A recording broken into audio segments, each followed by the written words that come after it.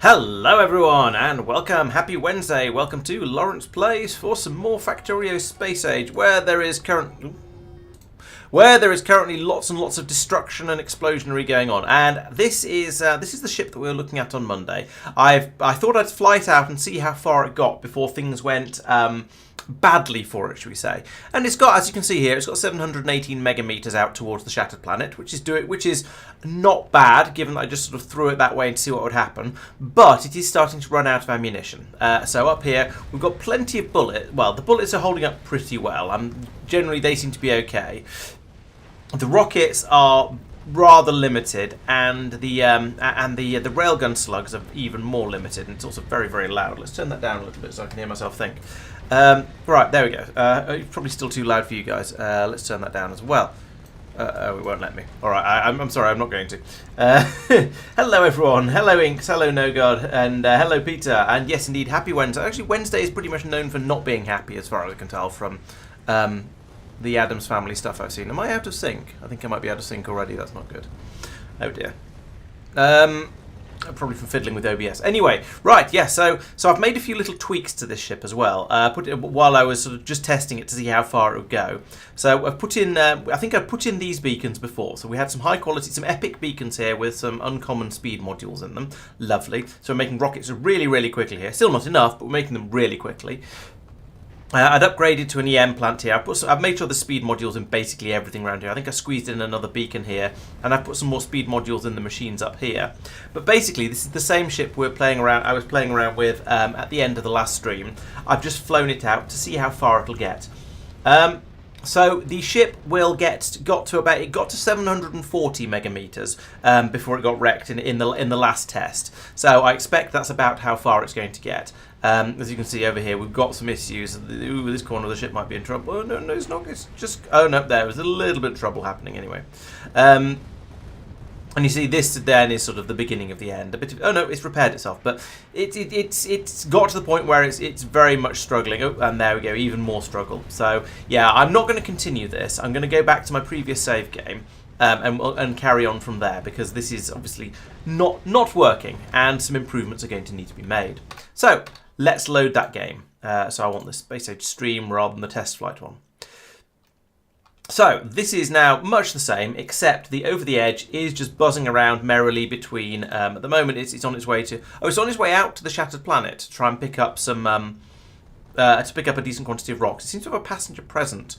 Request, so that is actually going to fly out forever, which isn't what we want. So let's get rid of that and tell it to return on a circuit condition when Promethium sausages, asteroid chunks, is greater than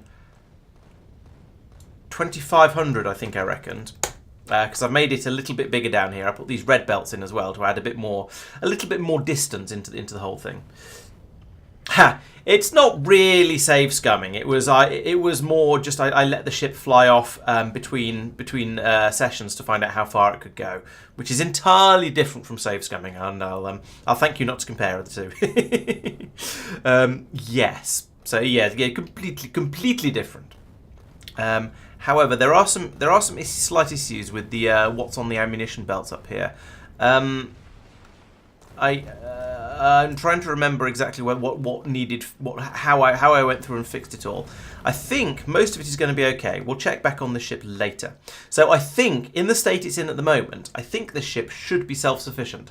So let's go off and do other things instead for a little while. So the other things to look at over here, these science packs, this white science is still being a massive problem down here. Exactly, Inks. Thank you for being on my side. I certainly wouldn't call it save scumming either. Interestingly, everything else seems to be okay except for the white science. Oh, is that because science has stopped? No, science is running merrily because we've got some Promethean science at the moment. But I do need to add Promethean science into this countermatron here as well. So I want to add in an ore for Promethean science. In theory, that is now a thing we have. And if that's less than X, then I want to be told about it. And at the moment, that's fine. It is just the white science that is problematic. No, my underground belt weaving is not weaving. It is still compatible with the laws of physics. So I consider it to be okay. Right. So, yes, we have the Spacey McSpaceface. This is the guy that's trying to provide a quantity of ice. Oh, and it's jammed up over here. Why? Why does this jam? Oh, maybe it's because there's two things inputting. Right. Okay. Let us do some circuit wizardry. So I shall link that to that, and to plus that, and then I would like you to read content and include it in crafting, and you can run if oxide chunk is less than or equal to 1. And was it you I programmed? Yes, it was. And so can you. And then over here we can get rid of that. And then things will magically start working again. These won't overfill it, even though they're full of oxide chunks. We'll get quite a lot out from these guys. Okay, the same thing has happened down here. Fine. We'll link all of these up as well. Remove that. There we go. Now these should start working again now. Are we having similar problems over here? No, we just don't have very many ice cubes coming in. Okay. And over here, what's going on here? So ice cubes are getting claimed. They're getting passed out over here. So we are making white science from the machinery over here. And everything's being put out onto this belt. And yeah, this should all be working kind of okay-ish. And yeah, there's white science coming through. So maybe now, are you still sad? You're still sad. No, undo that. Oh, but what? No, still do that. That one. Yes, you've still over full on them. So we'll do that. It should. No, it's still jamming up. We've got too many on here. Oh, and there's another inserter here. That's why it's struggling. Wait, what? If thing is less than equal to 1. Oh, you need to read contents. There we go. Now it'll stop jamming, I think. Because this one is now full of ice. Wow. Okay. Yeah, all the machines are running. Okay, so that seems to be okay now. Yeah, maybe beacons along the back of here would be a good idea to make these machines run a bit quicker. Although in a way, I'd rather just extend this even further out this way, because then I could put another set of these machines in, another set of catchers, and hopefully get some more asteroid chunks being brought in. So yes, but also no, yes, tempting, but also probably not the way I want to fix it. Let's let that run for the time being and see how it gets on. Actually, no, let's make it bigger. Let's expand and stuff. So if I take all of that and put it there.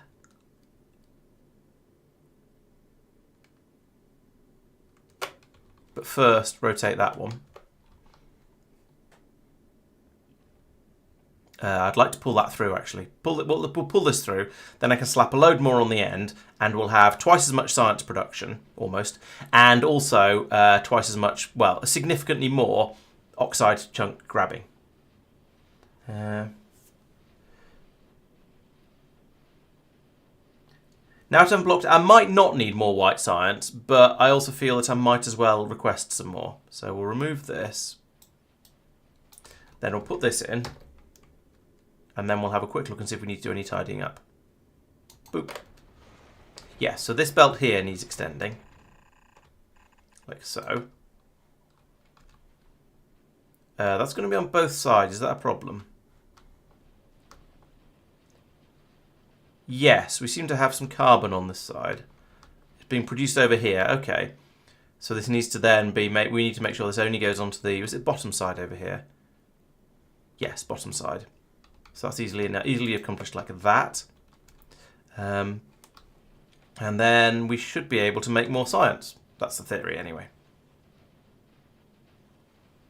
I suppose we'll do that for now, and we'll undo that later once this all gets built up. Because at the moment we're just waiting for massive quantities of rockets to come up with all the bits and pieces we're going to need for all of this to work nicely. Actually, it's coming out. It seems to be coming up pretty thick and fast now that it started coming, so that's good. And yeah, I think even if I don't necessarily need this much more white science, I would rather have too much of it than too little of it. Because too much, you can just stop making it. It's not like the agricultural science where it's just all going to go off and to turn disgusting. White science, we can just stockpile it all, and worst case, I've got some machines that I technically don't actually need to have, and I think that's kind of okay. I could upgrade to prod 3s. Let's do that if we have further problems with this. For now, I'm going to do one upgrade at a time, and we'll see how this goes. And then we'll upgrade further if it turns out to be necessary. Although I suppose I am bringing lots of tier 2 modules up, but they're probably on their way by now, so I'm not going to. I'm not going to upgrade them. I'm not going to upgrade them just yet. We'll see how we get on. Could we have another? There's another research productivity research done. Nice. So that's going to boost my research speed from 576 per mumble to a bit more, which is good. I could have sworn it was higher than that before. Maybe I'm misremembering. Right, so yeah, there's now a nice steady stream of white science coming through. That looks good and healthy. I'm pleased with that. If it gets any more, I may need to upgrade some of these belts and things as well. That'd be quite nice. But at the moment, it's good. But then we are just running through the backlog that was built up in all of in these grabometrons. So we'll wait and see how long it keeps going nicely for. And it looks like I've used up all of the spaceship flooring, or maybe just all of the rockets that were available. Yeah, all the available rockets have, except this one. Why you? Oh, you're not automatic. Why are you not automatic? I have no idea. Maybe you should be automatic. No, another squadron of rockets is now available, so we can bring stuff over. There's the modules we're just talking about, and some more flooring, some more inserters, and that should hopefully allow me to get those upgrades for Spacey McSpaceface finished.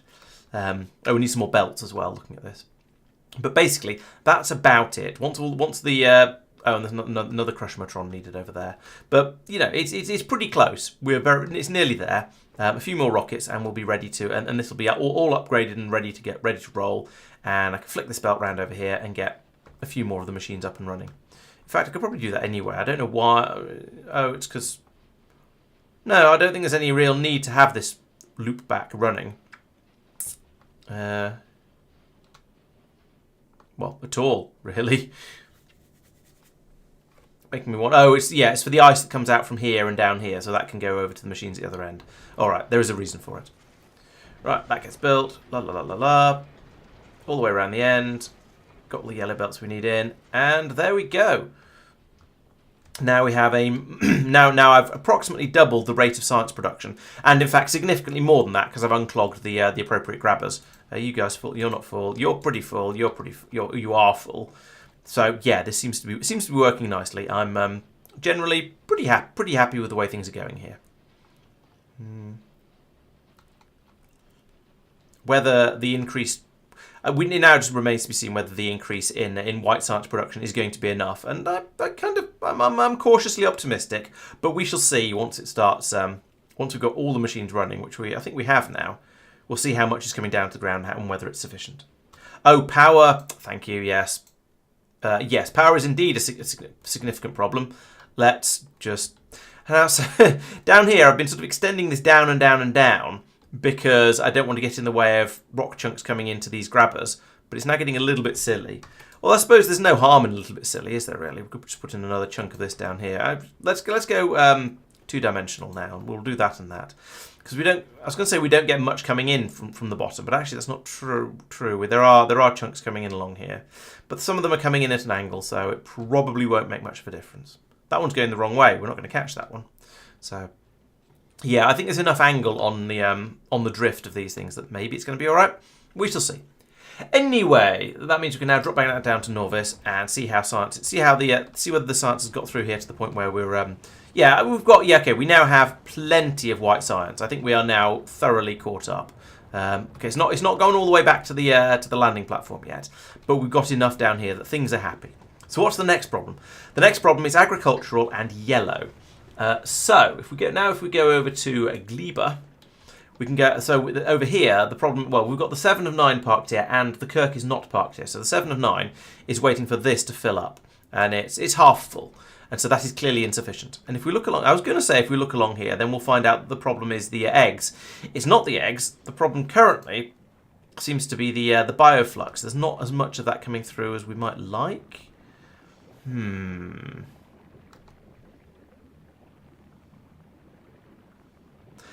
I was ready to come in and just paste in a whole new section of egg production, but it now appears that maybe it's the bioflux. Now it's the eggs that's the problem.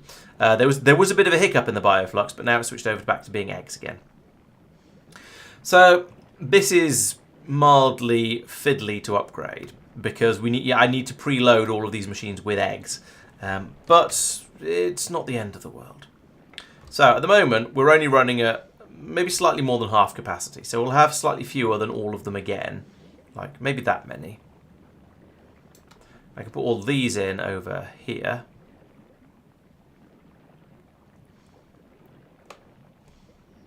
So if I put them here, then we'll have some funny shenanigans with those belts, but I can sort that out sort of fairly quickly. So do that and then that. Okay, we've got some nutrients on the wrong side of the belt there, but that's okay. We can deal with that another time. Then build this over to here, down and round. This one over here, down and round. And then we'll get all this built up. Okay, we need an egg output belt over here as well. And if I put these in as ghosts like this, pointing in the wrong direction, after they've got built, I can very, very quickly and easily upgrade them just by rotating the pieces of belt. So it's going to be an instant upgrade or an instant switch on when I'm ready to. And so hopefully that'll start all this running a bit quicker. Because you see, the Kirk has now also got back to Gleba, so that's now waiting for some more eggs, more science packs to be sent up. But we just don't have enough because, well, we've just sent a rocket up, and they're not being built quickly enough. We need a bit more capacity. So we'll get this built up and then see how we go from there. Second lab from the top is not operating due to spoilage output being aimed to the beacon. Oh, right. That's labs, so that's going to be over here.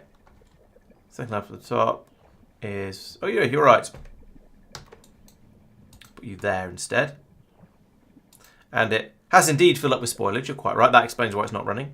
I wonder if there's any others where I've screwed up like that. I sort of want to rebuild my lab system at some point because at the moment it's I haven't really taken advantage of putting beacons in. So and actually, I haven't put tier 3 prod mods in these. Let's do that because that's going to be an easy way to get me a bit of a boost. It's not going to get me a massive increase because it's actually going to slow it down. But when I'm short of researchers, it'll make things better. So I'll upgrade all of these and then probably do a redesign. I think I've just tried to put prod mods in the railway line. Turns out that doesn't work. You can't have a more productive railway. Right, so do that. That is going to reduce my research speed a little bit as they all get put in. So it's going to drop from 604 to a bit less because of the extra productivities. But that's probably worth it. And in the long run, I want to redesign this and put more labs in and have them more better beaconed anyway. Fourth from the bottom. 1, 2, 3, 4. Oh yeah, yep, you're quite right. And that one. That one's okay. And that one. Yes, let's go through and actually check. Could we remove the ones that aren't going to work, please? There we go. This column is okay. This column has beacons in it, but it seems to be okay because yeah, that's all inputs. There's a load of inserters here that aren't going to do very much, but we'll remove those. But there isn't a broken output, which is the thing we're checking for at the moment. Yes, there's a lot of beacons along here. Although that said, the inserters do seem to be keeping up without too much difficulty. Maybe I should probably upgrade all of these to greens, really. Although sometimes I don't upgrade to green because if you have green inserters going, they can get a bit confused. They can grab a couple of one science pack and then they'll go, I'm waiting for more of this one, and then they don't grab other stuff that comes along. So in a way, sort of blues are sort of better for this sort of thing when there's lots and lots of different things being put in. That said, having beacons partially overlapping the heavily overlapping sort of 3/5 of the lab is not ideal. Oh, there's a lot of pink science being produced from somewhere. What's going on there? Where did they all come from? What happened up here? Huh? Okay, we're full, but we're still having stuff dropped. Right, okay. Well, let's put some more... Oh. Let's put some more of these on then, shall we? So we've got a bit more storage space.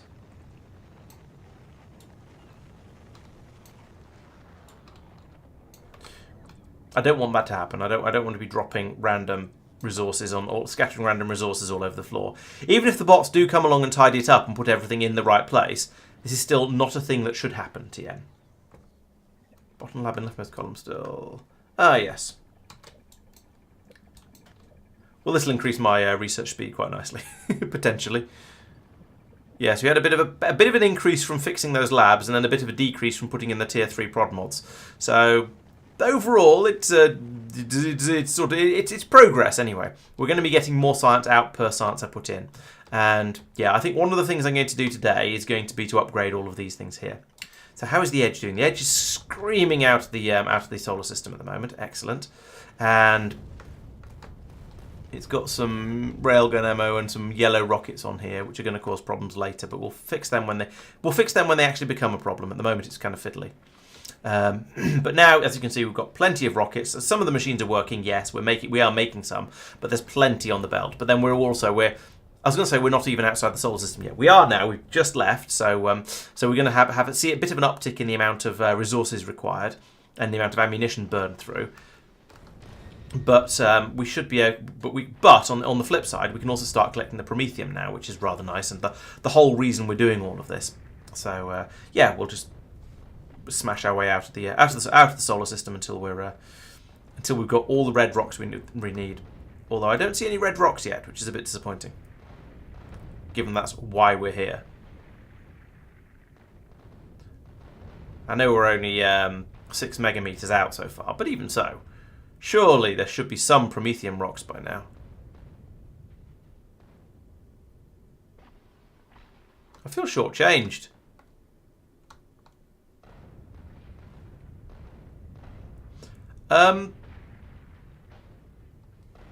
Yeah, we're on the way to the Shattered Planet, so we should be seeing nice shiny red rocks. How rude! I mean, they shouldn't. Oh, there's one. It's in the wrong place. We can't catch that one. And there's one that we'll probably be able to get that one, because yes, we will hit it with the railgun with its next shot. And then it'll scatter smaller rocks all over the place. So we'll get some of that, and we'll get all of that one. So right, there we go. It is basically working. It does see 10k sounds about right, Peter, based on what we've just seen. So yes, I could believe what you're suggesting. Okay, we don't care about that though at the moment. So back over on Norvis, things are there. We go. We've got a load more storage space now. So I should rebuild this science area, and the first step to rebuilding a science area is to turn off the science feed to the labs, so you don't end up picking up enormous quantities of science packs. So we'll do that. We'll let this run. The science packs can all find their way around. They can be sorted out and conveniently, because of the way I've set up the sushi system over here, there's plenty of space in the chests for all of the science packs that are out on the belt at the moment. We'll be able to run lots of those in.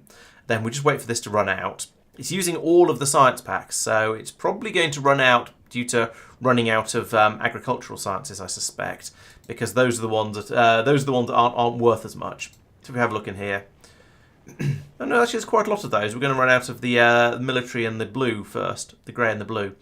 But that's kind of okay. We've got these boxes up here, which will, well, at the moment they're not. They will regain the science packs, and I suppose we'll copy and paste them and put them in somewhere else at some point. So to get this working, it's not a bad idea, Peter. Yes, let's do. As long as I've got some green belts here, that sounds like an excellent idea. And I do. I've got 300 of them. That's not really very many. What ship? I don't have a Norvis supply ship, really. I guess there's the Tango. If you could also request some green belts. So 700 of those. And, yep, that's from Vulcanus. Good. And also some undergrounds and some splitters. There we go. Yeah, I agree. Let's get that. Let's get it upgraded to green belts. Then back over here. All that's leaving. There we go. Lovely. Very nearly done. So, has the science stopped? Not quite. There's a couple of machines over here that are still running. Let's let them, and here. Let's let them all finish. Oh, and over here as well.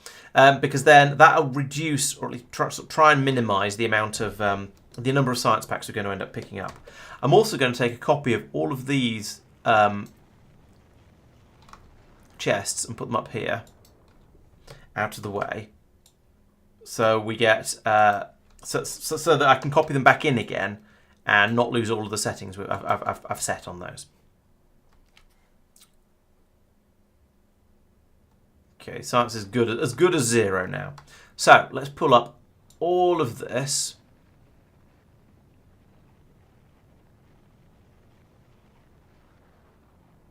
Like that. And all of this. Nope, I'll get the railway line if I do that. All of this. There's going to be stuff under the railway line. That's going to be quite annoying. Have I accidentally the railway? I think I have. There we go. Let's not accidentally the railway. That's true. That's an excellent point. I could build the labs. Yeah, I could run the belt from here down and then labs out into this area, I guess. Yeah, there's a bit more space available over here, especially if I start landfilling down here. All right, let's do that. So first, let's put in a block of landfill across here. Just fill that area in, so we've got a little bit more space to play with, and then we'll see how we go from there. I suppose that means I should probably pull up this belt as well. There's an output belt there. But I'm going to leave all of this sorting area in place, and we'll just let the actually there's no point in just letting the bots get on with it. I might as well. I should start designing at this point. So I'm going to want to put in labs. Let's design outside robo range for the, first, if I can find anywhere it is. Yes, here will do. So labs. We want to have them in a straight line like that. And I want to be feeding in. I think I'm going to continue my theory of feeding in with the blue inserters like this. So I'll have a row of those along there, and then we'll need a green belt to feed them their inputs. And then I want a belt to take away, and this is probably this might as well be a blue belt actually, just to save on things I've got a shortage of. Over here, we will take away the spoilage, which will be in here. There we go. And then up the middle, I basically want to have a solid row of beacons, I think, just to get this to go as fast as possible. So yeah, there we'll get coverage of those. And speed modules, tier 3 speed modules in all of them. And I could get really carried away and do the same on the other side, like that. In fact, let's copy those, put them in there. And then the question is here: do I want to get max beacon like this, or do I want it to have one? Yeah, I think I do want to go maximum beacon, because I can then have this sort of loop round. This will be the end. If this is the end of one, this can then go up the other side like that, and flip that vertically. Oh no, flip it horizontally as well. So I actually rotate it. Put that there. And there we go. That's the end of one of these things. In fact, we'll probably still feed the spoilage out upwards. I think I probably, for sake of the way my brain works, I'll rotate that round. So there we go. There's a design. That's going to be very, very beacony. Oh, and I also want to put in productivity modules, of course, like that. So these are going to run incredibly quickly. I don't know if these inserters are going to be able to keep up. We'll see. So if I start putting those in, let's take a copy of that again. Copy. These go in over here somewhere. And we'll get enormous amounts of throughput. And see how we get on. So the question is, how tall do I want to make these columns of things? And they will basically fit between... I can fit two of them between these... I can fit that between two of these roboports at this grid size. Although I won't be able to... Oh, I haven't put power in. Yeah, I think you're right, Peter. It might as well be try and be as finalised as possible. So, power is an interesting one. The substations are obviously better. But I can't get the whole lot with one substation in the middle, and that would mean losing a beacon. So maybe I don't want to use substations. Maybe I will just use medium pylons and put them in like this. I could put one in on each lab, I suppose. There we go. In the top corner of each lab, and that will power everything. And it's a consistent pattern. It looks nice enough, and we've still got 4 inserters loading into the labs. So I think that should work. Ah yes, thank you, Peter. Yes, you were just after me, I'm afraid. From my point of view, at least. Okay, so over here, let's get rid of the roboports, and get rid of these labs as well. I feel like no, I haven't got everything out from under the rails. I think all that stuff is just going to have to stay there because I've no idea how to get rid of it without destroying the rails. So yeah, building under rails, kind of silly. So right over here, now let's get started. So I can make these taller than this. So let's have this come all the way down to about here.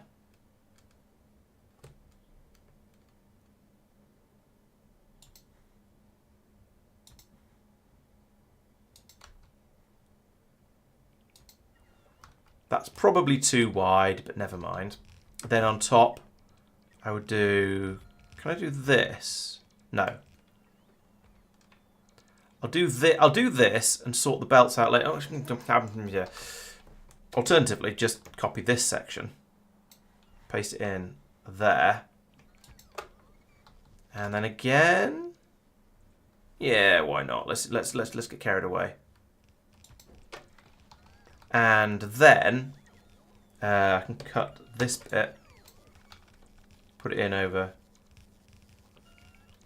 here, pull up all of that, feed that in there, feed that in there, and now we have all of the belts going in exactly the wrong direction. Ah, great.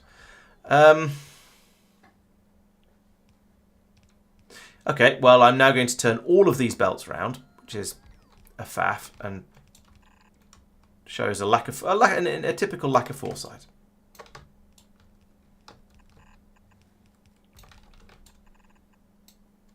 The other lack of foresight is what I'm going to do with all the spoilage.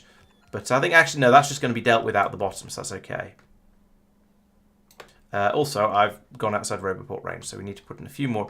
We need to put in some roboports off the roboport grid, I suspect. So put one in here. And then one in... who knows.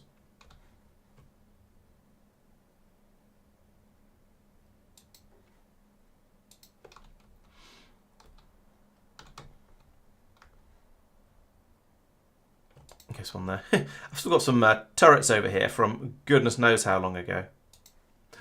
That's mildly amusing. Right, that's probably going to be enough coverage to get all of this. Certainly enough to get all of it on radar, which is an important first step.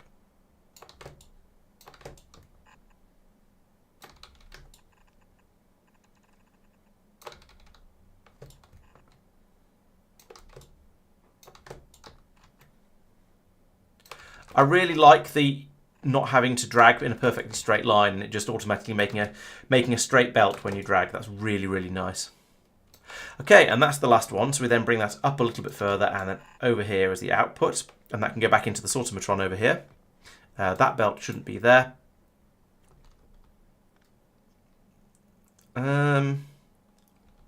This, I don't know why that's there. I think I was going to do something clever with it, and then I never did. And then from the bottom, we have all of these coming out. This belt can come across like this. Looks like I need another roboport in between these two.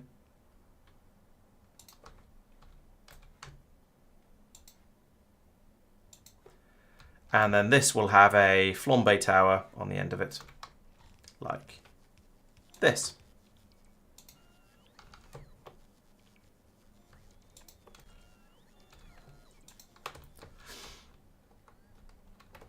And then we don't need this. The other thing I need to do is upgrade all of these belts to green belts. I'll just do it like that because I'm kind of lazy. Oops. Like that. And let's remove this because this is silly. And yeah, we've run out of green belts. Do we have a request for green belts in here? No.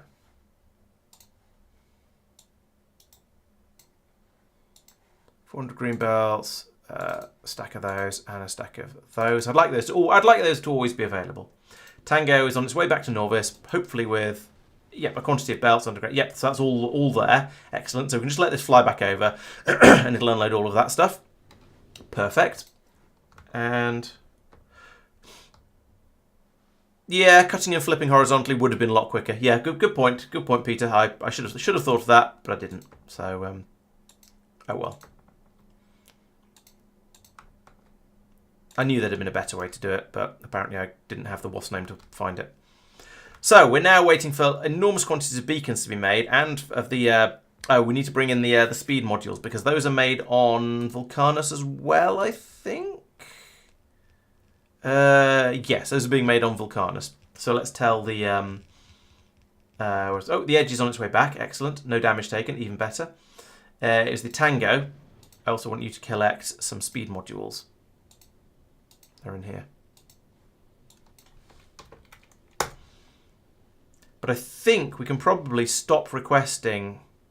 No, let's keep requesting the green belts. I'll only have 400 of them though, because I don't want to run out of space in the ship. I wonder which thing it ran out of. Kind of hard to tell. I probably wanted the green belt thing. Yeah, green underground belts by the looks of it.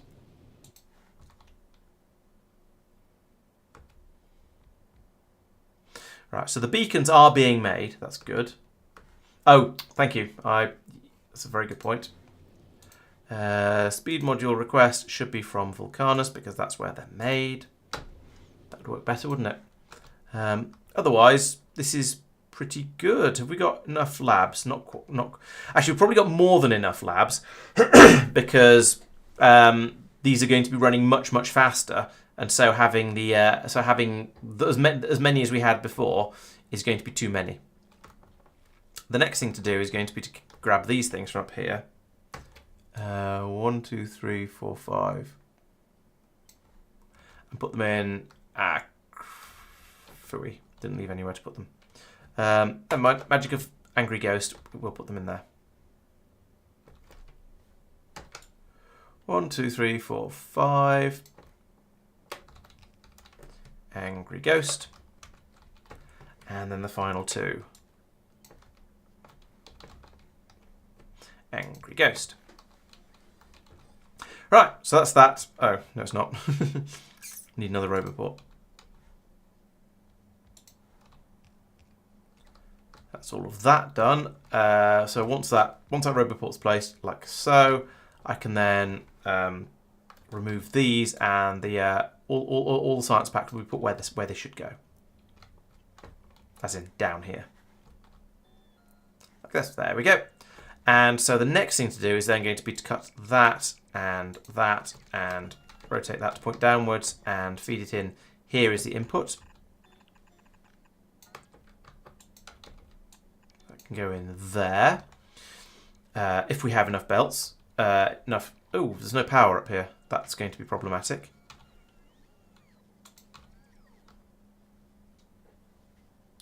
What are you powering? I have nothing, I don't think. Get a pylon put in here, and then we'll have power for all of this area again. And hopefully that should then mean we'll... Yeah, okay, we're still bringing science packs over at the moment. Jeez, there's a lot of them captured. Okay, part of that will have been from the... So some of it will be from picking up labs that still had a few bits and pieces in them, but some of it is going to be from the stuff that got scattered on the floor over here, and I didn't get to give that a chance to get used up before I started pulling things around again. The agricultural science seems to be kind of holding together. Oh no, there's a lot of this is about to spoil, and in here, actually we've got still 17 minutes on this, so that's not too bad. Oh, I didn't think this quite all the way through, so let's put in some more pylons. Guess there, and there, and there, and there. I'd be quite interested to see how fast my research goes with this expansion, because yeah, it's a significant increase, partly because I'm using green belts everywhere. There seems to be one missing here. No, there isn't. That's feeding the feeding reds in through here. That shouldn't be there.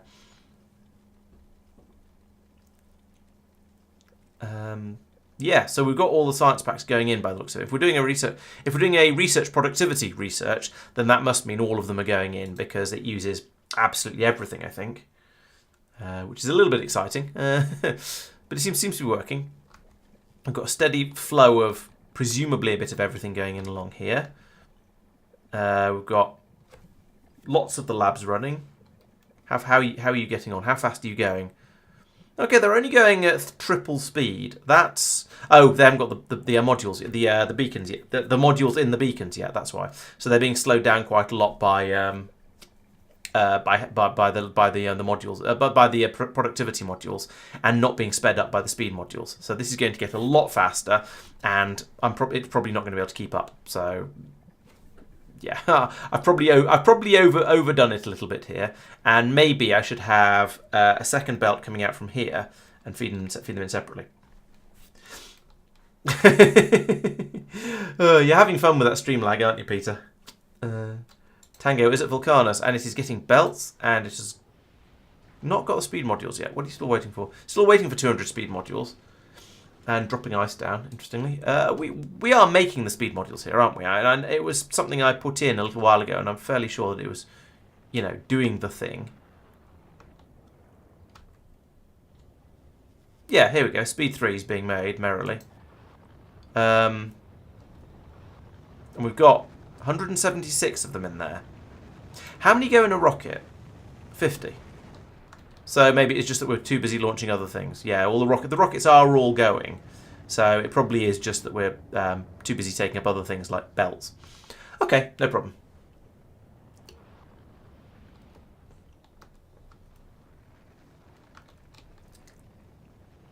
I think things over here are basically okay. It's just that speed... Well, actually, there's only 176 speed modules. How many... Oh, we're going for 200... Okay, 200 in the logistics system in total. There must be some somewhere else then. And we've got a few fancy speed modules like this one and these ones. I don't even know what's in that rocket. I hope there was something. Okay, there we go. There's speed modules going up, and also splitters. Just a steady stream of rockets going off this planet, and quite impressively, the low-density structure production seems to be keeping up with this, despite the fact that we're launching rockets basically as fast as we can build them. It seems to still actually be okay. I'm somewhat surprised. I thought the low-density structure production here was a serious limiting factor for how quickly we could lob rockets off, but it seems to be fine. Maybe there's a huge number buffered in the output. There's only 7 buffered per machine. Maybe these productivity modules are doing a good job. Maybe that must be the answer. Okay. Edge is still on its way back in. How full are you with the... Okay, it's not completely full of promethium. And it's most of the way back. Okay, it needs to fly out until it's got a bit more than 2,500 then, because that isn't enough for it to come back with sufficient. Probably. Yeah, there's still quite a... It probably was before I added in all the red undergrounds as well. That would probably have been enough at that point. And now we've only got... Sorry, we've got a... only coming back with 4,000. Yeah, 4,400 is what we were aiming for before. And now there's room for quite a bit more. So let's increase that from 2.5k to... let's go for 3k. I don't know if that's going to be enough, actually, because I don't know... That would presumably be an extra 1,000. Yeah, I think that'll probably be enough. And yeah, we've resoundingly run out of red rocks now. Well, there's a few still, but mostly run out of red rocks, so we're not going to get a great deal more. We have a problem along here with the ammunition belt. I knew that was going to happen. It's just sort of an as and when. Have I told this inserter down here to stop doing yellow? Yes, it has stopped doing yellow rockets. Excellent.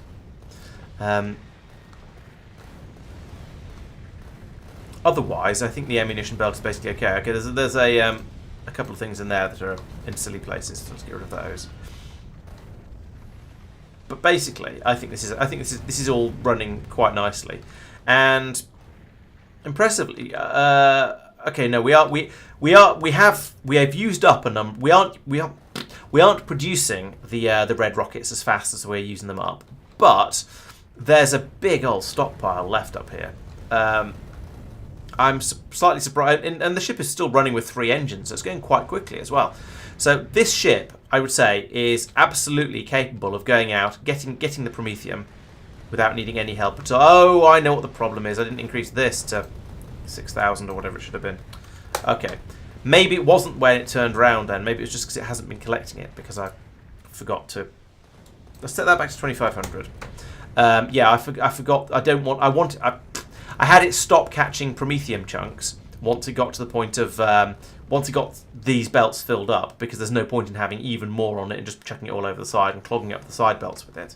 But I forgot to change that number, so yeah. Perhaps what I should have is a signal coming from here that says, "Yep, you're full." Just this one square that says, "Yep, you're full." But no, yeah, words.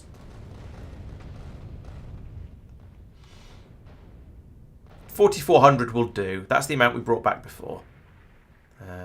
Okay, so we're now managing a science per minute of 364. I'm fairly sure that's less than we had before, but that's probably due to the lack of speed modules. So we've got all of the...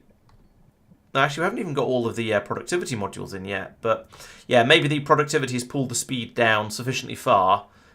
Oh yes, because we had a load of tier 2 productivity modules in here before. So yeah, science is going to go a bit slower for the time being.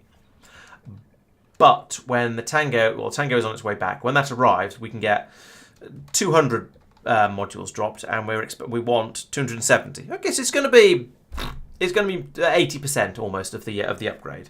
We also need another 145 productivity modules and 7 blue inserters and 3. Oh god, really? Some silly things that we're short of here. The prod mods over here, that's going. They are being made. It just takes some time to make a prod 3. Presumably you can... Yeah, I could put some speed 2s in here, actually. That would... Is this just being greedy? Probably, but I'll do it anyway. It's not like I'm using speed 2s for anything else anymore. And I don't think power is a problem on this planet. No, power is not a problem on this planet. So am I actually not making medium pylons? I'm going to use the search for this. Medium electric poles made here. No, we've got like 100 in a box. Why were you whinging about it? Oh, they're the one. No, never mind. They're ones elsewhere. Okay, so yeah, those various things are off in completely different places. So that's off in outposts, so they don't count.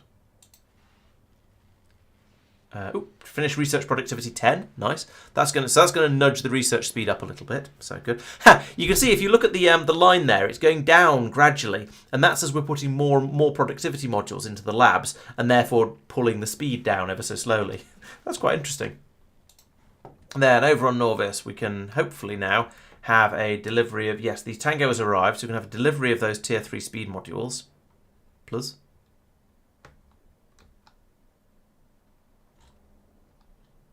Can has? Oh no, we're not asking for them, so we're not going to get them. Don't ask, don't get. In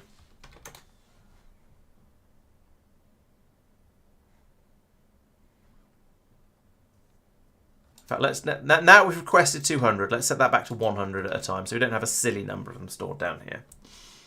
And nope, that's white science. There we go, speed modules. So now we can have an absolute bot frenzy, like this. Boom, boom. And watch the research speed. Okay, that has gone almost vertical. That's amazing. How much faster are we going to be going now? I just want to see what this spikes up to before it crashes due to a lack of input or something ridiculous like that, or due to probably running out of agricultural science again or something like that. So, 1100. No, sorry, no, 800, 830. I was looking at the progress rather than the science per minute. Okay, there we go. It peaked at about 1300 and is now dropping back down again to, maybe that's the 857 we're seeing. Or even less, actually. So that presumably is due to a lack of science packs in some of these machines. In fact, it looks like we've run out of something completely.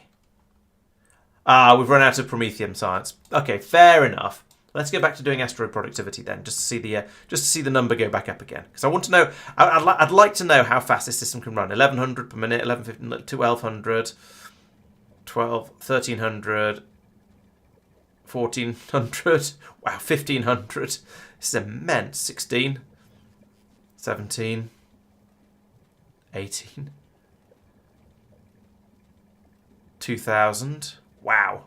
I'm sort of assuming that at some point we're going to have input problems rather than and that number's going to stop going up. But I want to see how high it'll go. So 2600. I think we managed. Oh, there we go. It seems to have peaked now, just at about 4,300 according to the graph. The number in the science per minute thing there is lagging well behind, but 4,300, and it's sustaining that for 30 seconds so far. So that's pretty impressive. Is the abomination? You think the abomination's on strike? You could be right. Oh yes, true. I've done rocket part productivities. That might be why it's keeping up so well. Yeah, good thinking. So we're still short quite a few speed modules around here, but we're still also short a lot of productivity modules. I don't think the abomination is on strike. I don't think there's anything missing down here that's made in the abomination, because we're making the productivity modules steadily, and they're being brought over and loaded into the machines as and when they're ready. Yeah, I think the abomination is probably okay. We got all the beacons through that we wanted. They didn't all come through immediately, so I think that meant it did make some of those. So yeah, I think that's okay. Now we have run out completely of agricultural science, as is traditional. Oh, that reminds me, I should go back over to Gleba now and turn this on. So that means we rotate you the other way, and we rotate you and you, and rotate you and you, and we remove you. There we go. And then down here, similarly, we do that, and then we remove D for deconstruct, not R for remove, Laurence. Get it right. Okay, so that should egg us on a bit more. Hello, Persistent. Welcome. Oh, are there items on the input belt of the abomination? Okay, I'll go and have a look at that in a moment. Yeah, you probably that does sound like it's had an issue if it's done that. There doesn't seem to be quite enough nutrient coming through. Now, maybe that's just because we had a sudden massive demand for it that we weren't really expecting, and it'll catch up again. Because all of the new machines will have required suddenly an enormous amount of nutrient. Oh, and also they all require an egg or two to get them. Oh, and iron boxes to get them started. Really? Do we have any chests on this planet that we could use? Yes, we can use steel ones. Fine.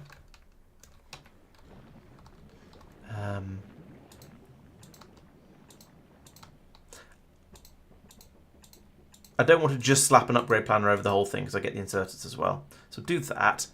And then into each one of these, I would like to place one egg. Can I do it like this? Yes.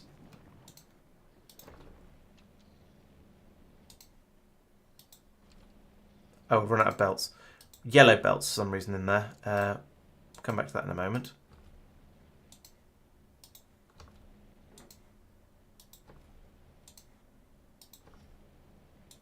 I think you only need one egg to for pentapods to breed. Ah, not 20. That's ridiculous. That's the wrong mouse button, Laurence. There we go. Let's just check that though. Yes, it is one pentapod egg. So when I come along here and go, well, okay, apparently yellow belts are not a thing on this planet, which is fair enough. Yellow belts are a bit of a silly idea, really. Okay, just those two that didn't exist.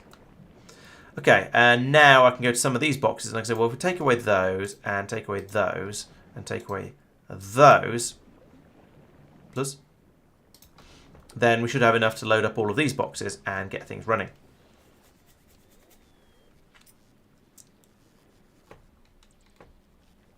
We're not quite sure what's going to happen to any we don't use up. Oh, water. How do we get water into them? Oh, I see. Like this.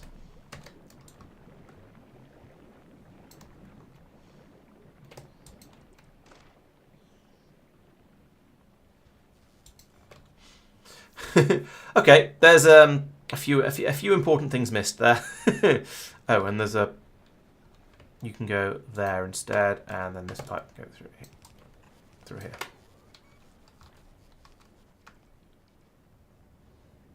Can we get those placed? Oh, we've got a little while before the eggs go off. They do have 15 minutes life, but I'd quite like to get it working.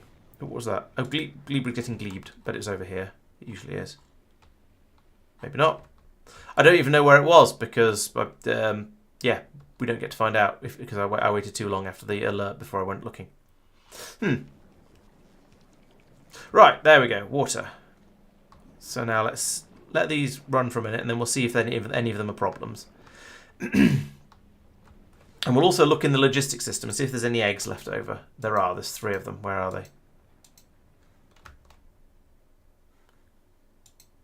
Here.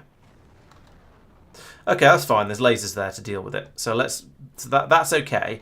We can now just check that all the egg layers are egging along nicely. Egg makers are egging along nicely, rather.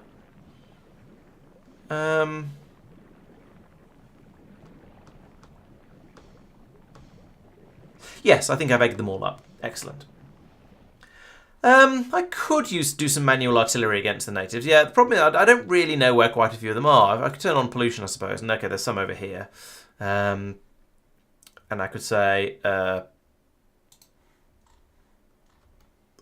stop it, please. I don't want to know what's going on over here. But it's all a bit gross. Just give them a bit of a shelling, and them as well, I suppose.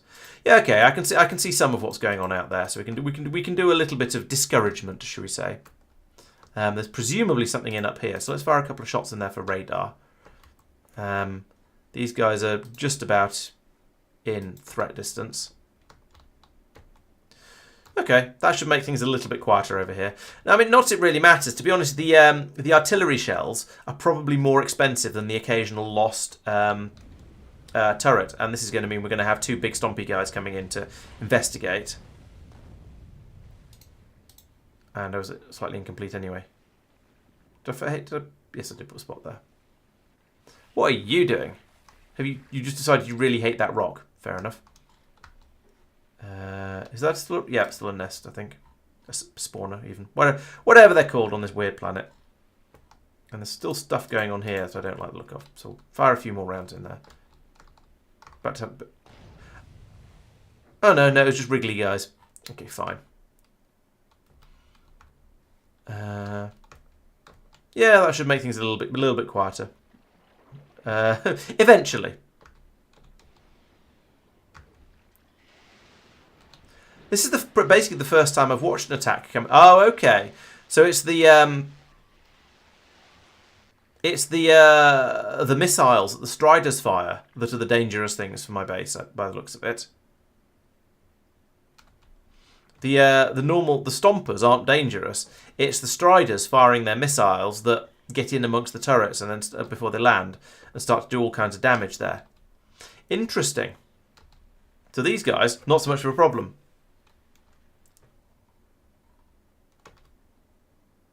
And there's bots coming out to do the repair. That's fine. I expect.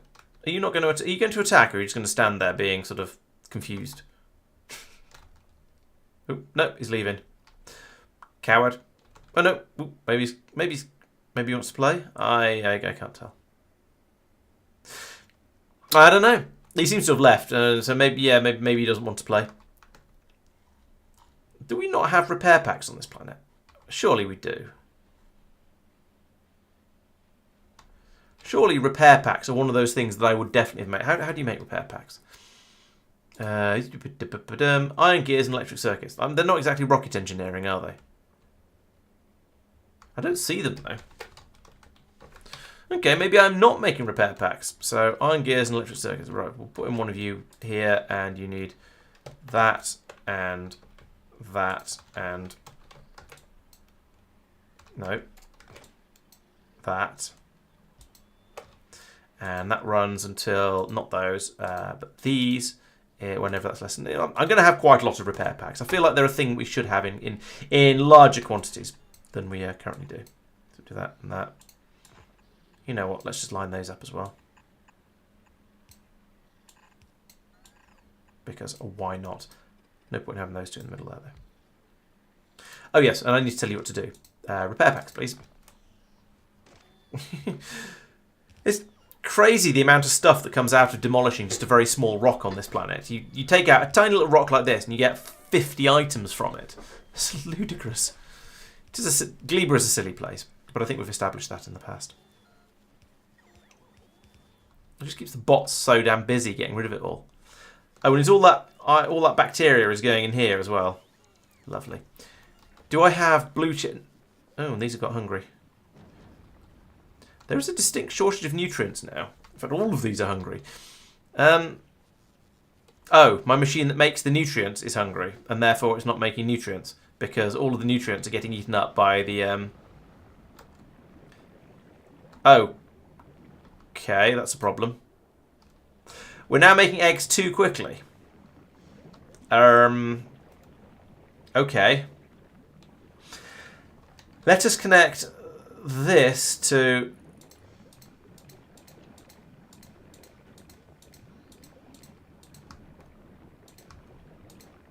most of these machines and say, I want you to do a read and hold. And what are you seeing at the moment? 250. Jeez. Okay, I want you to enable when eggs are less than 50.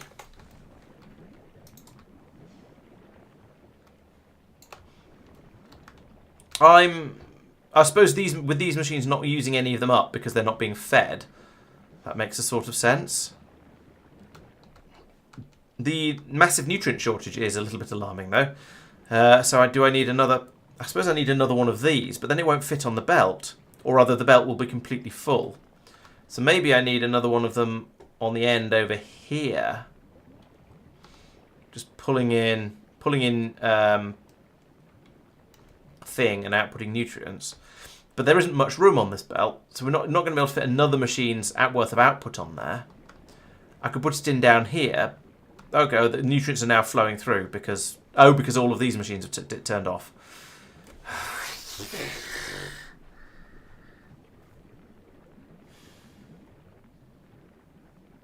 Yeah, the problem is as soon as I fix the hunger issue, like I have done now, and these machines all kick back in again, which they haven't done for... we haven't still got rid of all of the eggs. It's going to be a bit bursty. All right, maybe that needs to be more than 50.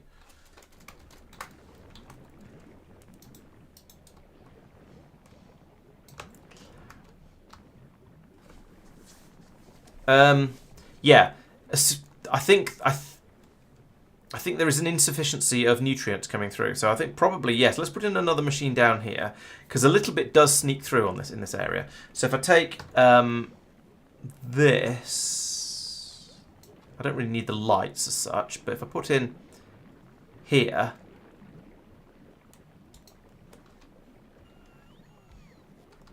And here.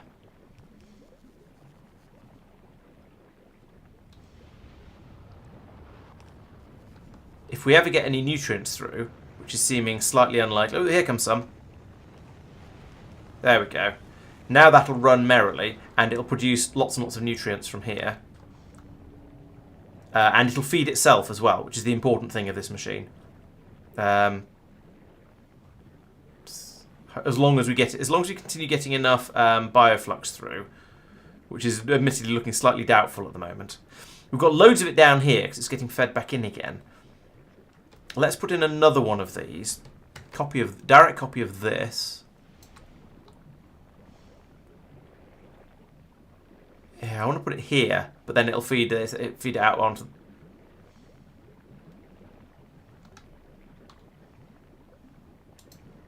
Do that. Then I can put this in here, snuggled up against that, and then I can run this belt down to here, and we'll sideload another set of everything's in here. Or at least we would if there's any power.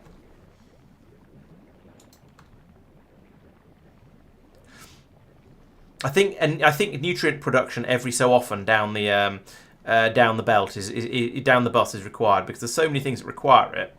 I've now got loads of it though. Maybe I got a bit carried away. Oh well, it can all be just chucked in these boxes here, spoiled off, and then burnt for fuel. I don't really care. We do seem to have quite a lot of spoilage down here, but it's getting used up. I wonder where all that came from all of a sudden. It feels like there was an awful lot. So there must have been something I did that emptied all the... Oh, yes, we got nutrients back down here again. So all of these machines dumped all their spoilage. That'll be what happened. Okay, and now we're starting to top the iron back up again because we used all of that up while there was a shortage of food further down the system. Okay, well that's been a little bit of a weird one, but it's at least now we're probably making the science a bit quicker than we were before. Let's have a look at the production graph because I'm curious. Agricultural science. We have been over the last 10 hours. It has been being typically made at this speed of about 275, and recently we got to 394. So yeah, there's been a fairly significant increase. The question is whether whether all the input resources are going to be able to keep up, and whether I've got the egg numbers right. How many eggs do I want on a belt? I think maybe I'm going to put this up again to 100. This is one of those where I should have said less than X, but oh well. Oh, and they're eating all the nutrients coming through here. So we're going to have a bit of a pizza shortage. Oh, actually, and all the bioflux maybe. Oh no, the bioflux is doing okay. But the nutrient is all getting eaten up by the earlier machines. But these ones aren't complaining about... Oh, right, I was going to say they aren't complaining about starving, but it's because they need loads of nutrients. They need loads of nutrients in order to make the eggs. It's not just running the machines. It's harvesting them up to make the eggs as well. All right, I'm going to put in another one of these here, like that.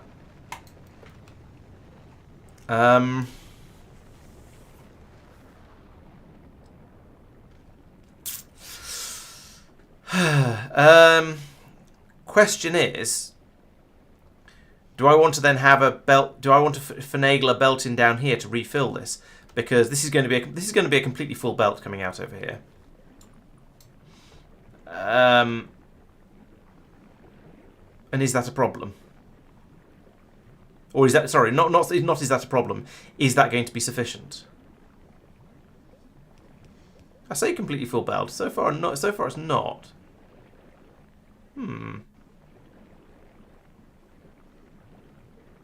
Pretty damn close though. Or maybe it is full. Yeah, okay, so we've got the absolute maximum amount coming through here now, I'd say. Oh, and some of it's being bled off to go up here though for the fruit pulping. And we're running out of Yumako again. Was there a problem with the Yumako that I didn't solve? That's jelly fruit. Didn't solve properly. No, these do seem to all be running.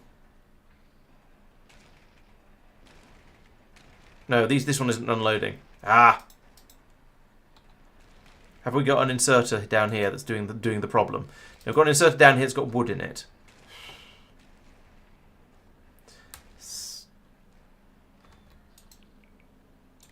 So let's do that. Let's do the old trick of where we read hand contents, hold, set filters, blacklist. There we go. Now it'll take anything out. And if it ever ends up with a partial handful of stuff, it'll dump it immediately. Right, okay, so we've got this working again now. Are these Yumakos... No, these Yumakos haven't died. They just disappear off the tree when it's...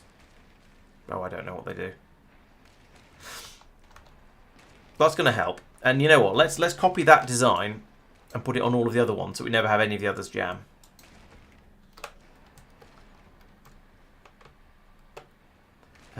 You. There we go. And you. There we go. Well, that one's clearly worked because it's only got baby trees around it. And then up here, let's do the same sort of thing up here. They aren't a problem at the moment, but I don't want them to ever be a problem. So I'm going to do the force empty hand trick on all of these. There we go. It's a neat trick, that one. I like it. Section below this. Did I hook this one up? No, I didn't. There we go. This one doesn't seem to have run into the problem, but yeah, it's definitely worth putting the security thing on it. It's just struggling to. No. I was going to say struggling to keep up with the planting. It's not. There's just tree. There everywhere is treed. I suppose you're never going to have a. You're never going to have a bald patch, an empty patch with nothing on it, unless it runs out of seeds, because the process is that it finds one that's fully grown, and it pulls it up and it plants the new seeds in the same place in one sort of movement. And it doesn't do it in a remotely sensible order, so you just get lots and lots of running around like this, rather than... You see, it should have done this one on the way past, but it didn't. It's going all the way around to one over here, and then out to there, and yeah, it's not sensible. I guess it would be a bit of a postman's walk to find the best way of doing it, but it could at least just go for the nearest fully grown tree rather than...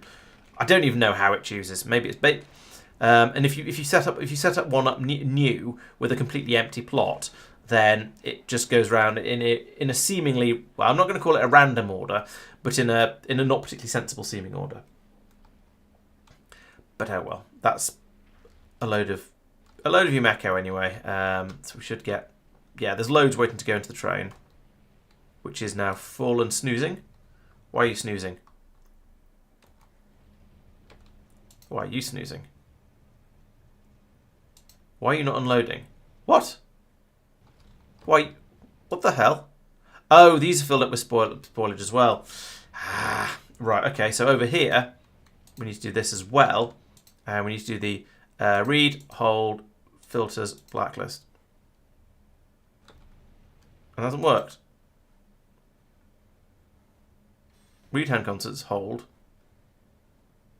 Set filters. Right, okay. Oh, I might have set the other ones up wrongly then. I'll go back and check them in a second. Right, so up here, you... Oh no, I did the set filters up here. That's alright then.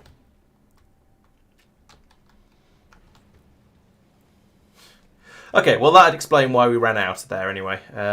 It's a bit of a silly problem. But at least it's now fixed. My concern is this is going to cause everything else to grind to a halt, which is going to be annoying. Actually, my other concern is, are we going to have enough range on with these lightning turrets? Let's put some more in. Are they going to be powered? No.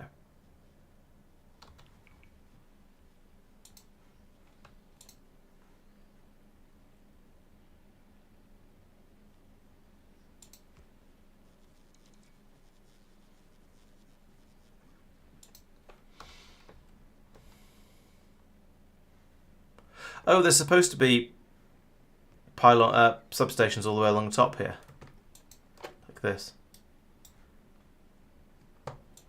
That's what's missing.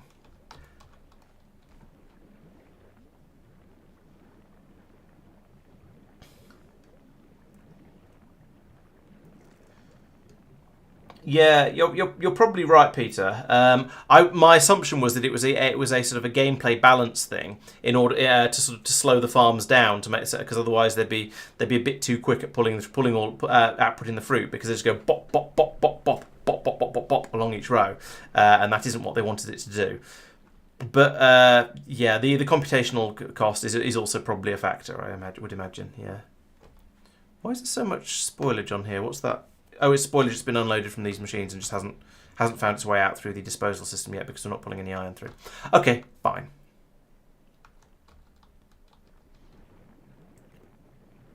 Run out of lightning turrets though, so better hope we don't have any random escapades, if you will.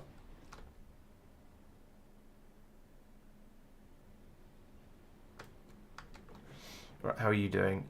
You have ended up rather slow, probably because we're running out of. Let's go and find out which science pack we've run out of. That's sort of what we're doing today.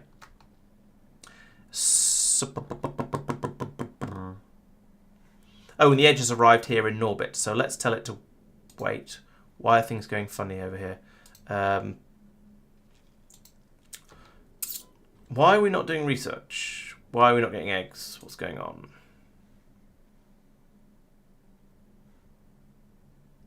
Okay, we should have that egg. Oh, that's not ticked.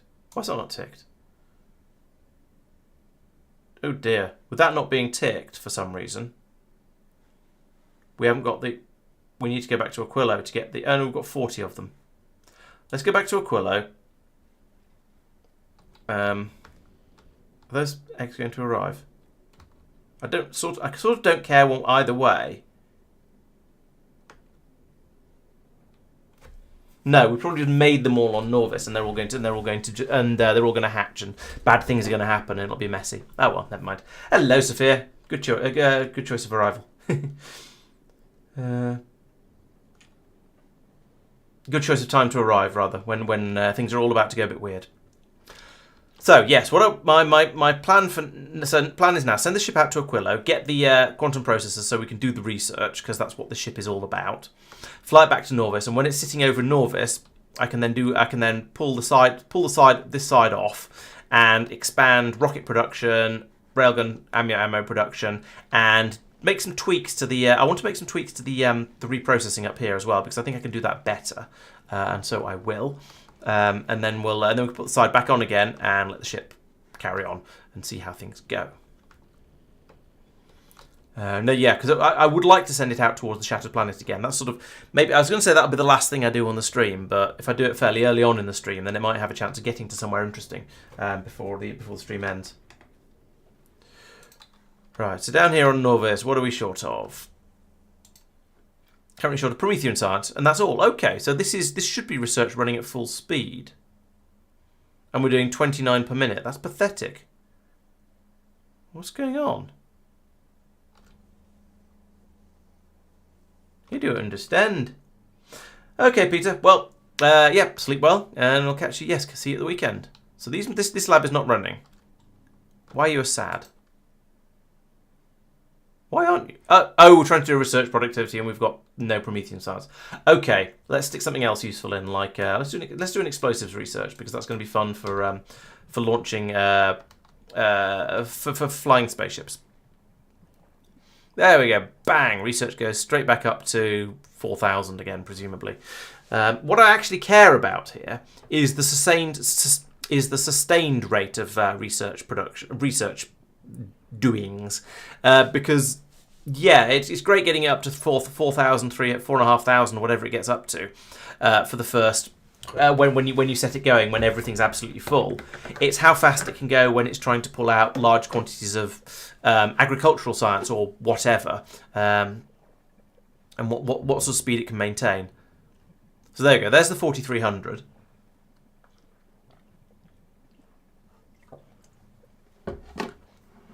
I don't know why the number where it says science per minute. I'm not sure where it gets that from. Maybe that's over the last... I think that must be over the last minute.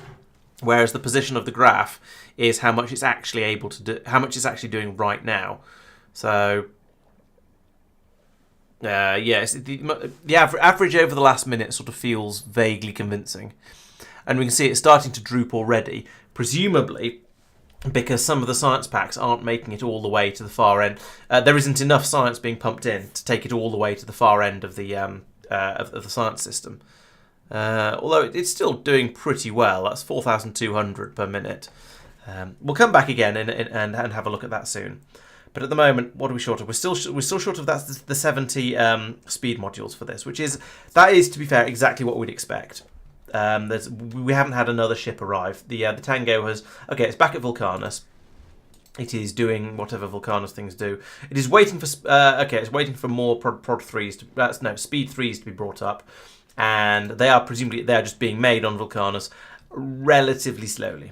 So down here we can see we've got 22 of them. So it's ticking over. But that's fine. We care more about the Edge, which is currently on its way out to Aquilo. We'll deal with that when it gets there. Over here, my concern is the biter egg farm is going to have... Okay, there's only 13, 33, okay, 114. Okay, there's quite a lot of biter eggs in the things here. So maybe I should have accepted those up onto the spaceship before I left. Oh well. How long have these got before they go pop? 25 minutes. Okay, that should be enough time for the Edge to get out to Aquilo. Hopefully we'll be able to bring up the processors quite quickly. We've got 200 on there already, and it's going to try and claim 200. That's not very many. Okay. So yeah, it'll launch the rocket, it'll immediately turn around, come back out again, and all should be well. Probably. And we've got a relatively small number of rocks to deal with at the moment. That's fine. This is well within the capabilities of the ship. This is nothing compared to what it sees out when it goes out towards the shattered planet. Okay, actually it's maintaining that 4200 pretty well. And looking over here, we can see that the science packs are generally flowing back out again, and I think there's probably all of them sometimes. I noticed there's a bit of a gap in the standard green ones at one point, but now that there's some there. The Promethean ones aren't coming out, but you know, that's sort of to be expected. Those are difficult. The yellows are... It seems to be a bit of a gap here, but there are some yellows on the belt. So it looks like, at the moment, the amount that's... I was going to say the amount coming through is sufficient, but actually there's quite a lot of these labs not running. Oh, they've run out of agricultural. Figures. That's not particularly surprising. And we've run out of agricultural up here and completely as well. In fact, we're running low on lots of them.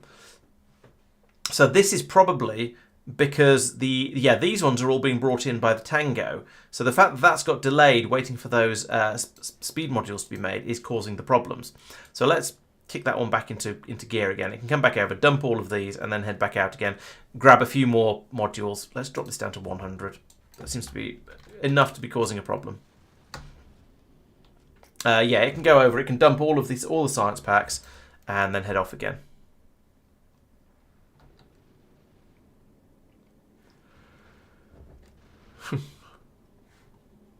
Yeah, so science has plummeted now because we've run out of lots of the basic science packs.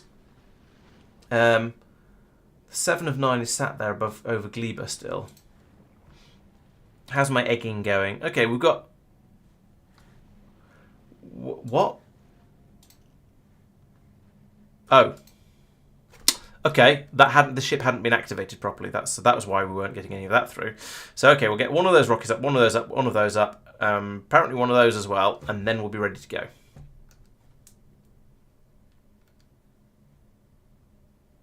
Probably. Maybe no. Those come from Norvis. Fine. Rockets. Here, rockets, rockets, rockets. But it's only really this one that it cares about. Here they come. And it's ditching. Okay, it's ditching some calcite. That's fine. I'm okay with that happening. Why are you still here?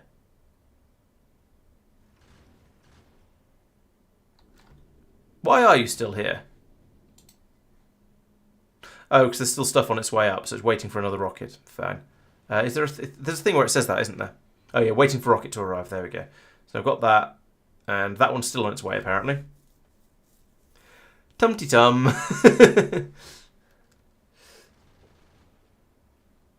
Yeah, so at the beginning of the stream, Sophia, I showed off how far the other ship, the what's it called, the Over the Edge had got. It managed about 740 megameters to out of the 4,000 megameters. So it got about fifth of the way there, and before it sort of finally disintegrated from sheer number of rocks coming in. So I've had a look at that to see what the problem is, and worked out how to expand it in order to make sure that doesn't happen again, and it can cope next time. So. Well, it needs to make rockets faster, and it needs to make railgun ammunition faster. And I'm going to tweak how it deals with rock processing as well. The processing of making of explosives was just about okay. The input of ingredients was absolutely fine. So I'm thinking that I'll probably balance it by putting some more speed modules in here instead of the productivities, and get that bit and just get more out and get more explosives out that way, rather than trying to put an extra machine on the end to make them. So that was working okay. It was just that we didn't have the rockets coming out fast enough, and the railgun ammo was struggling a little bit as well. So if I can fix those two, then I think the ship's going to be quite good to go quite a lot further out. So I'm going to make it a little bit wider, put a little bit more production in, and go from there. I have been thinking, is it worth trying to do this in a slightly different way to make it more compact? So have a load of machines together making the yellow rockets and putting them onto a belt, probably the other side of this belt, and then these could be sort of go out, and then they could wind round or wind up the side over here or something like that. But I'm not sure what I think. I was going to say I could use slightly better speed modules, and I could to a small extent, but only a very small extent.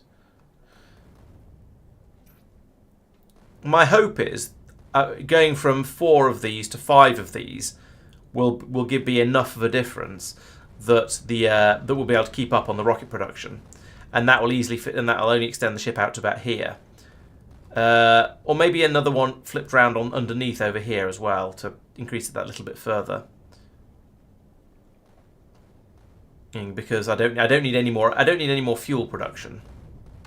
Maybe if we weren't shooting these rocks, we wouldn't run out of ammunition, out of rockets. For goodness sake. Yes, I could put in another. Yes, I could put in another set of them here, and then another set in here. Make that a little bit quicker. Why are there long handled?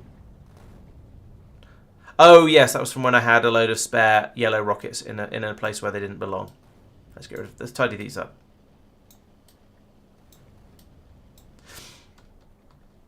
And then I can just extend the production of the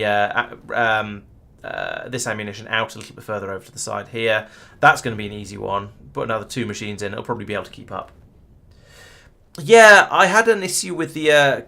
I pressed a wrong button earlier and went back. Accidentally went back to the start screen when in the middle of the game, and then when I went back to the game afterwards, the sync was out, and I don't really know what to do about that. I can try turning the camera off and turning it back on again, but that doesn't seem to fix it. I'll try unplugging it and plugging it back in again. You never know. This may mean I just don't exist for the rest of the stream. We'll have to see. Yep, there we go. There's a lovely freeze frame. Welcome to my forehead. Plug it back in again. Turn it off. Can I even? Probably not. Oh, and now OBS has sort of got stuck. So, yeah, okay, sorry about that.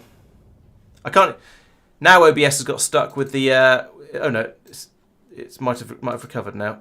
Oh no, it's because I clicked on that. I clicked on it again. Oh, yeah. So I can turn the camera off. We'll do that. And I said I can turn the camera off. There we go. I'll turn the color source off as well.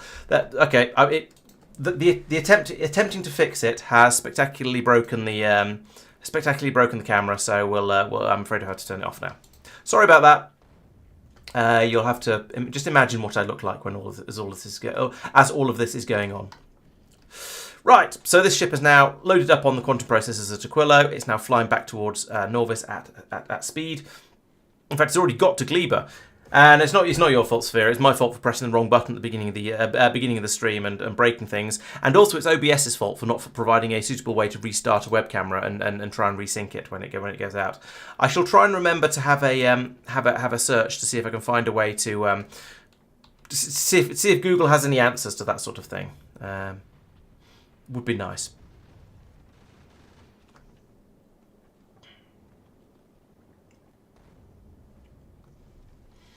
Okay, so let's not worry about the ship for the moment. How are we doing on Norvis? Have we got... No, we still don't have any mossy science in. Oh, we've got a little bit. So that should be the not the Gleb. The 7 of 9 is here. Why is 7 of 9 still here? Any request 0? What?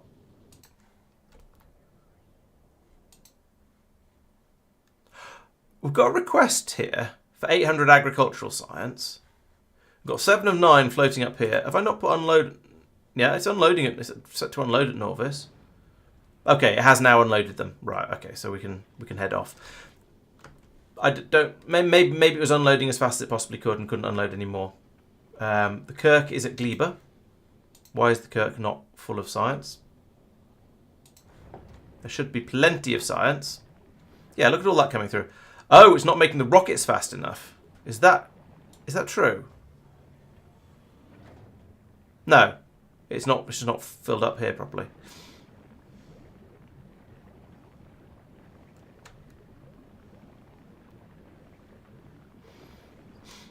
So still might not have enough throughput. That's weird. Oops. So despite having increased the number of eggs coming through, and therefore hopefully the number of these machines that are making the science, and I'm pretty sure I have. This looks fairly good. Okay, the eggs are getting hogged a little bit by the earlier machines.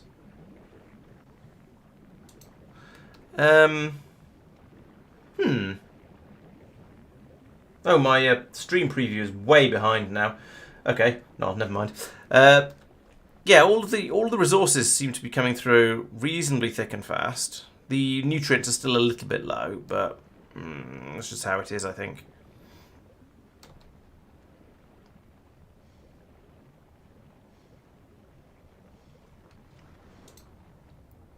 We've got 2/3.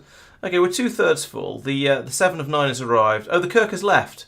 Okay, so we launched a rocket when I wasn't paying attention. All right, everything seems to be absolutely fine then. I think that's not actually an issue, because over on Norvis we should have the other ship unloading its mossy science packs. There's a lot of stuff dropping in at the moment, so we still don't have any here. Kirk is the one that's here at the moment, and now it's launched it all, and it's leaving. I feel like it's not doing things until I go and look at it, and then they're dropping whatever it is they're supposed to be dropping. This is very strange. So there we go. There's the there's the agro science coming through, and we've got some Promethean science coming through as well. So that means the Edge has arrived back. It is currently doing science here. Some biter eggs must have come up. Oh, here's some more biter eggs. Excellent. They churn through here. We make a quantity of the science packs. Those will get shipped out. Right. So the idea now is I'm going to just use up all of the Prometheum here, and I don't want the ship to leave. So there's a passenger present instruction in there, and also we aren't leaving yet because we've got loads of Prometheum, but that's fine. So yeah, churn through all of this, and it'll take a little while to get through all of that. But then actually, in the meantime, there's no reason why I can't start rebuilding this, is there? Oh, so this is going to be fun. I need to take out everything along here. Needs to be moved out a chunk, and then potentially move back in a chunk later. So where do I want to cut? That's the problem. Let's get rid of that beacon for the moment. And then It needs to, yeah, it needs to be it needs to be certainly 3 lanes here, because those are the lanes that are bringing the ammunition and the rocks around. Probably want it to be 4 to get this as well. Or actually, do I want the... And if I get 4 in all the way down here, then I'll get this as well, which I don't want to move, but I'll have to move that back. That's manageable, but mildly annoying. All the way down to, yeah, let's do 3. That's here. All of this we shall move to over here somewhere. I'll even line it up.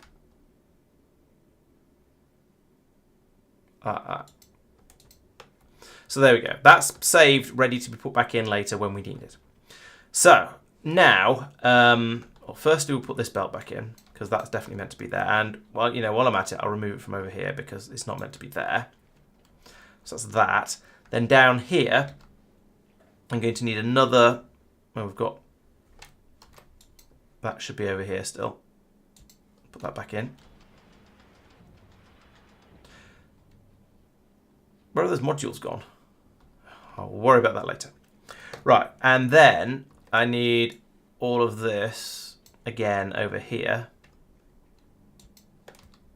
including this belt and this inserter. And don't want that. Do want another one of these in here, like that, I suppose.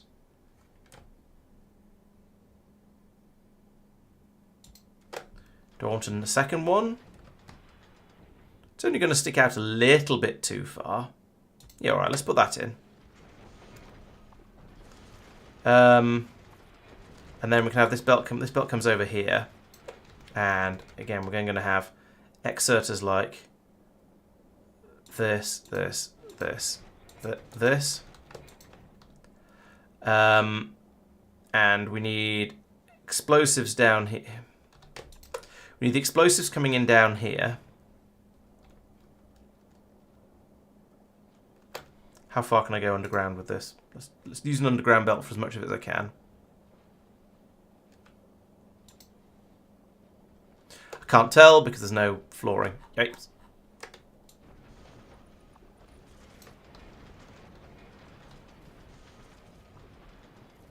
Okay, there we go. So this underground belt can go to...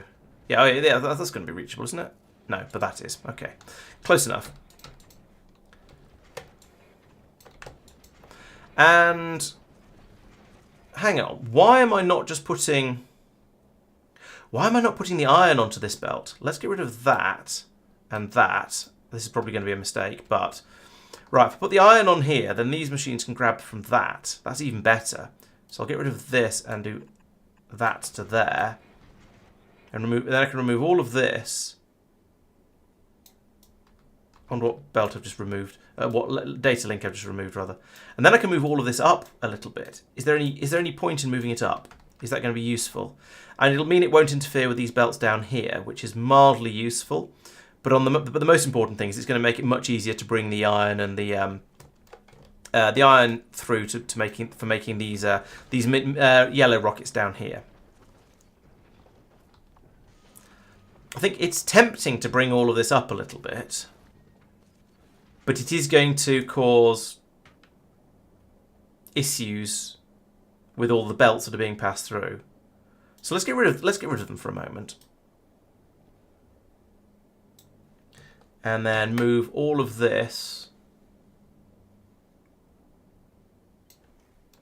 up to like that, because why not? And then also all of this up to, yes, there. I can go to there. I'll remove that beacon off the end. I don't think I can. One beacon for these is probably going to be sufficient. And that means I can now run this. Oh, if I'm doing that, hang on. If I'm doing that, then I can run the underground belt here in line with these machines, and that's a little bit less space taken up by them. So that's really nice. And then these can come up over here. Like that. And that.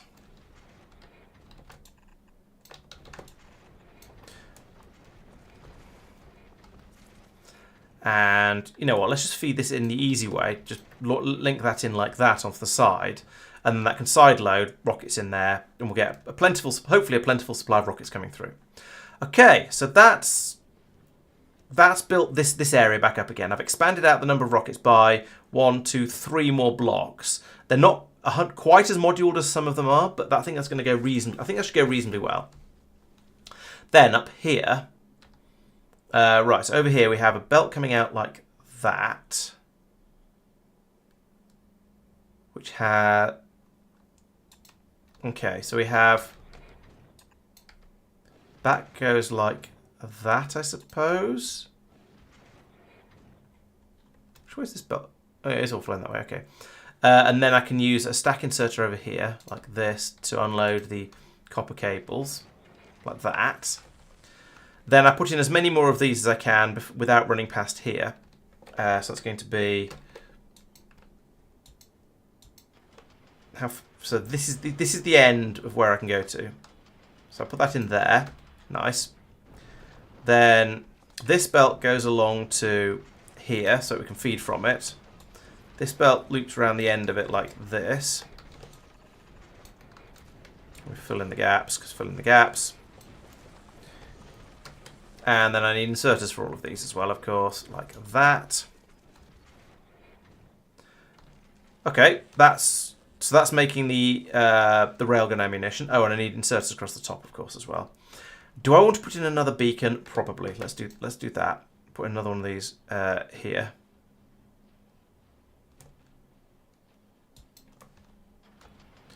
Then we'll have inserter, exerter, exerter. And under there. And a belt coming out here like this.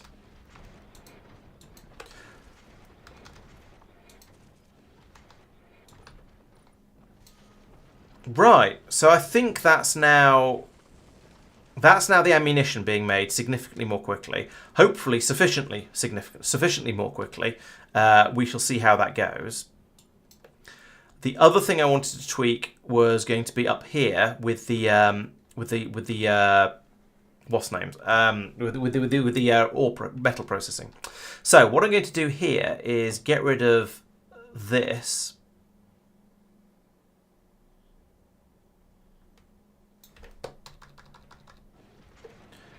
Get rid of this, and then just feed that through like that, and like that. What are you? Nothing by the looks of it. Okay, so the idea of this now is that we bring all of these are now doing the metal thing, making the metal ores. I didn't have any speed problems with that, but you know what? I'm just going to go with it and speed it up as much as I and have these things run as fast as possible. These ones I did have a little bit of speed issues with, so we'll see it. We'll see if they're still going at an adequate speed. And yeah, over here I'm not. So basically, the point is I'm not doing any of the transforming from. I'm not doing any of the transforming on these ones anymore because I decided I don't like the way I was doing that. I think I'd rather. What? Where does that go to?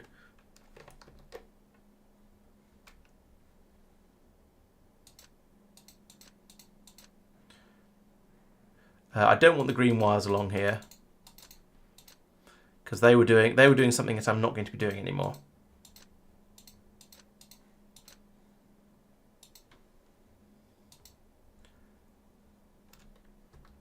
Where does this green cable go?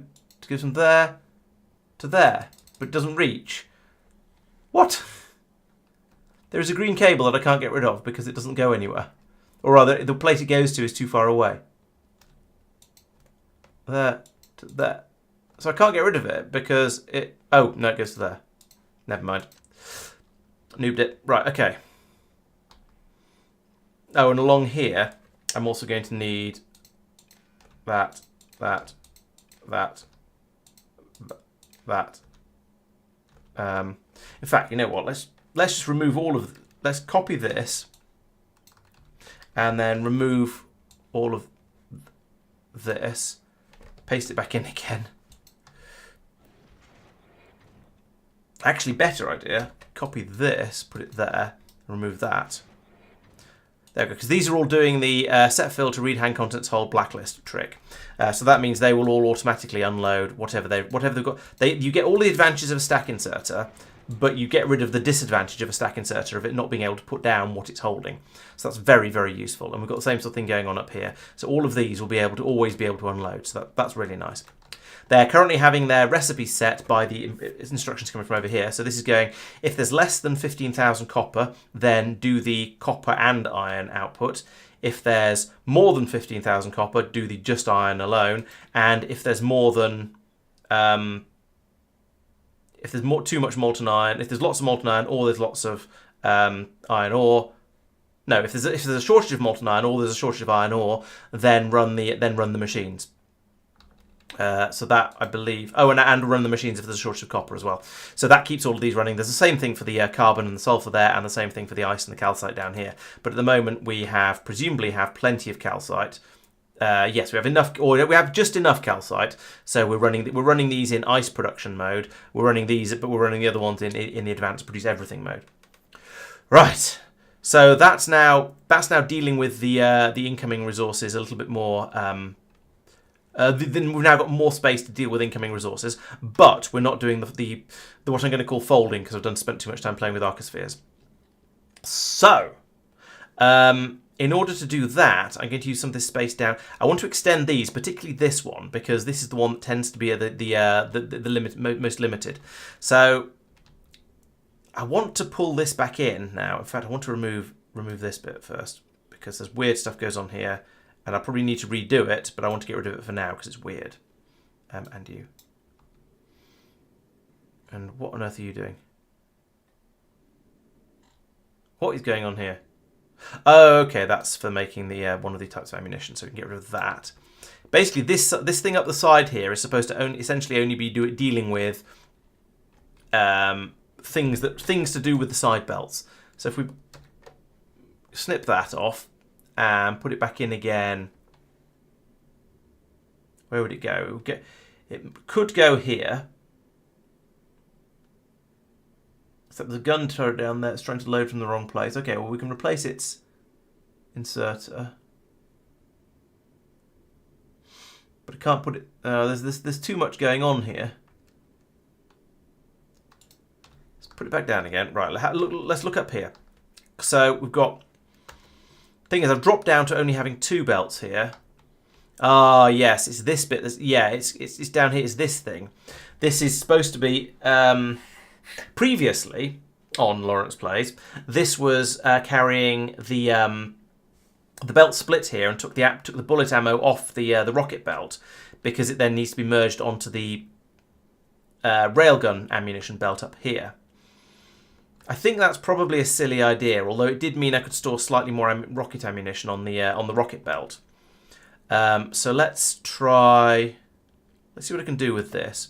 Doing this a little bit manually until I fix things.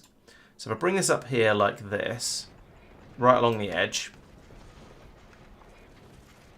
and then pull this back a couple of notches, I can put in a splitter here. That says, take the bullet ammo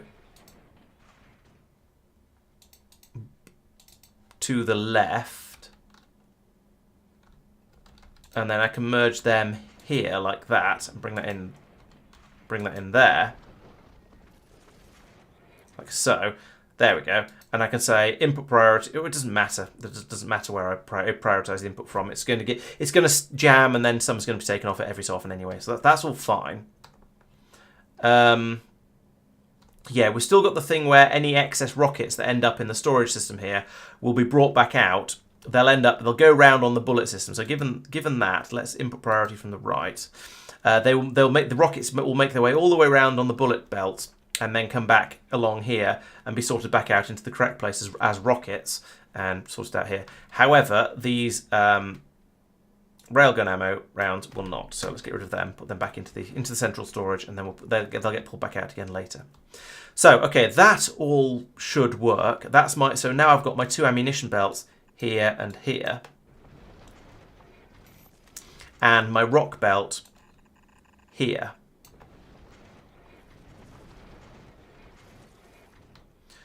So the next thing I want to do is start pulling off the rock belt and doing the resorters that I don't have going on up here anymore. Because at the moment I've got processing the ores is absolutely fine, but I don't have the resorting for when I've got loads and loads of ice and no carbonic, for example. So what I'm going to do is I've got a signal being running around. I can read off the rock belt, which is this one. It is basically it's almost untouched. It's just one belt that goes all the way around the outside without any split. I was going to say quite deliberately without any splitters on it, but no, there's one in here to take off the promethium rocks. So where are we? We're reading this on both sides. Okay, we're reading it here, and we're reading it here, and those are being fed into here.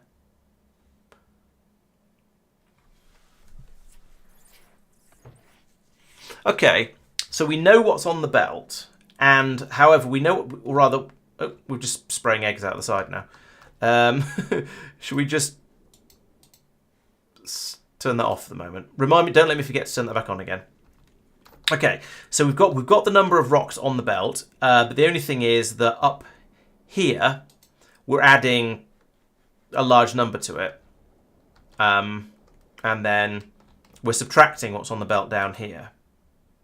Okay, so we've got everything. So the number on the belt, if we negate it and subtract what's in that and subtract large numbers from it, then we can work with it, or we can think about it as a negative number. Okay.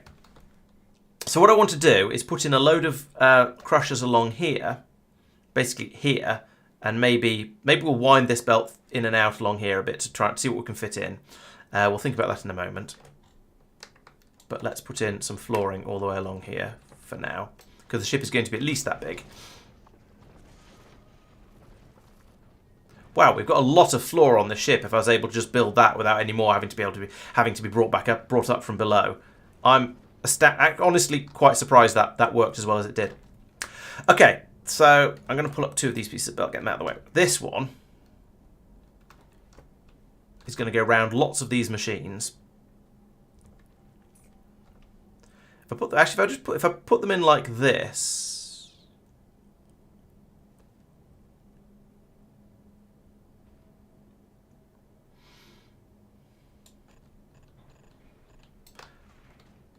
then I can get quite a lot of them in, as you can see. Not quite that many, because I only want to get up as far as here. And they can unload. They can pull in from here and output it back onto here, and we'll set the recipes appropriately in order to make it just work. TM. I'll need to make these go on. These belts go underground. Let's pull up another couple of pieces from there. Send you underground like that to there.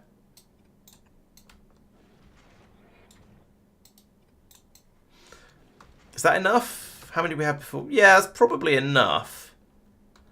I'm sort of I sort of want to put in another row back here. Ooh, yes. Here's what I could do. I have a plan. Spray stuff all over the place. Right, if we bring this in... Right, where am I? So if we have these things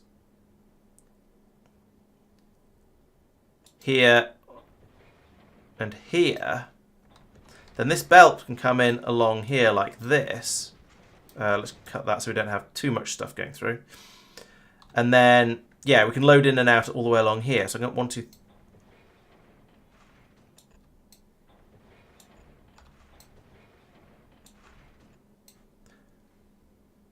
them in all the way along there like that. Not there. And then bring this back out again. Like that. Yeah, now I can get sort of almost twice as many of these machines in. Probably more than twice as many of these in. and we can feed all the rocks in and out along here. And I just need to work out a way how to send a signal to them to tell them what to sort. Right, yes, this is looking promising. I'll just use green inserters because I think I've got some on here. So each one of these will load in and load and unload like that.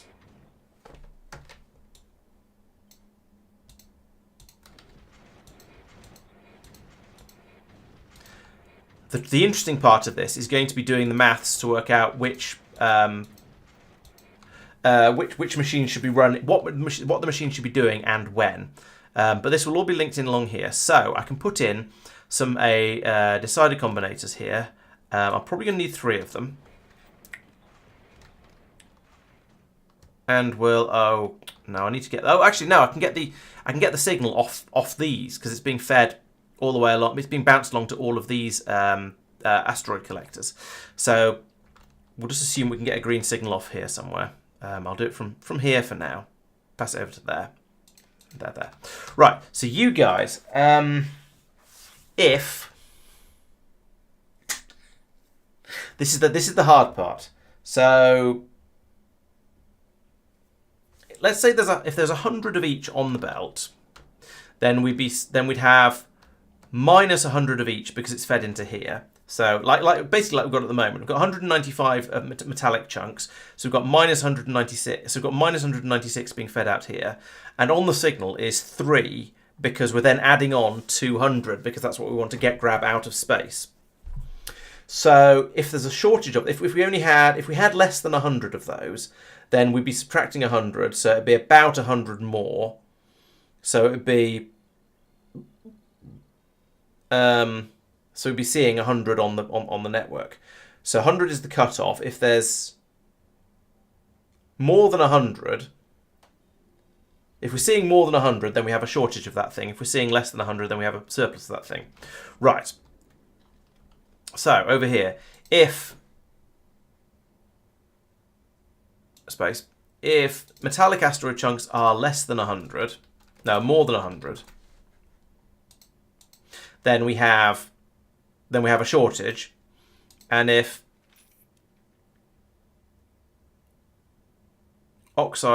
carbonic chunks are less than 100, then we have a surplus.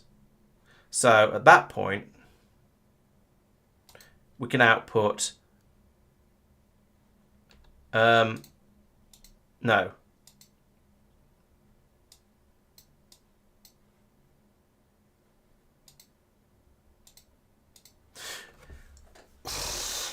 Because it's the input you select here. So it's going to be if that one is greater than 100, the ice ones, and carbonic chunks are less than 100. So what we're checking here is, are either of the have we got enough carbonic asteroid chunks, and have we got a shortage of something else? And if that's the case, then we want to output 1 reprocessed carbonic, and then that'll tell it to. So yeah, if there's enough carbonic and there's a shortage of something else, then we want to reprocess carbonic until it's balanced, and then we do the same thing but with all of these in different orders until we've done them all. So copy that to there and there. So you're going to be the same, but instead of carbonic, we're going to have metallic and metallic, and then carbonic. So there we go. If we've got enough metallic and there's a shortage of I've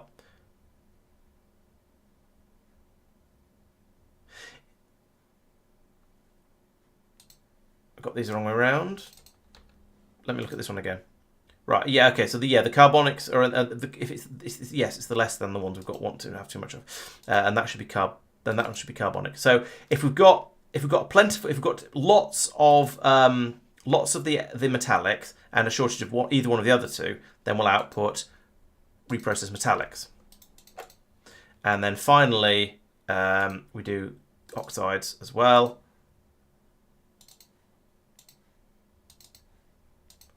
And in this case, we're outputting if there's a surplus of the oxides and a shortage of either of the other two, then we output, we say to redo the oxide asteroids. So what I'm going to then do is run all of these to all of my crushers. The problem with this is that if we're short of 2 of them, then there'll be a bit of a fight between it. And sorry, if we've got a surplus of 2 of them and a shortage of the other, then there'll be a fight between them. But I don't think that matters too much. If they just if they tend to do one more than if they choose one to do one more than the other, I think that's okay. I don't think it's a problem.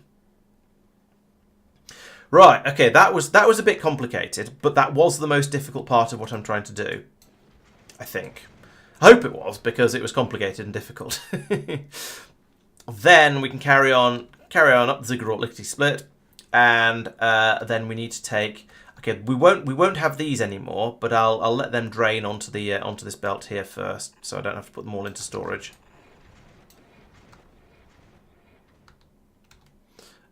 So we don't need any of this.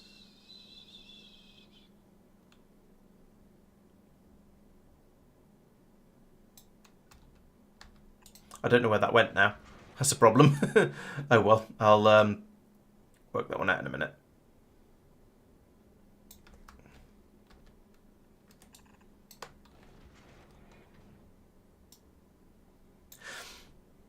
Okay, so that's the input of the oh, actually, they just go into the storage system, don't they? The ice and yes, ice and carbon and sulfur and calcite all go into here. Right, so that goes into this. That just wants to go into here then.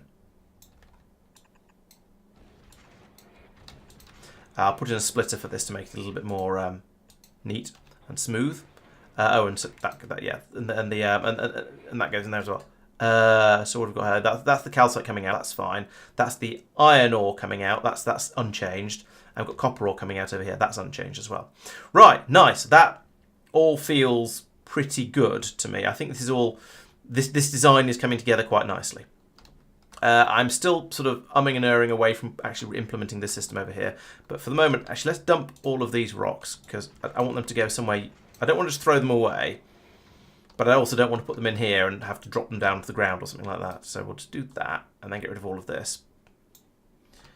Right. Okay. So how are we getting on? That's so that's now that we've improved the ammunition production. That's done. We've got the ammunition being put onto belts in an appropriate way. I've just not linked the belts up here because I don't want to. Oh, we've got biters hatching down here. Okay. Fine. You do that. See if I care. The lasers seem to be dealing with them quite well. So then the only remaining things up here are these these things that was well, we don't need that bit. We do need that still. That's the disposal system for excess iron ore and I was going to say other things as well, but we don't seem to be doing other things as well. It might just be iron ore that we're disposing of. I'm sure. Hang on, I'm sure there's a. Yes, we've got a separate disposal down here for getting rid of excess carbon. So I'm going to need to worry about that one at some point as well. Interestingly, I don't seem to have a disposal for excess ice.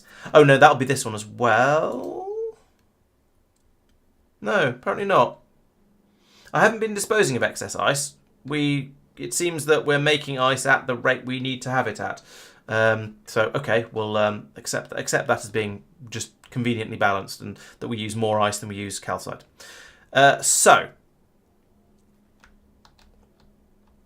I think I want to just move. Let's just move the top half of this back in, down to about there, and then worry about the rest of it in a moment. So that will go in. That would fit in there. And if I'm putting in across the top, I seem to have lasers and well, I've got lots of different things. So we've got bullet turret. 1, 2, 3. That would be a railgun turret. 1, 2, 3. Another grabber, and that's in the right place. Excellent. So we'll put it there, and we've got sort of one of each of those sort of things. So we can put that in, and then I can copy that to there, and that fills in the gap nicely. You know, it'd be even better if I copied the whole lot. That much, I think. Yeah, that much. Then we'd have that belt. So that's gonna be my hopefully This is going to be my bullets and railgun ammo belt if I've got everything in the right place, which I hope, really hope I have. That comes down here. Yeah, and the bullet and ammo, railgun ammo is on the outside. So, yeah, I think there might be a sort of a nudge inwards because we've got... oh, wait. No, I've got them the wrong way around. Ah, that sucks. Okay, well, we're going to have to do a belt swap up in this area, but that's okay. I've got the room to do that. Hopefully. Yeah, I have got the room to do it. I just need to squeeze it in around here. But in the meantime, we have that going through there, which then filters out the filters out the ice chunks. The ice chunks cometh here. Maybe I could move this. Let's move that down for a moment. If I now grab if I grab this and put it in line with that, just to make things a little bit tidier. That then goes over there. We don't have an output there. Then these two come in inwards like this and go across to there to feed these sets of machines. And look how much room for expansion I've got in here, because I'm going to want to put in more of these sulfur and carbon crushing ones, I think. Then up here, we've got the rockets coming over there. That's absolutely fine. And you know what? I think we might put in a few more rocket launchers because we want to keep the ship safe. So that can go. Fine. We'll get rid of those ones on the end because apparently we're redesigning things. Put them in there, and there isn't room for those ones there, which is a bit of a shame. I feel like Gap should have some rocket turrets in it, but there isn't room for them, so it's kind of okay. I could put in an underground belt here and get one in on the bottom. Maybe that would be worth doing, but I'm not going to right now. So that's all these inputs here. So I can now link the rock belt in there like that. And those just get passed through. Oh, and down here, and then that'll just start working. So there you go. You can see we're now processing stuff again, and hopefully none of the wiring has got broken. So this will just continue to work, and I can put in another piece of belt there, and this will just run through. And at some point in the distant future, it'll all start working. Oh yeah, all these guys need to be told to set their recipes based on input signals.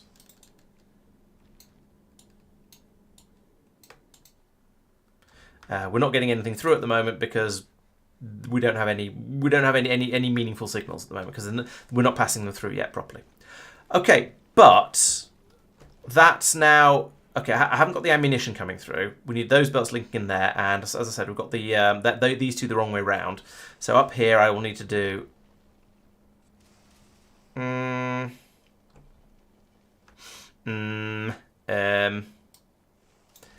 So in order to get these swapped over, I need to get that to go under again, and then come up there, and then go under to come up there. Right, yes, that works. I can do that, and then do this.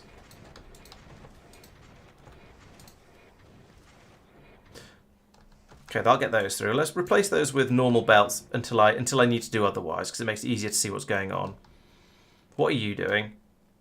I don't know. That's probably a disposal system at some point. Don't know what that was doing. Get rid of it anyway. And now I could... oh, no, I need another belt there. Right, so I could link these back in now and let the ammo flow. I'm slightly reluctant to because it's going to make a horrible mess if it's wrong. But, you know, it should work. Should feed everything up here. We're still a railgun turret short because I've made the ship that little bit wider. But that's okay. I'm only a little bit bothered about that. Okay, so now down here, all that's left is these sort of little ancillary bits that are hanging off the side of the ship, and the disposal chute. So we've got this disposal chute coming through to here. How long is an underground belt? Insufficient. Oh, but actually I can bring it through up here. Simple. So there's my excess carbon disposal. And my excess iron disposal, that's going to be really easy. That just comes over here and goes underneath this and like that. And then we chuck it off the side there. So that's fine. Then apparently I have another laser here. I have a grabber. Well, the grabber can move up to here. That's okay. Then there's another rocket turret. That's going to have to move down to here.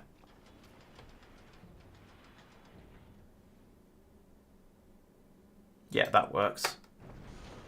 But the laser turret can move upwards because laser turrets don't need any special infrastructure. I've got another grabber down here, so I'll put you in there. Because yes, it's this one it unloads onto. Another laser, another grabber. Let's program these, you know. Be nice to have them set up correctly. And then I can run this green cable from there to there.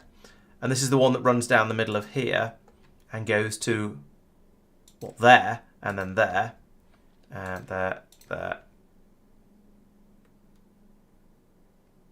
and anywhere else it needs to. And then it looks like I've got some more weaponry down here as well, so I'll put those three in here.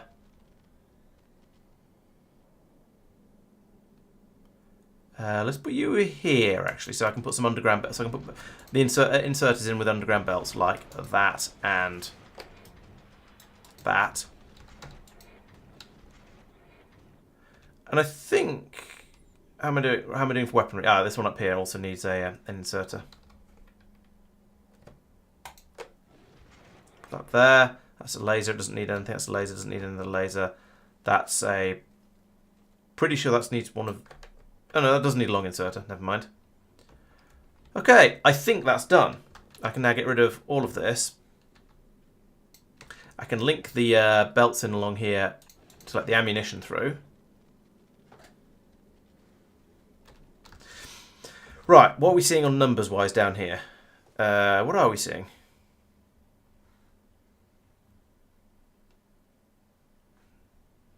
Not a lot.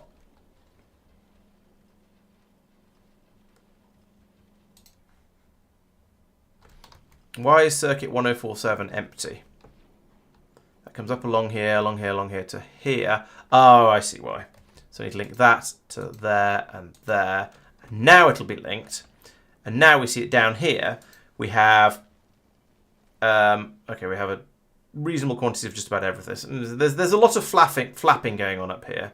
But if we get to the point where we have actual mismatch of the thing of rocks on board, then it should start to make a little bit more sense.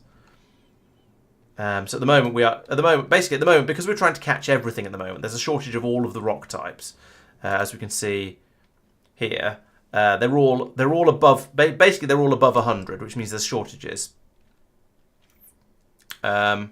It's a little bit of we're okay, a little bit okay for metallics. So we're probably we can reprocess some metallics down here. So that's the system working as intended. So as you can see here, we've got those are the shortages numbers. So we're saying okay, we'd like to have another 6,000 promethium. We'd like to have another 199 oxide. We'd like to have another 196, 5, whatever, carbonic. We'd like to have another 99 metallic. So we're okay. We're reasonably okay with metallic, and we've got massive shortages of the other ones. It would be nice to have some hysteresis on this, so it doesn't do this. But I'm prepared to put up with that for the time being, at least. And rockets are being fed out here and going onto the belt whenever there's a gap, so that's working. Lovely. Up here, the bullets are being not made, apparently. Oh, there's a massive shortage of iron. Okay, we'll have to look into that. We'll look into that in a moment. But yeah, the bullets will hopefully be fed along here. The railgun ammunition is being stockpiled and has filled the belt up all the way up to here. So that's working. So it looks like iron is a problem. Why are we not? Okay, there's a load of nonsense on the iron belt. So let's do that and undo that. There we go. Now the iron ore can flow again. There's still more nonsense on the iron ore belt, so we'll do that again.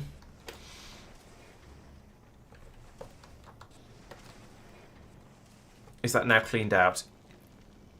Oh, wait. No. I've screwed it up. These sometimes fail and spit the spit the metallic asteroid chunk back out again.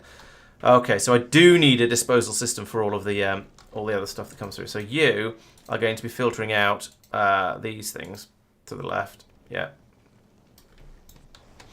Like that. And bring them down here.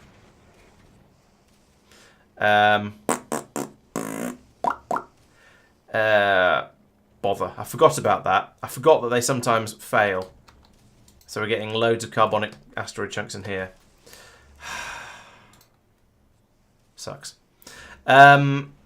Okay, well, we'll just dump all those. We'll dump all those overboard in a moment. But for now, we do need to filter them out, and that's annoying because I didn't want to have to filter them because that's going to take up a load of space over here. Now, granted, I have a lot of space because suddenly we've got.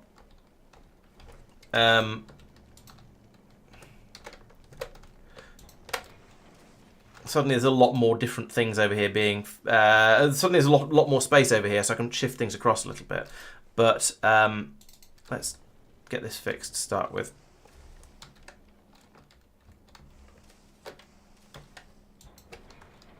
So you're going to... Yeah, and you can pull out the oxide ones. Right, so that's pulling everything out. That can go up to there. That can come down to here and go underground... Oh, if I put it here, yes, because any oxide chunks that come out, no, any carbonic chunks come out will be on the outside of this belt. So that means they'll get fed through there and they will land on this belt. Excellent. So I can do that and then feed this down here.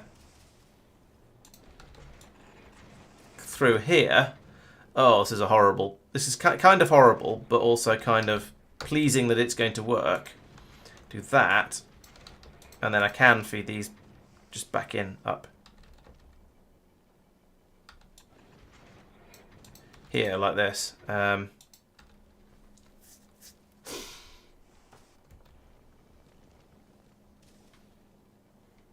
Let's move this up one further so it doesn't do that. There we go, like that. So it doesn't interfere with this splitter. Right. He said, in a slightly unsure way. I think that's quite good. Let's remove you.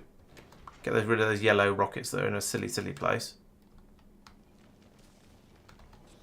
And then it'd be nice to export, dump all the stuff that's in, all the junk that's in here. How am I going to do that? This is a disposal one, so let's set that to all of these.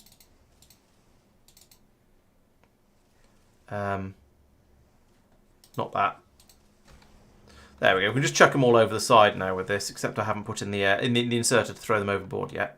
Need to put that in there, and also for the same for the iron there.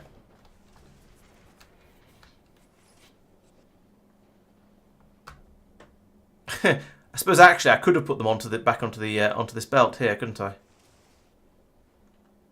For now, let's do that. And to reclaim all of these, reclaim all these pieces of convenient space rock.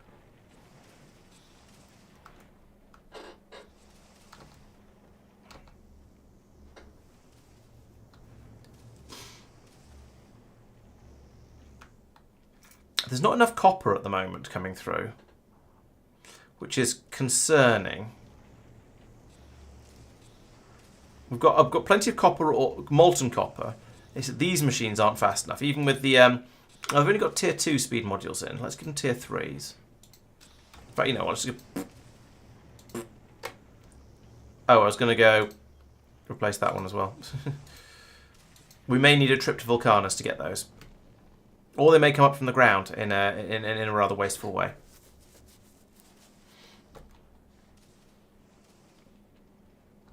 Are you finished unloading? Yes, you are. So that means I can tick that back on again. I can add carbon. I can remove that and put that back in again. Yep, that links. And then over here I can get rid of that, that, and that. And now this is okay. It's still full of ammunition, but that will get used up as the ship does ship things. Also, we don't need any of that. Because it's not, and this is not a new. It's not a fission. It's not a fission powered ship. It's now a fusion powered ship. I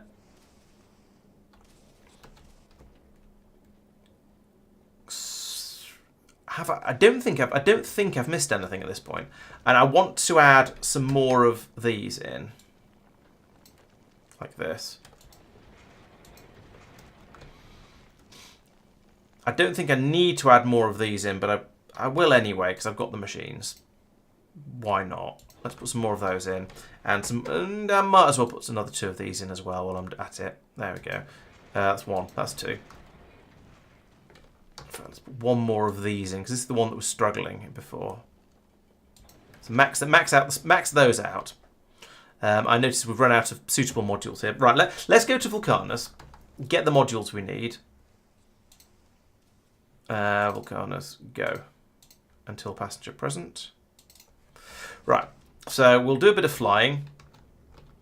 Bit of shooting of stuff.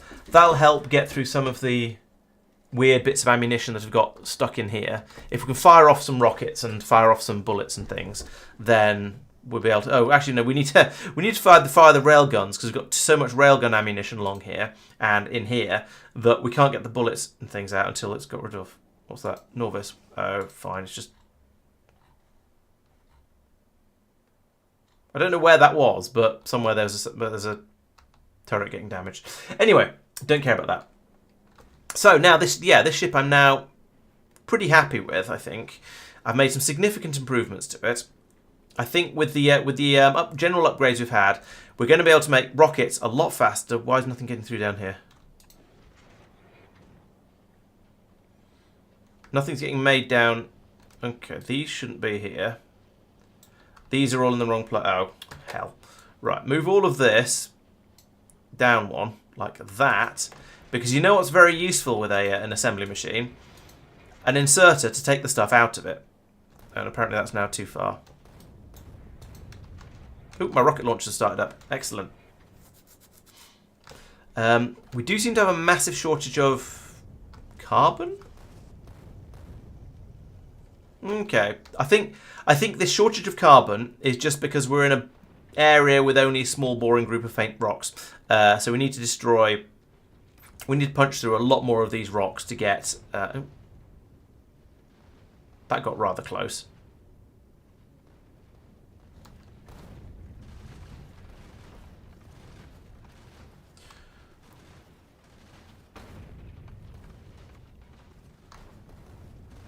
What's it go? Hey? There's some rocks that are getting very, very close and then getting hit by...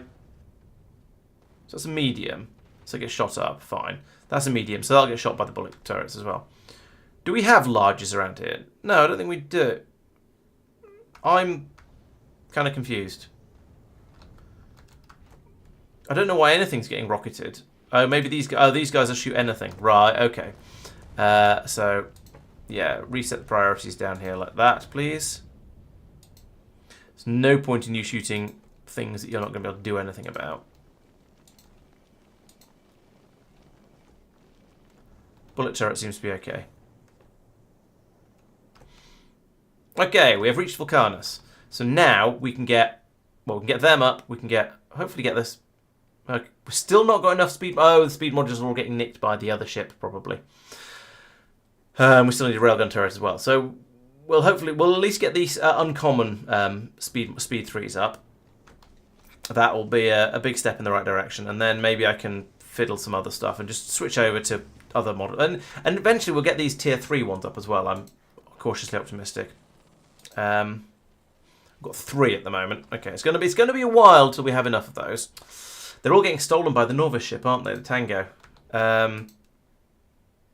Yeah, this has now got 100 of them, and that's all of my production for that time. And we've also run out of science as well. I'll go and look at that in a second. But for the moment, the edge... Okay, we'll just leave the edge sitting here for the time being, dropping all its valuable carbon down onto the planet, but never mind. Okay, there we go. We've filled up with explosives.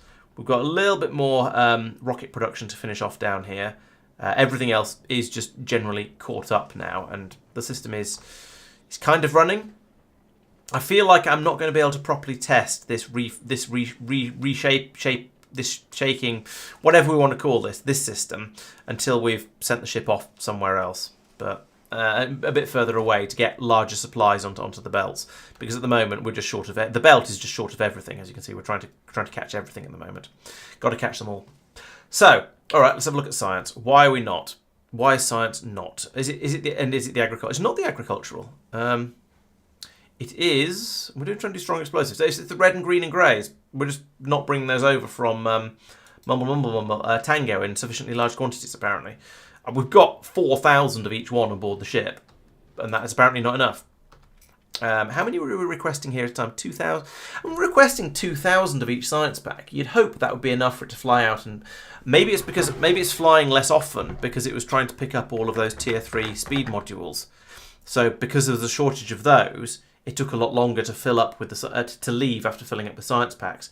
Yeah, that seems quite possible.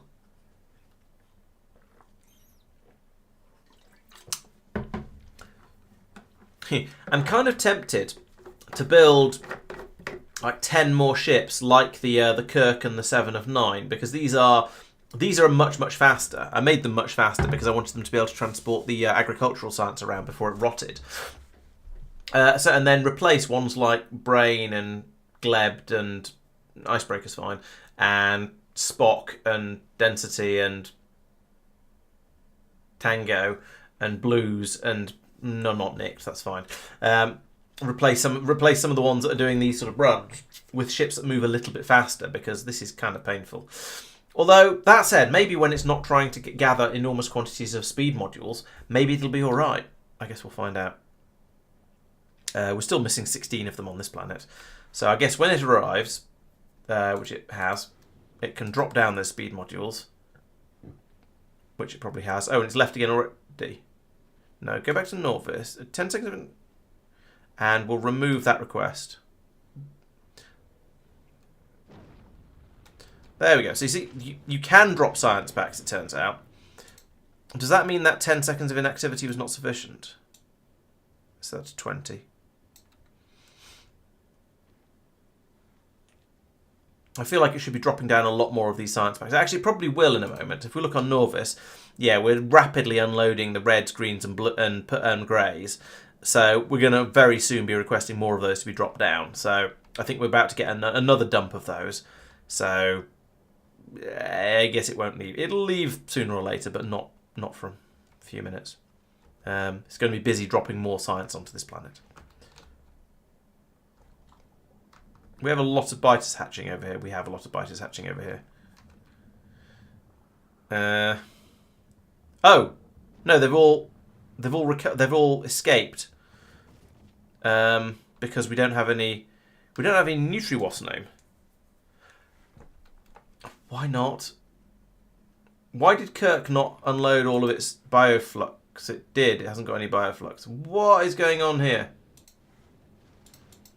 Are we not filling up? We're not getting any bioflux through. Right. Yeah, they do seem to have rebelled.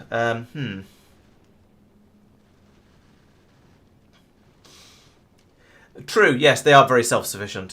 But I seem to have bigger problems, or other problems at the moment. Yeah, I'm not making enough bioflux. So the bioflux is not getting through to the bioflux rocket. Okay, it's full now, although a load of it is about to go off, so it barely counts. So when the Kirk arrives, that rocket should launch.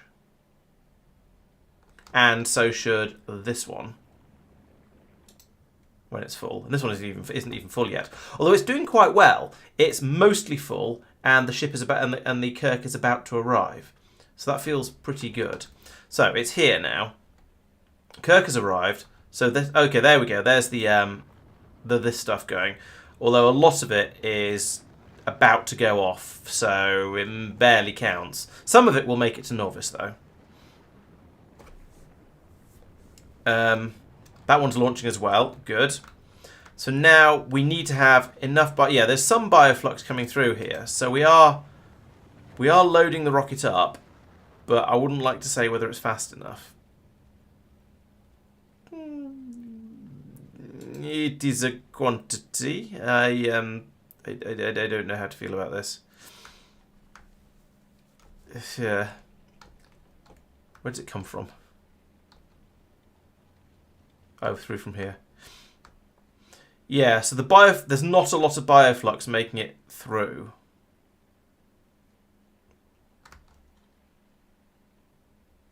So I think I need to make more bioflux. Basically, is the obvious answer to this. So let's move you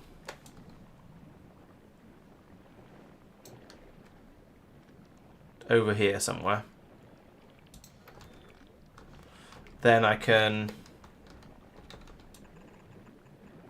extend this. And then I'll just put in one more for the time being. Wait, that's not making bioflux, that's making nutrient. Never mind, it's this one that I need. Oh, and look, I've expanded it already. Kind of.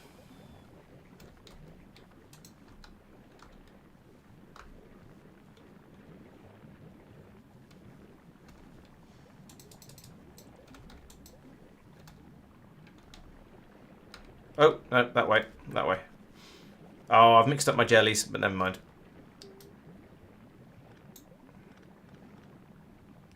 There we go. Right, let's make a lot more bioflux and just go absolutely nuts with it. Is that red cable doing anything? Yes. Okay, so we're turning off when we have an excessive amount of it. We just have got an incessive amount of it, the opposite of excessive. Let's let that run, see how we get on.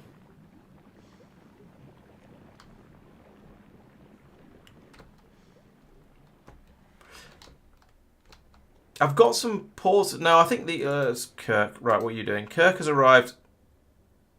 We've got I think we've got bioflux down on. No, we haven't. Why is... Yeah, these things aren't unloading when they should be. So, you've got all this bioflux. Why are you not unloading it? We've got plenty of capacity for doing the unloading. Oh. Let's get rid of all that while we're there.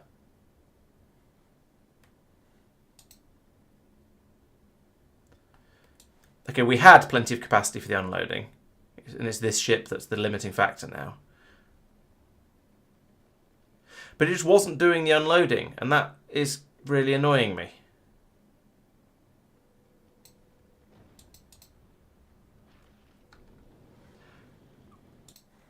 I don't mind if things are struggling for reasons I understand. But when there's problems for no apparent reason, and I don't really understand why not, that annoys me.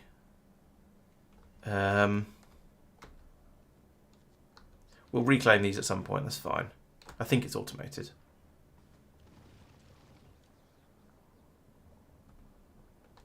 It's probably where these bioflux is going. Coming over, yeah, there we go. We're making more capture rockets over here, I think. Do these get put anywhere useful? Yes, into here. We've got 5 capture rockets in there. We've got... Where's my turret? There's a turret around here somewhere. Yeah, there's a turret with capture rockets here. Why are you not shooting them? Why are you not shooting them? What the hell?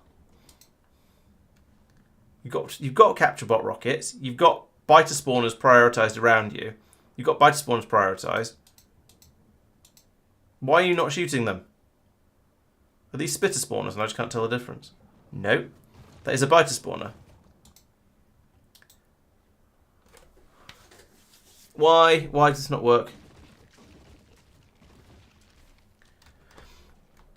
I thought the landing pads could accept... I thought you could accept more cargo drops if you had more and more and more of these things. And I've got many, many cargo bays. There you go. It increases... yeah. I thought you could land on these things. Yeah, exactly, Inks. The I've got loads of cargo bays attached to it. So yeah, you see that yellow science is coming into this one. That white science is coming in over here. There's loads of drop slots. So there shouldn't be any limitations down here. But my current question is why my rocket turret isn't reclaiming all these spawners. And I have no idea why not.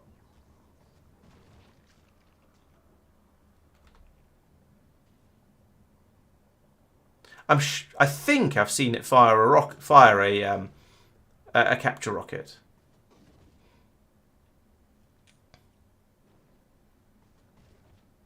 But for some reason, it's not doing it.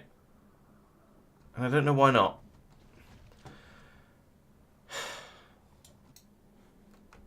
I'll come back. I can head over there at some point and reclaim them manually, I suppose.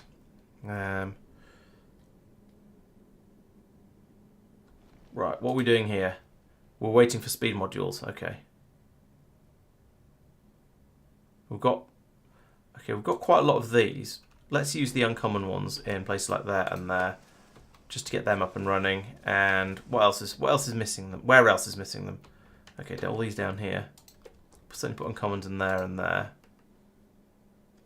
And I don't know how many I've got left, but let's go for there and there and there. There. Okay, am I still missing things? Yeah, still need another 16 speed modules, speed 3s. Okay, fine. And 2 magic special ones somewhere.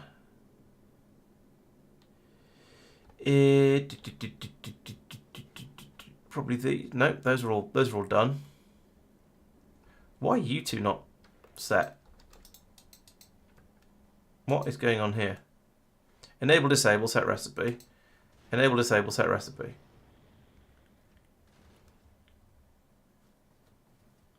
I don't understand.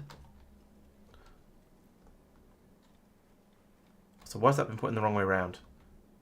Don't be like that. Nobody likes that. Nobody wants you to do that. Also, something funny's happened in here. I can tell because this should be being allowed to go through here. So presumably, something in there has got gunked up. There we go. Oh yeah, I was looking for speed modules or unplaced speed modules. Oh, over here, right. Okay. What have we got? We've got 6 of these.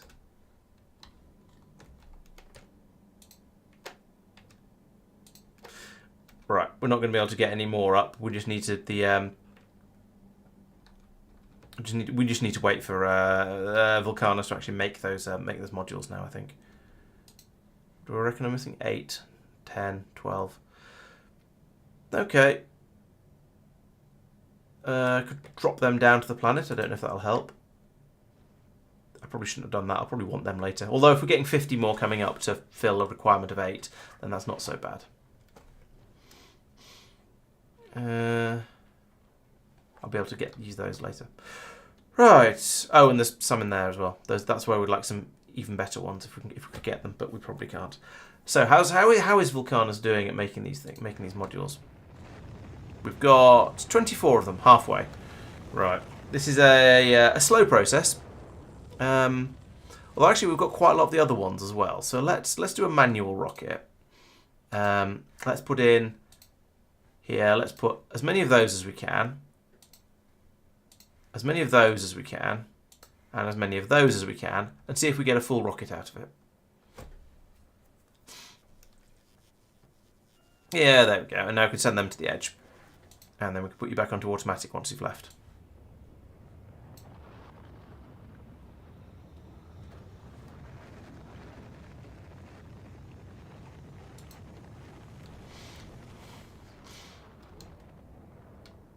Science packs are flowing through merrily. That's nice. Yeah.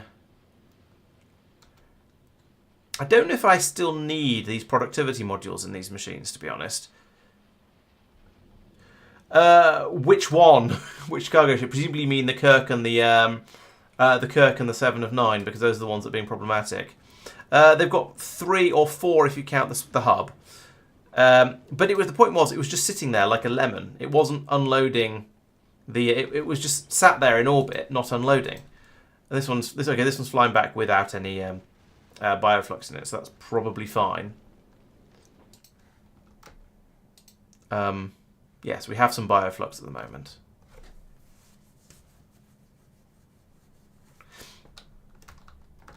So yeah, 4 pods should be enough to unload 4 different things at once, presumably, because you can fit quite a lot in each individual pod that gets launched. But yeah, it didn't seem to be working.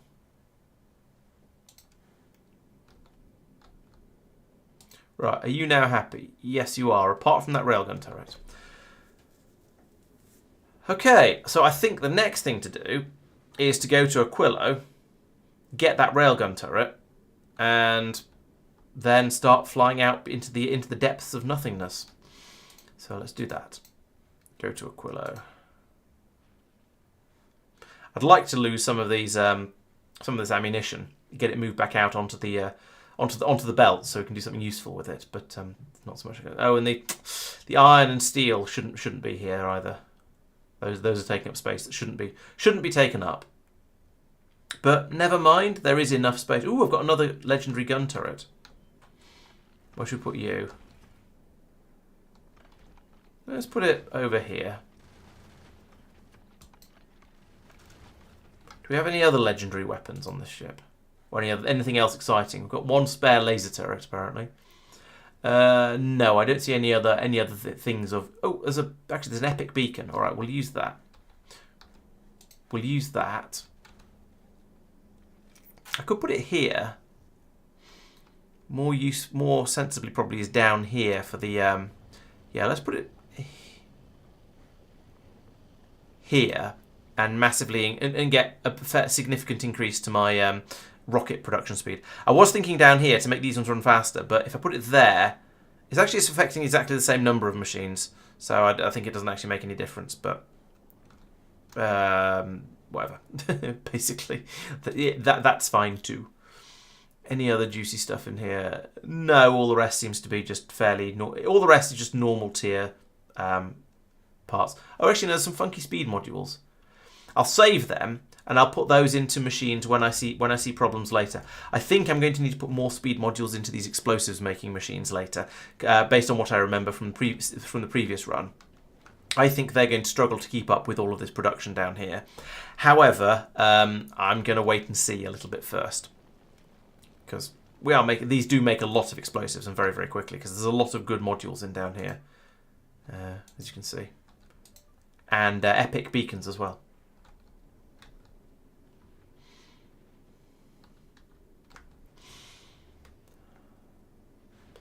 What weird... Right, okay, so get rid of the Vulcanus option, get rid of the passenger present option there. Excuse me. And, yeah, well, I'll just let it fly, I guess. Right, I'm going to take a save at this point. Because I know that letting these ships just run... basically, if that ship gets destroyed... I'm going to save scum, because this is one of those things where you have to test things empirically in air with the spaceships, which is a bit of a shame, but that's just how it is. So I'll deal with it. I'm kind of okay with it, but it is a little bit annoying that you have to that everything has to be sort of tested empirically. You can't just fly a ship out. You can't work out whether a ship is going to be okay or not. You just have to test it. I wonder if I should increase the amount of yellow signs that I'm making over here. We do have 2 rockets that aren't full. Maybe I should. This is clearly not keeping up with requirements. And the improved production of low-density structures does seem to be keeping up with requirements. So, yeah, let's increase this. Let's double this. So if I take all of that, all the way down here. If I put these on, I need to put these on the other side, wouldn't I?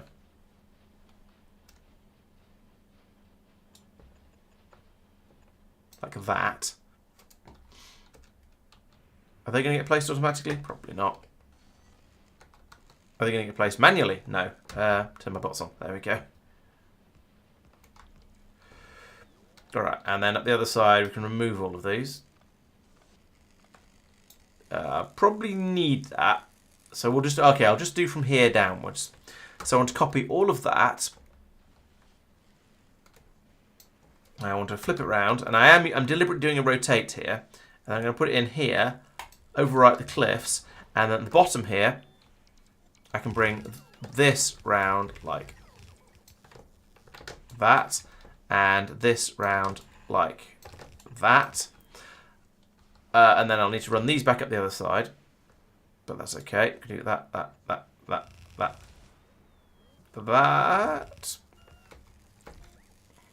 And now, unfortunately, over here, all of these inserters pairs are going to be the wrong way around. So I need to spin you around and spin you around. And I need to copy that and come down here and go, yeah, that.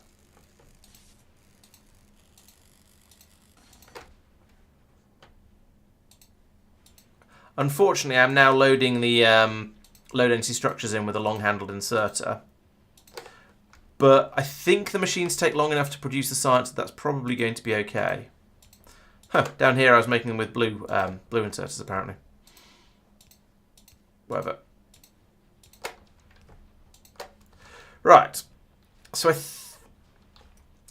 we'll find out whether this is now capable of keeping up. We have a half belt of low density structures coming in because they're being provided directly by the... Well, that's just pulled all of them out of the low density structure production over here. But that's because there's a huge section... Oh, no, it isn't. I was going to say it's because there's a huge section of belt to refill, but no, there isn't for low density structures. However, there is the internal buffers of all of these machines. And now that that is refilled, or rather now that they have been filled, there's not going to be quite so much load on the supply, so it might well be okay. And that is going to... It's not going to quite double the yellow circuit production, the yellow science production, but it's going to be a big jump. And also down here we seem to now have enough, so actually maybe that was all completely unnecessary. Who knows? But it felt worth doing because I was looking at it and going, hang on, this is a bit short. And down here, what's our current problem? Agricultural, as usual.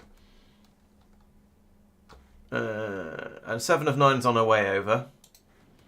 Has she got any bioflux? No. Is Gleba producing bioflux and making it available to a rocket? Yeah, kind of. There's not enough in there to steal some at the moment. Oh, it's all stopped. No, it's all running up here. Bioflux is... Yeah, some of it's making it through. Okay, it's all being turned into plastic to make low density structures to make the ships. So we still don't have enough bioflux. Even with all of this, we still don't have enough bioflux. Oh, half of these machines aren't working. Oh, because there's 1400 on the belt. Where is it all then? Maybe that 1400 is no longer enough. It's all just getting gobbled up by hungry machines on the way through. Okay. Let's increase the trigger number from 1400 to 2000.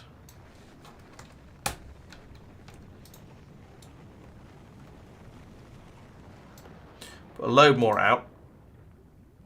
Get that up to 2000 and then see how we go from there. I don't know if it's going to be enough, but Gleba is a silly place and it's just awkward to get everything balanced properly because you can't build up a stockpile of things. So it's a little bit frustrating, but on the other hand, it's also a different and interesting challenge. So yeah, it's just different, and you need to get used to it.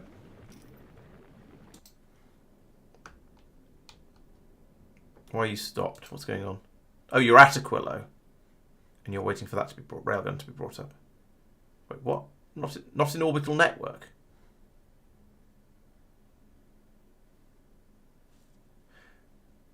Why have you... Have I broken... Oh! I came in and I monkeyed with these belts and I didn't unmonkey them. Uh-oh. Okay, and I forgot the water pipe as well that comes to about here and then doesn't do anything else. Bother. I certainly wouldn't say I love Gleba. I tolerate Gleba. Gleba is definitely a place. Right. Okay. I think I see what I'm going to do here.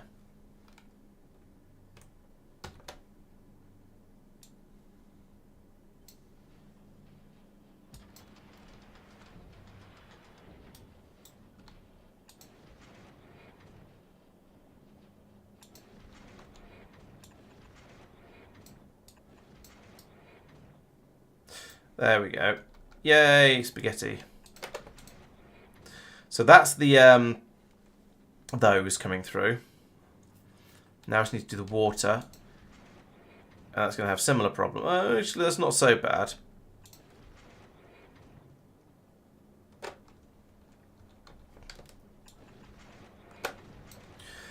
There. Now we can. There we go. Now we can start making fuel again. Although, no, there's not supposed to be anything else coming down there. Right, yeah, I broke those because there was stuff to fiddle to get the because I wanted to fiddle with everything else around in this area, and then completely forgot to replace them. So we've just been running off the stored thruster fuel that's been in this tank, and it ran out. Although interestingly, we still seem to have full oxidizer. Because this water tank here has been just providing for this. Okay, that makes sense then. Although we didn't run out of iron ore or calcite for making the oxidizer, which is interesting. Oh, because it's further down the belt, so there's a load more of it available, perhaps. That's probably why. Oh, and I've remembered one of the other things I was going to do. I was going to put in a pump in this pipe instead of these two pieces of pipe here, so I could have an additional engine that I'd be able to turn on and off depending on how much ammunition was on the belt. But I haven't.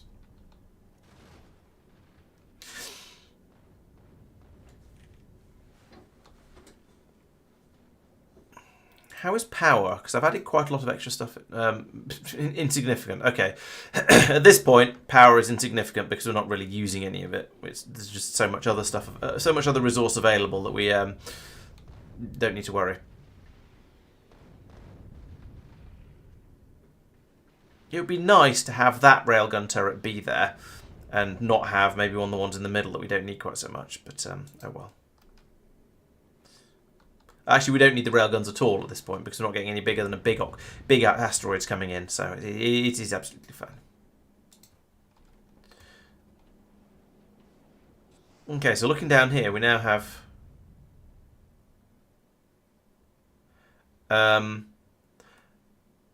negative numbers mean we have a huge amount of those things. So we've got plenty of everything, so we're not doing any recirculating. Okay, that's fine.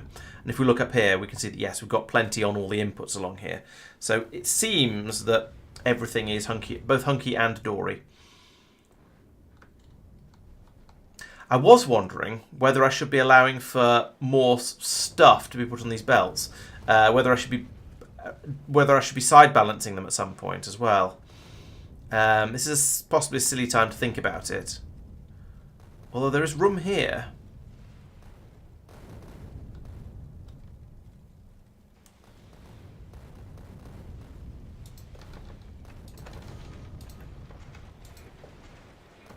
There we go.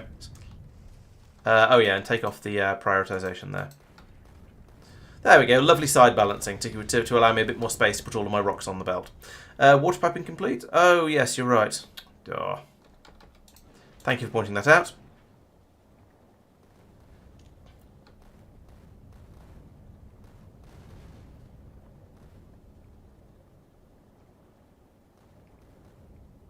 It's a way to fix it.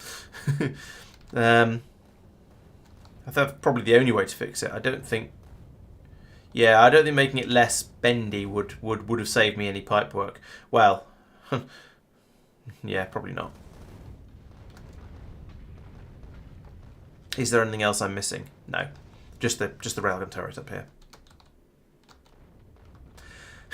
I want to, as I was saying earlier, I want to start using railgun ammo so I can burn through all of this excess ammo here and get rid of these rockets and this bullet ammo from inside the storage system.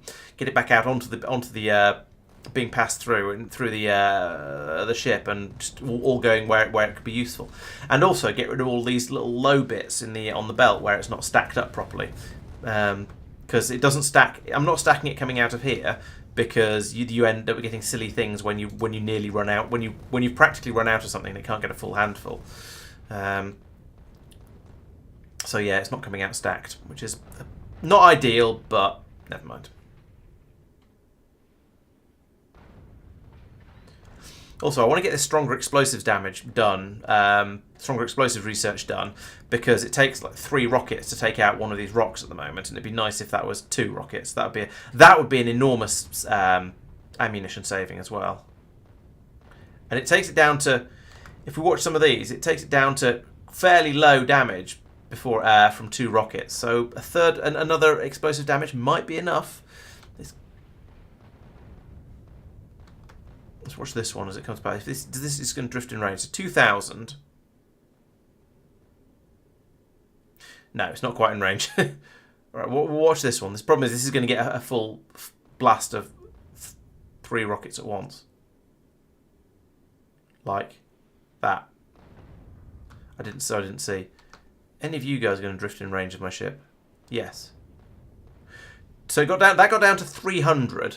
So two rockets did 1,700 damage, and I need them to do 1,000 damage. Sorry, 1,700 damage. That means each one did 850. So I need them to do 15% more, and this is probably only going to be a 10% boost. In fact, it's going to take it from 530 to 580%. I have no idea. If anyone wants to do the maths for me, then please feel free, but it'll be interesting anyway. We'll find out. So, are you getting that up? Yes. In fact, we've got it up. Excellent. We're also then waiting for the circuits, presumably. In fact, no, we've got those and we're heading off. Right, so let's go to the Shatter Planet. This time, I'm just going to do a fly out, let the ship sort of warm up, do its thing. It's going to be absolutely fine because this is the easy part of the run. I just want to see if everything. Call this a shakedown run rather than one where we're going to actually go out and really pressurize it. I'll do that. Probably not on stream because having me watching a spaceship flying out for mumble hours is not particularly exciting. But we should now be putting at least a little bit of load on the rocket production down here. So you can see we've got one machine here going absolutely nuts with its little arms going absolutely crazy because it's running at a speed of almost 8, which is 6.5 times its normal speed. So that's nice and crazy. And that is apparently enough to supply everything over here. A little under 10%. Yeah, you're probably right. Cause it's gone from 530 to 580. So yes, yeah, okay. So I'll need to do stronger explosives 14 and 15. Probably to get the to be able to two-shot rockets. That's a shame. The rocks, sorry.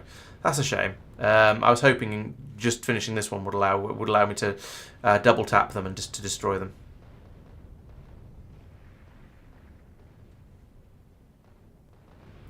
Why are you shooting? No, you're shooting medium. You're shooting medium oxides. That's a bit weird. Don't do that. Probably should put more bullet turrets in down the side here, though, for that sort of thing.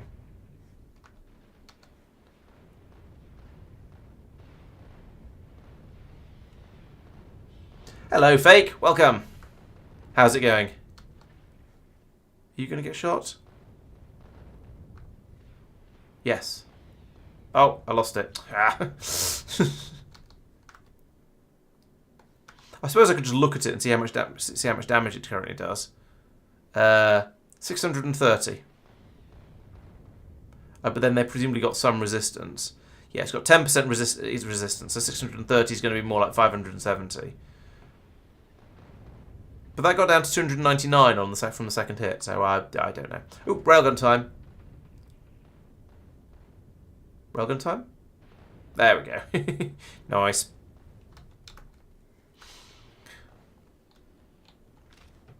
I'm going to put more engines in for the moment because I think this ship can go a bit faster than this for now.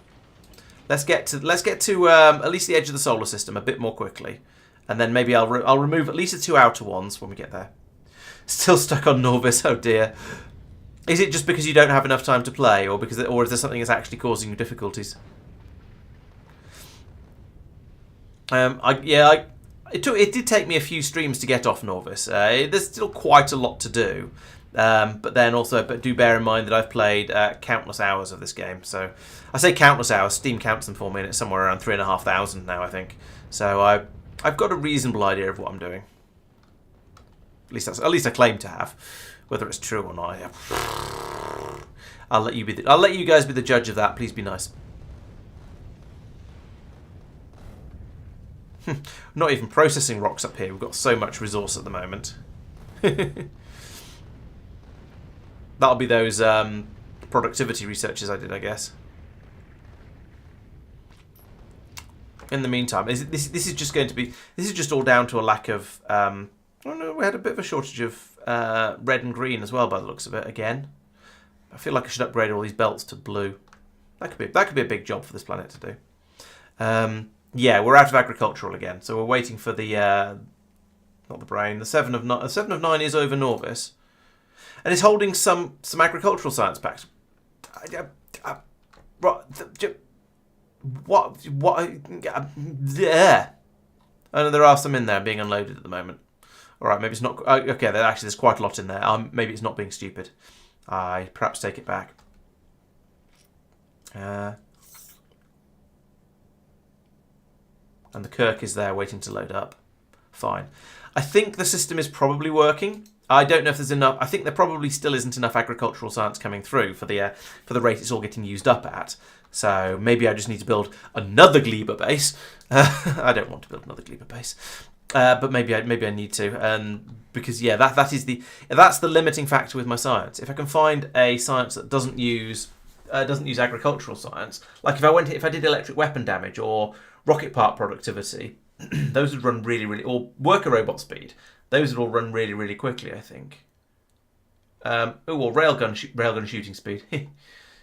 Railgun damage does use agricultural science. It's weird how I don't know how they decided what types of science, what types of research should use what science packs.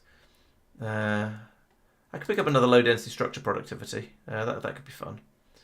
And let's have a railgun shooting speed. Let's see how fast we can science when we've got lots of science, when we've got enough science. Watch that just go through the roof now. Hopefully, yeah, there we go. You can see it's shooting upwards now already. And that said, the average has been somewhere in the region of, I don't know, 1500 to 2000 science per minute. That's not bad.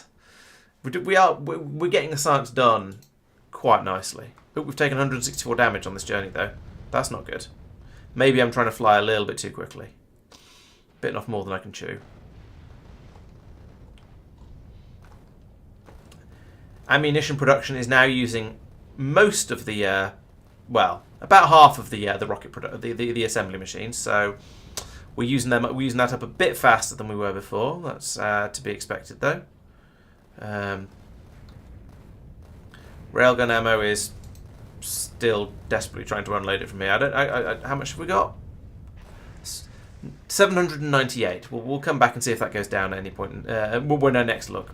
But it should be, because we're blatting these rocks quite nicely, and I think we should be using up this ammunition first before the ammunition that comes out of any of the assembly machines.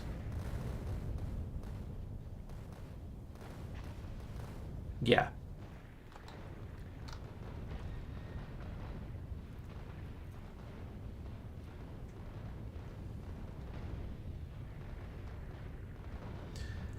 There's something kind of therapeutic about watching all the rocks getting absolutely wrecked by the ship as it bimbles through.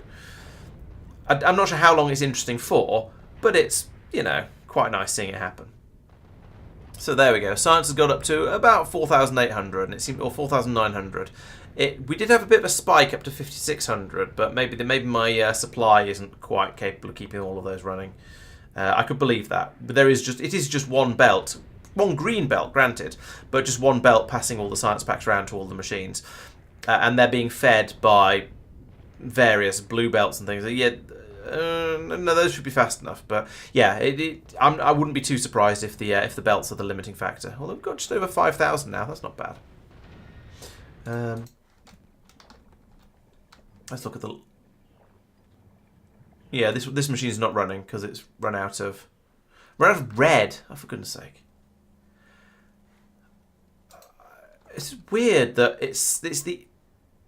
Maybe I need to have the Tango bring more over.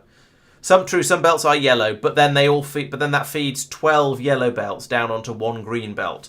Although they're not stacked, so maybe they should be. I should probably go in and stack them actually. Not enough to fill one rocket. What? Goodness. Oh, okay, we're just launching. Yeah.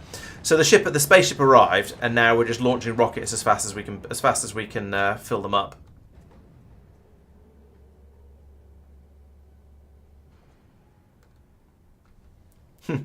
Maybe I need to have multiple boxes along here so we can chuck these packs in a bit more quickly. Although that said, we're also having to build the rockets, so that's slowing things down a bit. Let's have another set of. Let's have some more of these in here and here. to make this all go a little bit quicker, because we seem to be. I think we are limited by the rate we can chuck the science packs in. I'm also very tempted to have a second box here, like that, and that, and that, and then that, and that, and that. I'm pretty sure that's the right way around, and because inserters always interact with the after side of the of a splitter.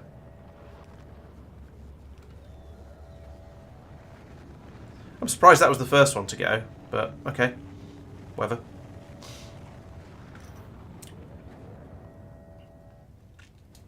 Right, so we're making the rocket a bit quicker than we were before, and we're filling it a bit quicker than we were before, hopefully.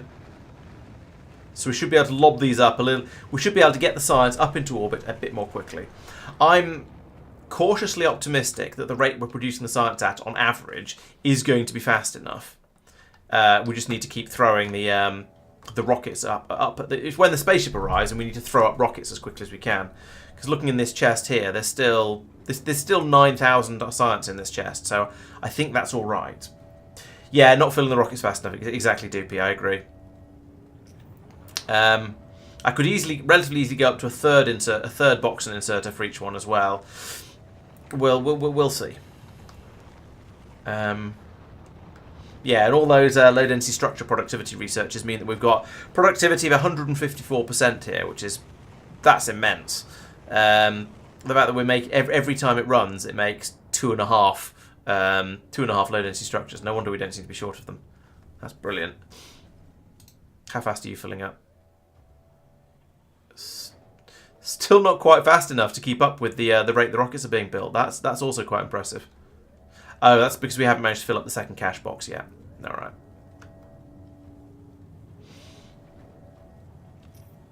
Oh, and the Tango has left though, so things can now calm down. We can restock all the supplies there. We can unload all these at the other end, and things will start to go. Right, Edge, how are you getting on? Where are you going? Oh, you're still on your way to the edge of the solar system. Okay. It's doing about 150 kilometers a second. That's not bad. Oh, it's fuel limited now. I've got too many engines. I could put more speed modules in the fuel and in these two machines. In fact, I might as well. We've got them. What have we got? Let's put in the generic boring ones. There and there. Let the speed be increased by the extra fuel we're making. There we go. Now we're actually making fuel. No, we're not. We're still not making it as fast as we're using it. Okay. It's interesting being limited by fuel production rather than by the number of engines, though. Normally, I guess when we leave the solar system, I should probably switch back over to slightly fewer engines, because this is a bit too risky. Speaking of rockets, yeah, the rockets down here, they are... Yeah, we've still got a backlog on the belt here, so they are being made faster than they're being used still. Railgun ammo is now at 758, so we've used about 50 of it. Is that all? Jeez. The railgun ammo goes a long way. I did try at one point using the railguns to attack large rocks as well as huge ones, to take some of the load off the missile launchers. I don't know if that was a good idea or not. I think there was a certain amount of multiple weapons firing at the same things and wasted ammunition. But it kind of worked.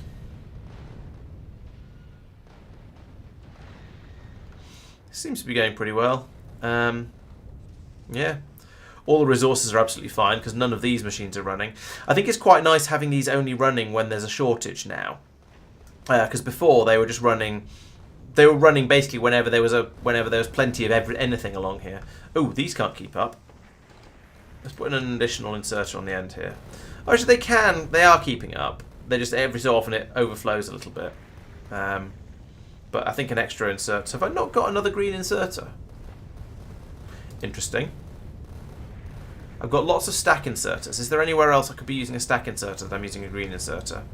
And I could all the way along here. That would work, but it's really noisy with all those explosions going on. Is there anywhere else I should be using a stack inserter?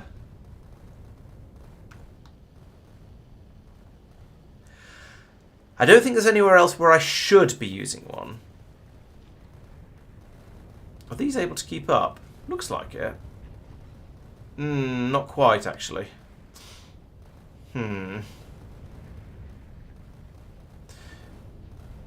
These, actually, these ones are. Oh. Ah, crap. When I move those across, I've now broken all of these, so we've only got half the capacity running. Okay. I'm going to have to move all of this across one as well.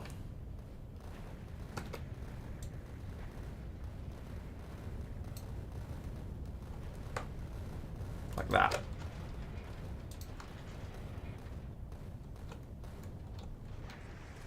And now I've got... Oh, I haven't got loads of explosives in here. What happens? Where did all those explosives go? I've got the iron, and I've got steel from when I was ripping things up like that. But the explosives just disappeared. How odd. Yeah, definitely oops. Oh, slower is definitely better when flying through all the rocks. I fully agree there. But faster is faster. Sorry, slower is safer. Faster, it takes less time. And I'm impatient. And I'm also kind of wanting to stress test this ship.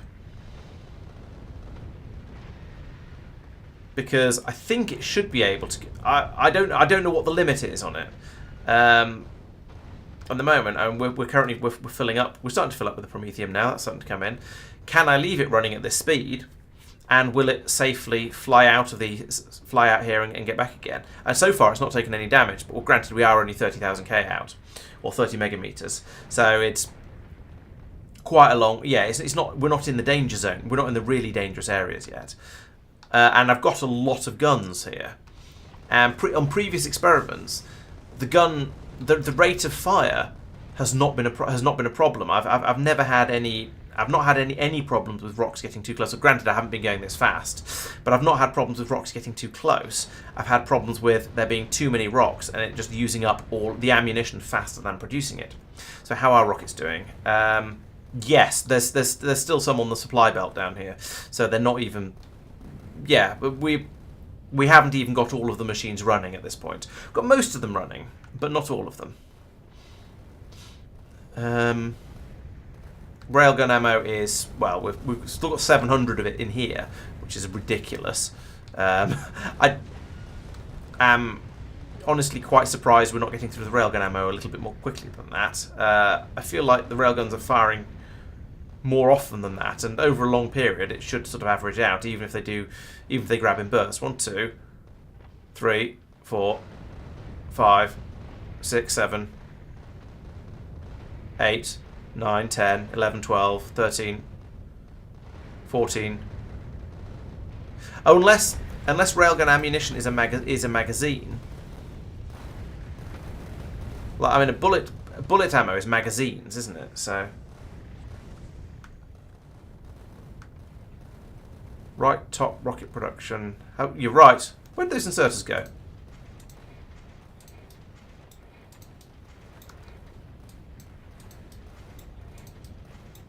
I'm just going to put these back in the middle of the machines because of general OCD type reasons. Yeah, that would help a bit, wouldn't it, if these machines could actually run? Oh, and there's one missing there. Right, okay,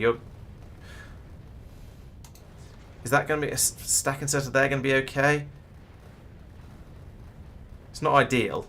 Let's switch you back to a one of them, and then try and find somewhere else where I can put in some stacks. Even if they're not really needed. Yeah, along here, these can all be. I can upgrade these to stack inserters, and that'll still work fine. Free up some more green inserters for places that apparently need green inserters, like down here. I think it's best to have this as green. Right, as predicted, we now have a shortage of explosives coming through. So, what speed modules do I have left at the moment? I've got three of those, 3 rares. So let's come along here. Oh, these are still on tier 2 speed modules. Okay. What have I got? Now what have I got left? I've got 17 uncommons. I was planning to come along here and swap one of the productivity modules out for an additional speed module. But if I haven't upgraded those to tier 3s, and especially to quality tier 3s, you might find this is enough. Let's see. It's got a bit of buffer filling to do at the moment. I think it might still need a bit more, but we'll see how it gets on. Especially now that all of these have started. Now every machine is running along here, or at least all the ones that have got enough explode and run out of iron as well. Oh, and these are all tier 2. No, there's some tier 2 modules in there. Right. More upgrades required. So you bim bim bimdy bim. Bim bim bimdy bim. And +9.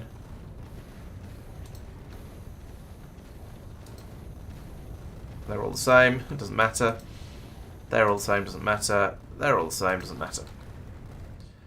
No, time to take off a couple of engines though. I would time to take off probably 4 of the engines. There we go. Reducing the number of engines will obviously reduce the speed, so it's gone from 150. It's probably, I think it's going to be about 50 now. So that should allow me to produce a lot more. Should allow this system to keep up. The carbon is struggling, and by struggling I mean this inserter is not unloading it quickly enough.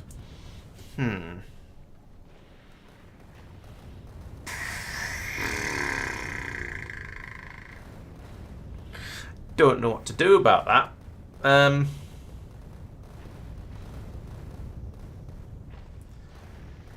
mean, there is plenty of carbon, but this one stack inserter can't chuck it out onto the belt quickly enough. And I've filled the bottom side of this. I can't put another inserter in down here. I could pull 2 of these out and have another inserter on a couple of inserters on the side and put them in maybe over. Over here with some underground belts. Oh, quality inserters. Yes, probably. I don't know if I've got the resources to build quality inserters though. There we go. Rockets are catching up a little bit again now. So we've got some on the feed belt. So that's looking okay. Bullets, oodles, railgun rounds, oodles. We're down to we've not made any in the entire flight because there's so many just sitting in here in a big pile. Once we've got rid of all of those, we can then start to put more rockets on the belt as well, which will be quite nice once they find their way around.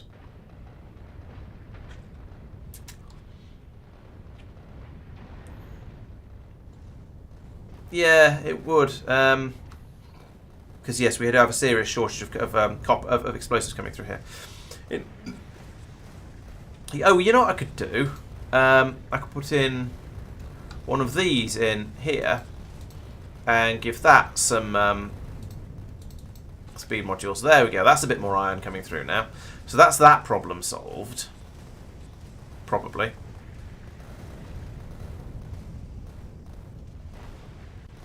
We're not making any iron up here.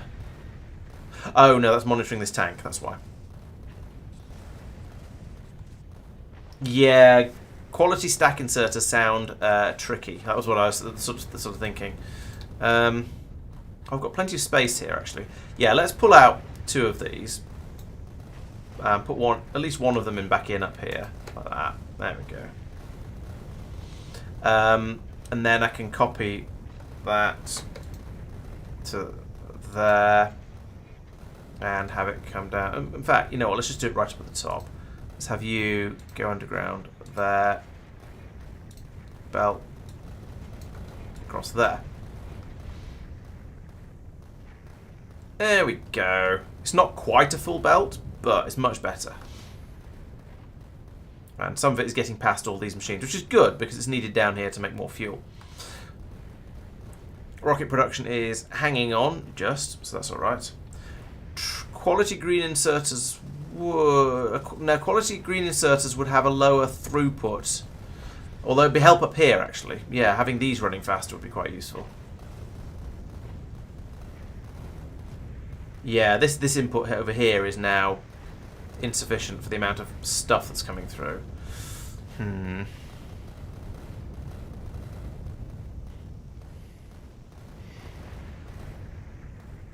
I almost want to filter the first couple to ice and carbon. Because those seem to be the thing, and maybe ice, carbon, and copper, perhaps. I don't know if that would help.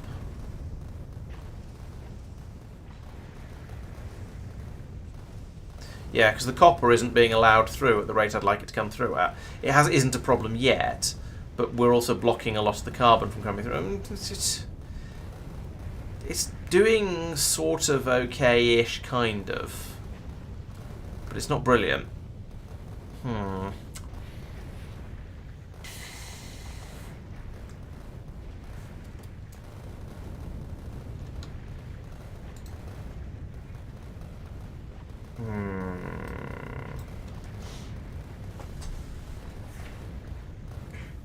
This is somewhere, yeah, putting in quality inserters here might be quite valuable. Actually, that said, this belt is running flat out. The stuff is all getting grabbed off it. It just looks a bit chaotic and a bit of a mess.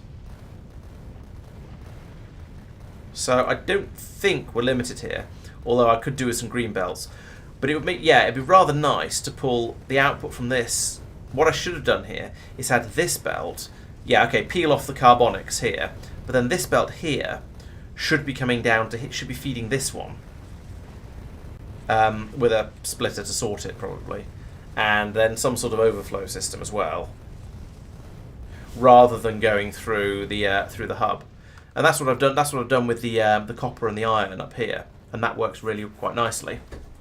I should probably have done that with the other things as well, and not tried to push everything through the hub. That's what's causing the difficulties, should we say?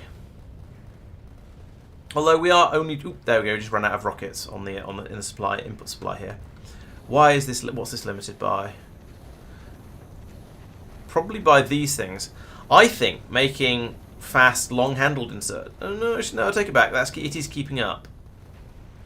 There's not a full. Yeah, the red inserters are working hard, but they are keeping these. They are fast enough. They are keeping all the coal coming out. There is perhaps not quite enough coal. Is that what's limiting you? Yeah. So maybe I shouldn't be quite so shouldn't be prodding these quite so hard. I should come through here and put in some speeds instead, or take out a prod actually. If I just take out one prod from each one, then it'll run that bit faster.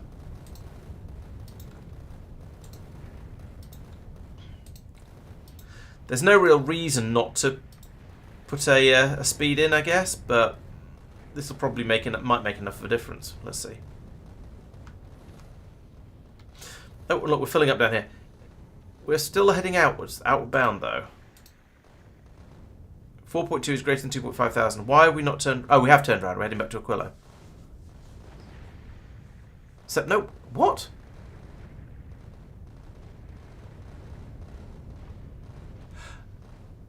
That diagram feels wrong.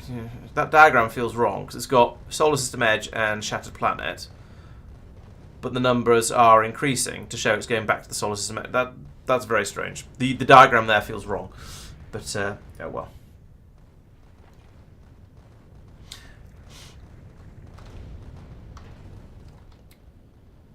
And the red rocks are still coming. Yeah, red rocks are still coming in. Nice. How full are we? It is very hard to. I mean, it's full to here, but how full that means we are is very, very hard to tell.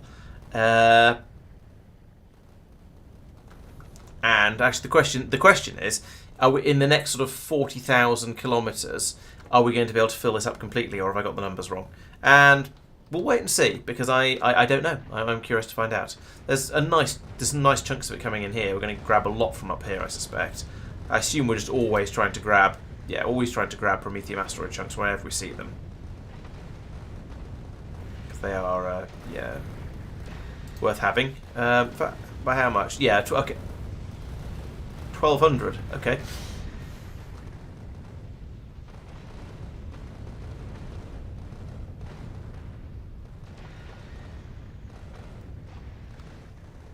Yes, it is. It is Algernon. That's what's confusing me a little bit. It seems weird that it's backwards like that, but oh well, never mind.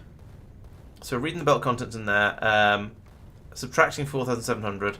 So presumably we've got a. Oh right, yeah, okay, because we've got a total of 6,000. We're trying to get up here. I'll find out how many there are when it's full, and then I can configure that number properly. Assuming we do fill it up.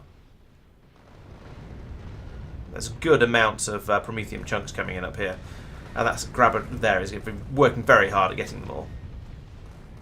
And this one? No, this one can't reach. Oh, it can reach those. That's alright then. I would like to have some more higher quality grabbers, but they're difficult to make because they require so many low density structures, which are difficult to get hold of and expensive to make on Fulgora. Because actually, I might be better off. Yeah, I think there's some discussion around this. I might be better off trying to make them on Vulcanus. Although the problem with Vulcanus is the plastic is expensive, so you don't really want to do quality churns there. But I could.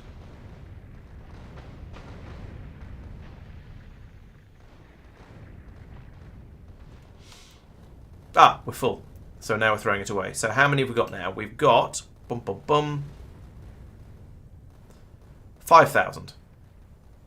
And a little bit. Okay, so we need to set this number up here to be 5,000 instead of 6,000, because that's what we can fit.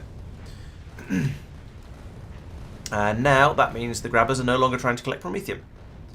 And we're practically back in it as well, so yeah, that's just worked really quite nicely. Okay, we're throwing a bit of it away because we've got too much of it, but that's all right. And the engines are fire. We've got full fuel tanks again. Rockets are catching up. Okay, so now that I don't know if this is because we've got more explosives available, although the explosives are still struggling, so maybe a bit more effort is required up here. Yeah, we still have a shortage of coal. Oh, and a shortage of carbon.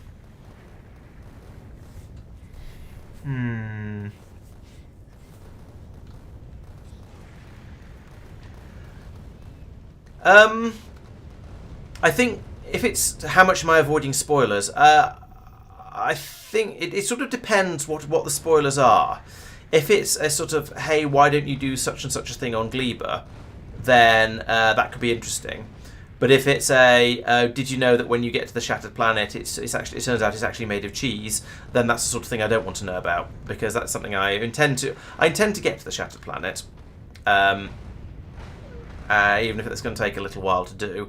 I don't know if this ship might be capable of making it slowly. If I take another engine out and have it fly over there with 2 engines at some sort of crawling speed, I think it may be it's quite possible that it'll be able to get to the Shattered Planet.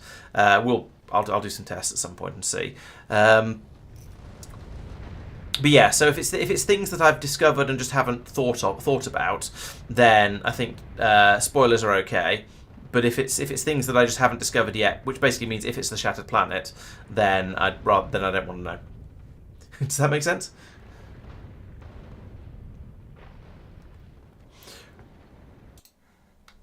Right, how are we doing here? Pretty good. Okay, it looks like we've had a flood of the what's the name science packs come in. So we're doing a big chunk. We're able to do a big chunk, sort of the agricultural science packs in. So we've got a nice hump in the research shape there. We're to be able to get a big chunk of that done, and it's up to 72%. So I think by the end, fairly soon, this is going to finish. We're going to have slightly better rockets, and it's going to make absolutely no difference because I need a 15% boost, not a 10% boost, in order to be able to destroy those rocks. In order to be able to single shot those rocks. I feel like there must be something else in here that's worth doing that's going to make my spaceships better that doesn't require agricultural science. Yes, I kind of agree, Doopy. I was talking about that a few minutes ago. But yeah, having a redesign to basically get this belt here to come down round this way. Although actually we've got the carbon seems to be okay. The carbon is okay now with the second inserter. So at least as of right now, it's okay. It's because the explosives are caught up. That's why it's okay. Okay, bad example. But yes, I would quite like to have the this belt here with the carbon and sulfur on it. It doesn't need to go into the central hub. It should just go. It should go somewhere else, but I'm not quite sure how. Oh no, it's got ice on it as well. I'd need to split that. I'd need to split them off. I'd need even more splitters in here to get rid of it. So yes, yes, I like the idea. But in practice, it's going to be rather difficult. I suppose I could move everything up a bit into this slot. so that then this will be outputting onto its own belt. Maybe run it down over this side and wind it through here. It's getting very spaghetti, but then that's the glory of Factorio. And there's a nice bit of empty space here. I could do sort of the filtering to get it onto both sides of the belt and get rid of the excess carbon as well. So I don't hate the idea, but I think I don't want to do it in deep space while the ship's flying amongst huge rocks. So yeah, maybe that's a tweak I can make when we get back to Norvis.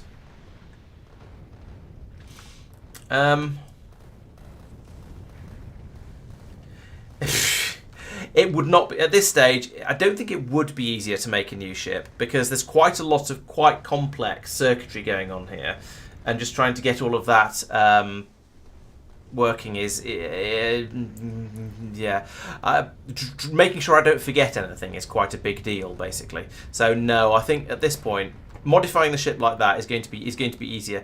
Were you around earlier when I made the first modifications to the ship at the beginning of the stream and put extra rocket production in down here and a little bit of extra railgun production, and then redid the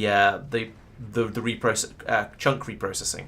That sort of thing wasn't too bad. I just shifted the edge of the ship out a little bit.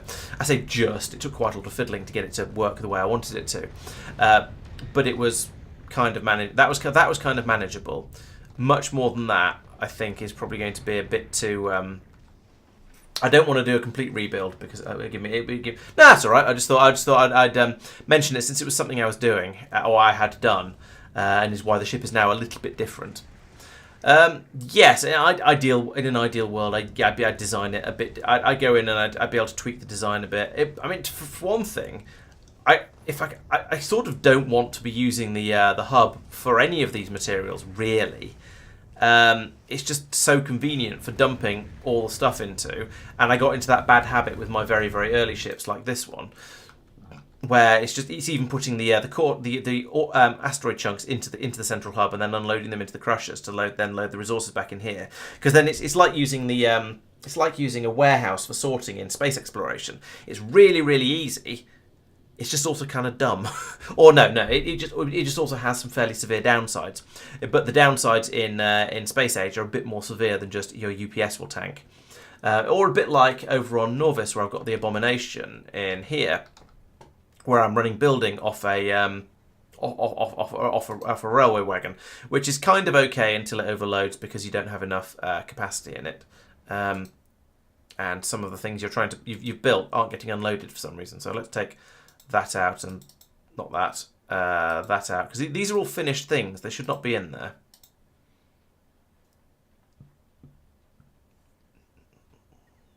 So get rid of all of those. That's a finished item. That's a finished item.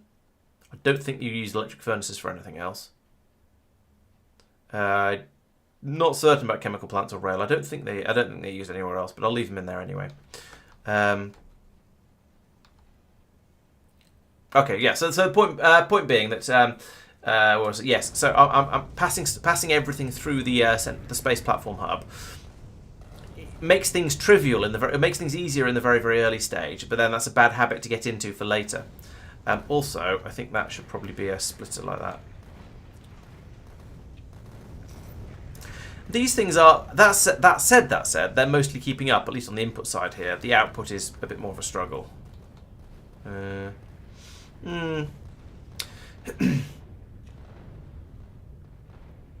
So in summary with this ship, I think this ship is quite capable with 3 engines. I would be happy to leave it on its own, going out and getting promethium and coming back and going out, coming back, yada yada yada. I think that's absolutely fine. The slight problem is that I kind of want it for exploration as well as doing promethium grabbings. But I think we can kind of do both. That's sort of okay.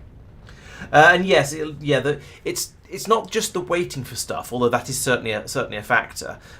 It's the design of it and making sure all things I don't forget any of the controls. Like, for example, all the balancing systems in here telling these pulverizers when to run. Well, actually, it's got a bit simpler now. It's not quite as complicated as it used to be. Or the links up to all of the belts and making sure all the belts are linked in, and then that's going to all of the grabbers in order to make sure you get all of the resources being grabbed in the right quantities.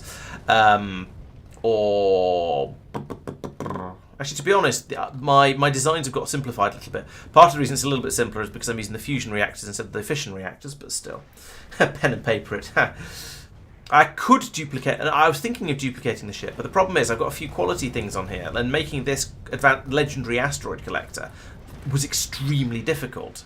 I would like to have more legendary asteroid collectors on the ship, but I don't have the resources for it at the moment. So I may have to do what who was it was saying? Inks was saying about getting my quality churn, designing some quality stuff to make it a bit better. Not to put too fine a point on it, because at the moment we've got the system on Fulgora over here that's churning through whatever comes in and making whatever comes out, and then some of it comes out and is nice, fancy, high-tech stuff that I can then make into things. So over here, I'm still trying to make some. Actually, I'm still trying to make another legendary asteroid collector, but I'm only at 14 out of the 20 low-density structures. I'm just leaving this running around, churning and churning and churning, and it's not enormously effective because we're not getting the copper, legendary copper apparently is the shortage. Over on Vulcanus, I have an alternative churn system, which is this one. This again, I've set it up like this because it was really, really quick and easy to build. And it, as you can see, is making legendary steel and iron and copper, and then making those into legendary gun turrets. But again, it is very, very, very slow. We've made 2 legendary gun turrets. We've got a few other bits and pieces in here. Okay, we need to start requesting the legendary iron over here as well. But anyway, and that's having made 200,000 iron plates. This is run 200,000 times, and it makes 2 at a time. So we made 400,000 iron plates, and we've managed to make 2 gun turrets out of it.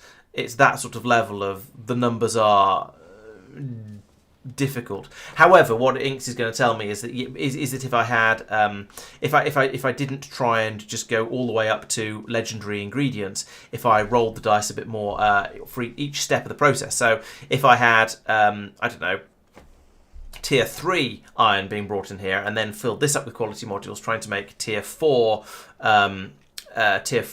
cogs, and then use tier 4 ingredients to try and make tier 5 gun turrets, or tier 3 ingredients to try and make tier 4 and tier 5 gun turrets, then I get a lot more stuff out. It'd be a lot more efficient, a lot less wasteful. And he's quite right, and this is something that I want to have a think about and a look into at some point. I've been busy with other. It's been a low priority so far, because until I started building this spaceship, the only thing I really cared about having quality products for was the stuff that I put in my armour. Everything else, I don't really care about quality assembly machines. I'll just use more of them. I don't really care about quality belt, quality modules, quality science packs. I'll just use more of them. It's easier and cheaper just to make more of them than it is to try and make quality stuff. However, when you have a limited space available, like on a spaceship or in your armour, at that point having quality items is really, really useful. Actually, the other exception to that was again on Fulgora. I made a load of quality lightning collectors because it seemed like a good, and they're so good I can't find one. Here's one, because they have they have a much bigger coverage area, so that seemed worthwhile.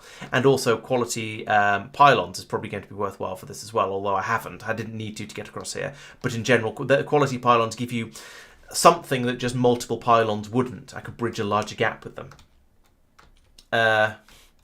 Legendary quality mod. Yeah, that's true. If you want to make good quality, if you want to make quality stuff, start off by making quality makers.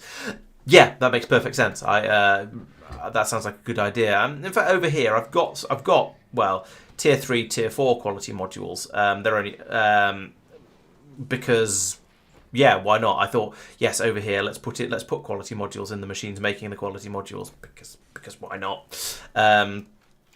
And then you get into the sort of the problem where you have bits and pieces of a wide range of qualities. So over on Vulcanus, for example, over here I'm making speed modules, but the only place I put quality modules in is in the tier 3, because otherwise you end up with a stack of level 2 quality 2 level 1 speed modules.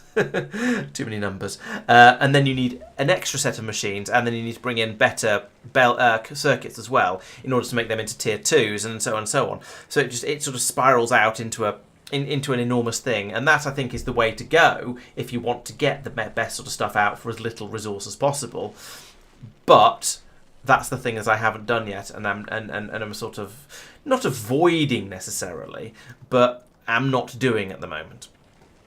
Possibly the other thing I should be doing is over on Norvis, over here, I should be putting quality modules into these machines instead of productivity modules, and these ones, and then siphoning off any modules that are higher than quality 1, with the intention of then passing them over to make into better things, and maybe trying to make some quality. I don't know, but yeah, you need to set up basically quintuple parallel paths for absolutely everything in order to sort all of the modules, in order to sort all the different quality things out, and then decide what you've got silly amounts of and you want to recycle. And I'm going to do it at some point because it's a Factorio thing that I haven't done yet, and I need to make a tutorial about it because that's what I do. But I just haven't thought about it. I just haven't done it. I haven't done it yet. I haven't thought about it yet. It's just it's for the future, I reckon. But it was something I want to sort of work towards.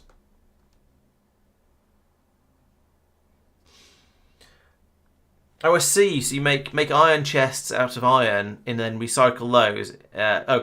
Make iron chests out of iron to try and get better quality iron objects out, and then recycle them because you. Yeah, that makes sense. That's worth thinking about too. Yeah, too. Yes, you're right. Higher quality modules. Yeah. Oh, I agree. I think it is. I agree. I think it's a fun design challenge. Certainly. It's just one I haven't done yet because there's so many other things. It's like I only got round to doing this system, making the circuits off the bus and using foundries and EM plants. Oh, and by the way, I got the maths wrong here. This isn't better than making the cables directly in the foundries. I dropped a 2 somewhere. So yeah, you're better off just straight up making the cables in the foundries rather than making plates and then making the cables. But yeah, I only got around to doing this and this fairly relatively late on because there were all these exciting new planets to go to. So yes, I went to Vulcanus, I went to Fulgora, I got the EM plants, I got the foundries, but then I wanted to go to Gleba and I wanted to go to Aquilo rather than coming back to Norvis and do it and rebuilding these things because they seem newer and more exciting. And so yeah, there's only so many. Basically, I have to pick the order I do all the stuff in, and so.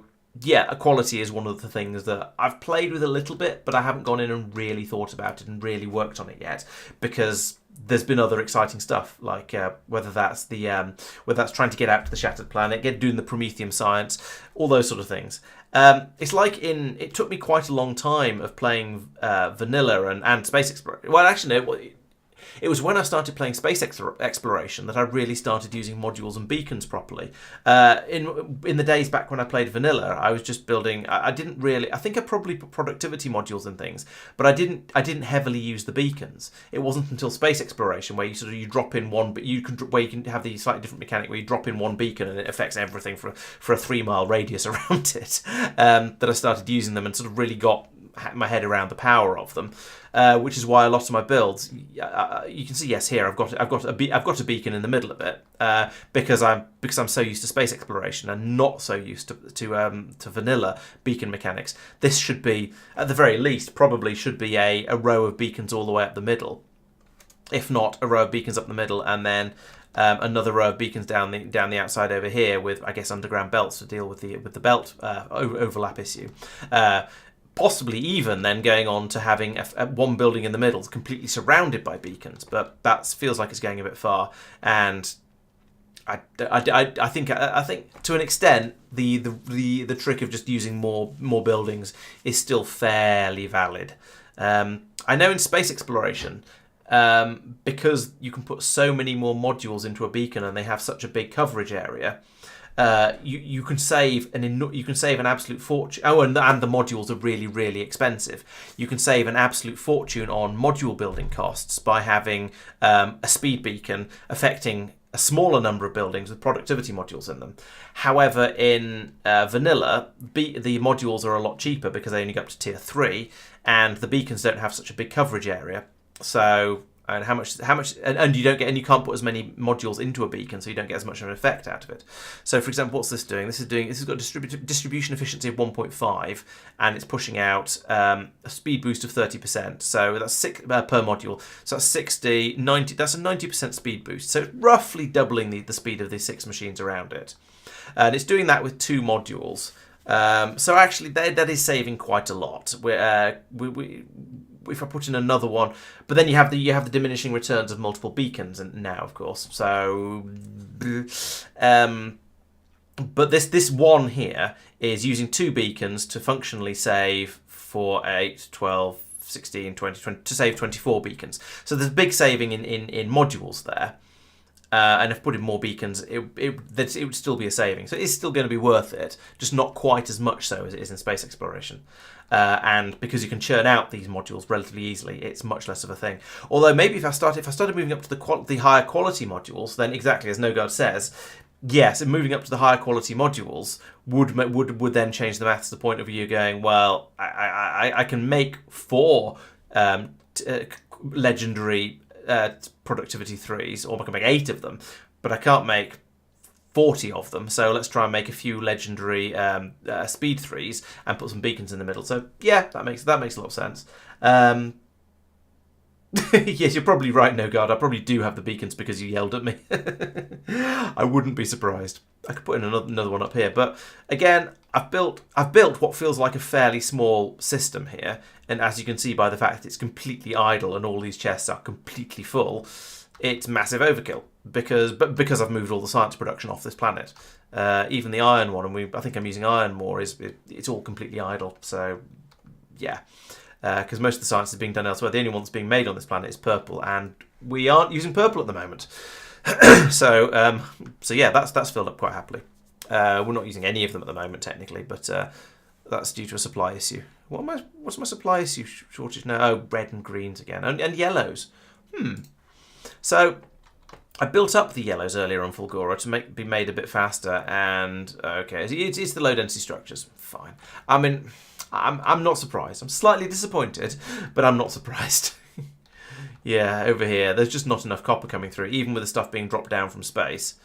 And these machines are working very, very badly because there's not actually that much being dropped down from space. Yeah, we're just struggling to produce the sort of amounts of copper we need. And then we're stealing some of it off to make green circuits to make blue circuits as well, apparently.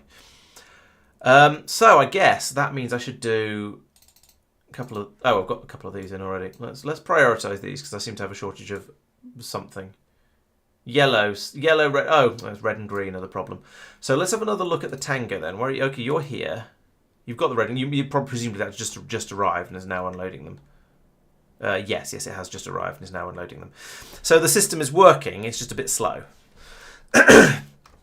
Does this mean, is this because the Tango... There are a number of ways I could potentially improve this. One is to set up larger requests on here, and I think I'm going to do that because that's the easy one to do. So if I set that to 4,000, and that to 4,000, and that to 4,000, and why not? Let's set that to 4,000 as well, just for fun. So there we go. We can now pull in a lot more of these. We'll empty the ship very, very quickly, and it can then head off and go and get some more. And maybe having a larger buffer stored in... Well, there's loads of space here. Having a larger buffer stored in the landing pad here is going to mean that the ship being a bit slow isn't going to be a problem. If not, I can then... there are possibilities. So as I was saying, I could make lots of ships like the 7 of 9 to upgrade the Tango to be a faster moving ship. And potentially then also to be able to pick up more of these science packs. Over on Vulcanus, the science production is, well, it's running flat. It's running flat out, but how much of that is because I put in another box here that we're trying to fill up? Yeah, so either one of these boxes but these boxes between them have enough to fill the ship 3 times over. We're just pumping a huge amount of science packs through. Oh, this one's a bit low, but okay. We're just pumping a huge number of science packs through in an attempt to fill the ship up more quickly. Fill the rockets up. Sorry, fill the rockets up more quickly to get the ship filled more quickly. So I think let's take these out.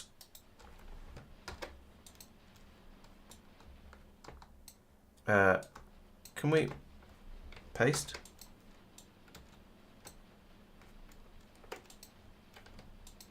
Huh. I can't take the modules out with copy paste. That's interesting. I thought that worked now.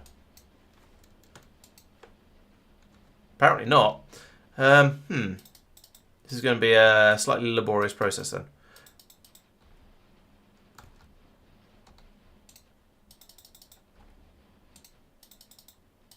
I need a module inserter mod. I need the module inserter mod.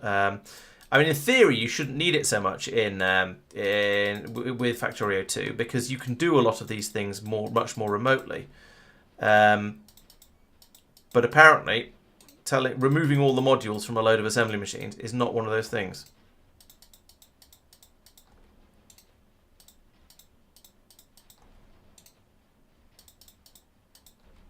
I'm probably going to find that this is going to use the walls up faster than they're being made now, because I put productivity modules in the wall production because we were at one point we were very, very short of stone because we weren't using enough metal up. Now with the rate I'm making red and green science at, I suspect that's not going to be an issue. And I might have put in a system for throwing away copper. I don't remember, just to make sure it carries on producing stone all the time. But we need a lot of stone. We need a lot of stone for military science is what I'm trying to say. There we go. So yeah, down here, these furnaces making the bricks and these machines making the walls. It's probably all right. Well, we shall see. That's dropping, but still, it's probably fine. But yeah, there is lots and lots of stone available. Now, are we throwing stone away at the moment? Yes, we are. Okay, so we have more than enough stone at the moment. So yeah, if I could do it without it being a horrible slow process of going through and unticking each one of these individually, then I would then I go through and remove all the productivity modules from them. But I can't. This should, well, we'll let it run, see how it goes. And there's quite a lot of backlog or buffer rather held in the furnaces, so it's probably going to be all right for a while. Yeah, so that's lots and lots of science being made. It's as you see, it's filling them up nice and quickly. So when the Tango gets here, which it very nearly has, we can launch a rocket immediately because we've got a rocket and it's full. Then we'll have a second rocket which we can fill up pretty quickly, I hope. And I kind of want to see now we've got to a point where we are ready to start launching them in sort of kind of in a fleet at a time. Oh, I'm not aware that Upgrade Planner works with modules. Huh. How? Oh, here go the rockets. So do you set... Could I set an upgrade for the module and then set the other side with nothing? And it would just take the modules out of the machines. I'll try that in a second. But I want to see how quickly these fill up. That's pretty good, actually. And it's faster than we're making the next rocket. So the overall rate of launch is going to be limited by the rocket production speed. And I think that's how it should be. There we go. So we can launch the second ones now. Up they go. Perfectly in sync. Lovely. Because of course they're in sync because the ship arrived and they all launched as soon as it arrived. And then we can load it up. Can we load it up? There we go. Loading again. So, okay, the third one is going to go before the fourth rocket is finished, so that's kind of okay. Okay, so with the current speed of building rockets, it turns out that two of these, two inserters loading it. Hey, they've got slightly out of sync. What's going on? I don't know why they're slightly out of sync.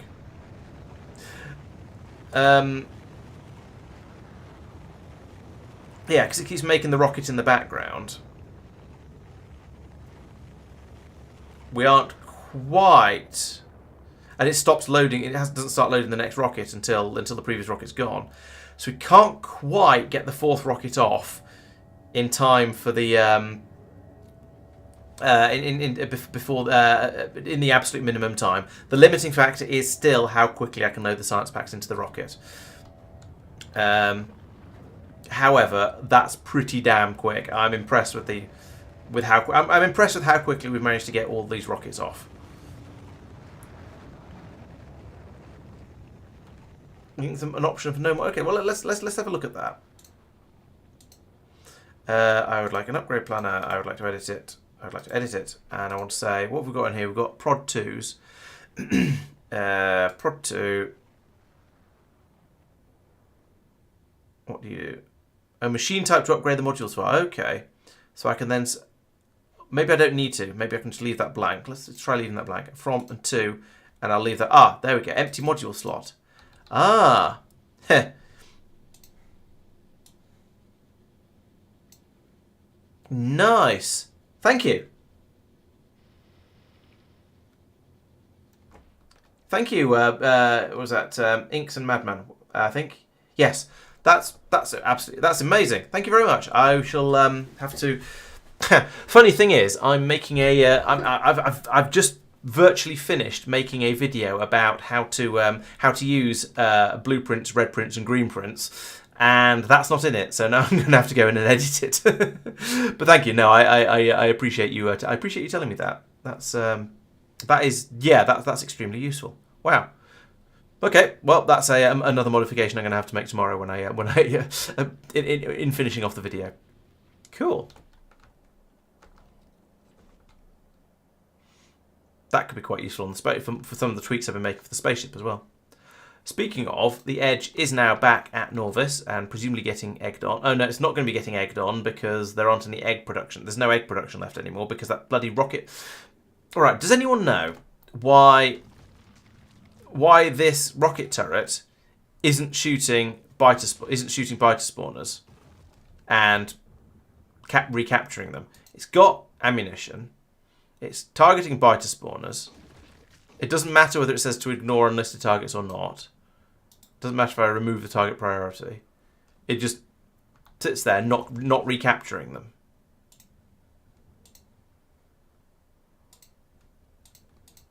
I would like to know why that doesn't work, because I feel like it should.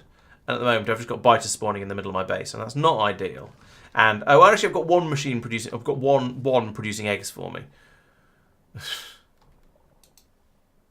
And even though it's producing eggs, we're not actually bringing them out. Why? What is going on? Why is everything broken? Right, you are... Oh, I've turned that off. Okay, that's on me.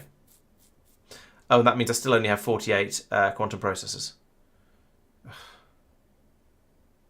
Eye rolls.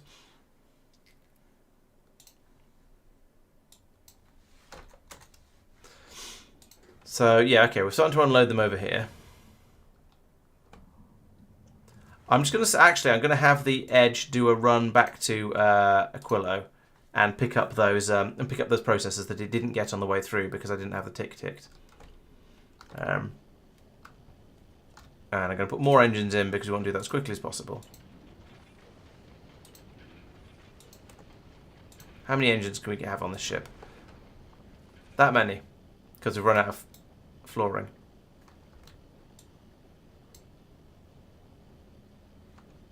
Oh, no.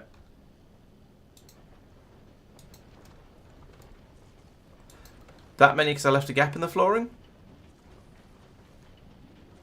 There we go. I suspect that's going to drain these tanks pretty quickly, but we're going to go properly quick.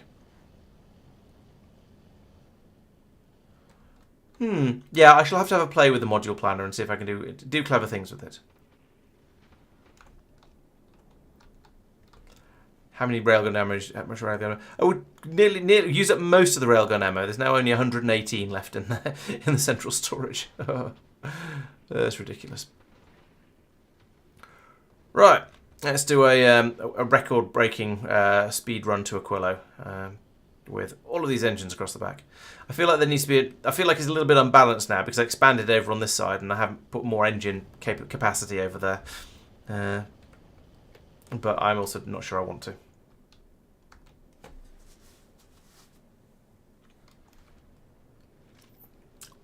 Yeah. Oh yes. I'll. Yeah. If I'm doing something for a video, I will go and I go in and have a bit of a play around with it and poke the options, see what happens, and try and work things out.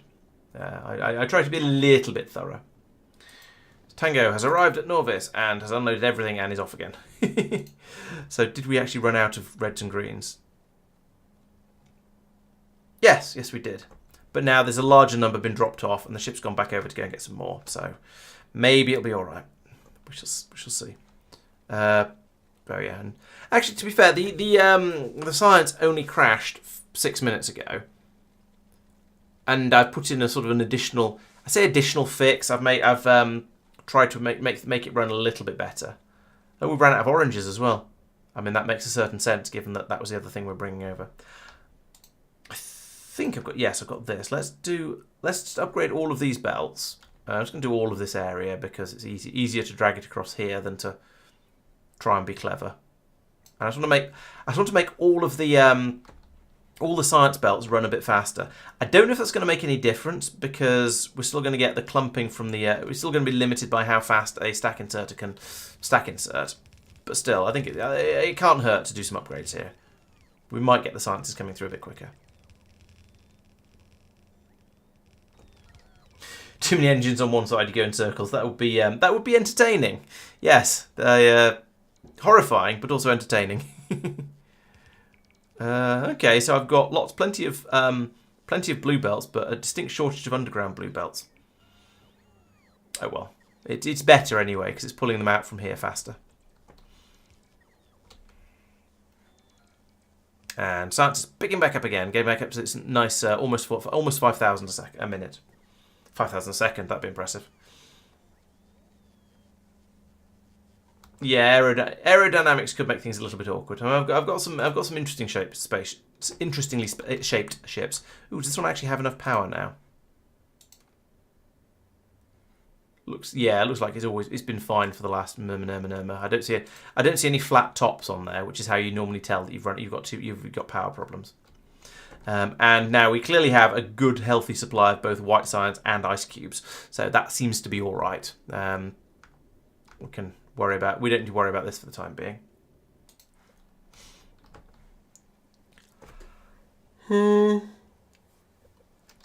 Yeah, that's doing pretty well. Are we now okay for all of the sciences? Yes, I've actually got all of the science packs now in sufficient quantity. That's the first time I've seen that in I don't know how long. Edge has reached Aquilo. Nice. Has got not enough to fill a rocket. What's going on Aquilo? Oh no. Oh, okay. It's not going to fill a rocket because they're being brought up in the manual way. That's fine.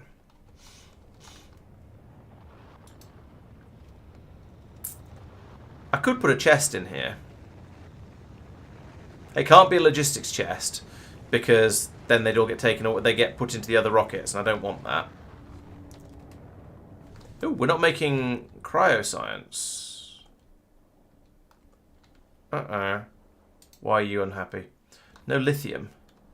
That's presumably supposed to come in from here. Coming up from here. On here. Here. From over here. And you're sad because... Oh, there's no holmium. Okay. One of these ships is misbehaving. I mean, it isn't a problem at the moment because it's a little bit out of science out here, but it's a Snowball 2. It's sitting at Fulgora, is waiting for holmium plates, and is not getting them. Okay. Why is Fulgora not shipping holmium plates? This has been one of those days, hasn't it, where I just go around trying to work out why everything is broken. Right, so there's a... Why isn't it working? Oh, this isn't set to automatic. Right. As usual, Laurence has been using the rockets for other things and has forgot to set them back again and broken it.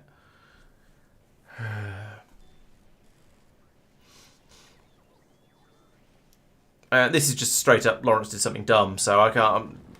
Yeah, I have no excuses apart from just blaming my bad memory. So, yeah. New rocket. What do we need next? Is there anything else that ship's waiting for? Is it a Snowball, isn't it? Okay, superconductors. No, we've got superconductors. We need more of those. We've got Mumble 1000 coming up, so that's plenty.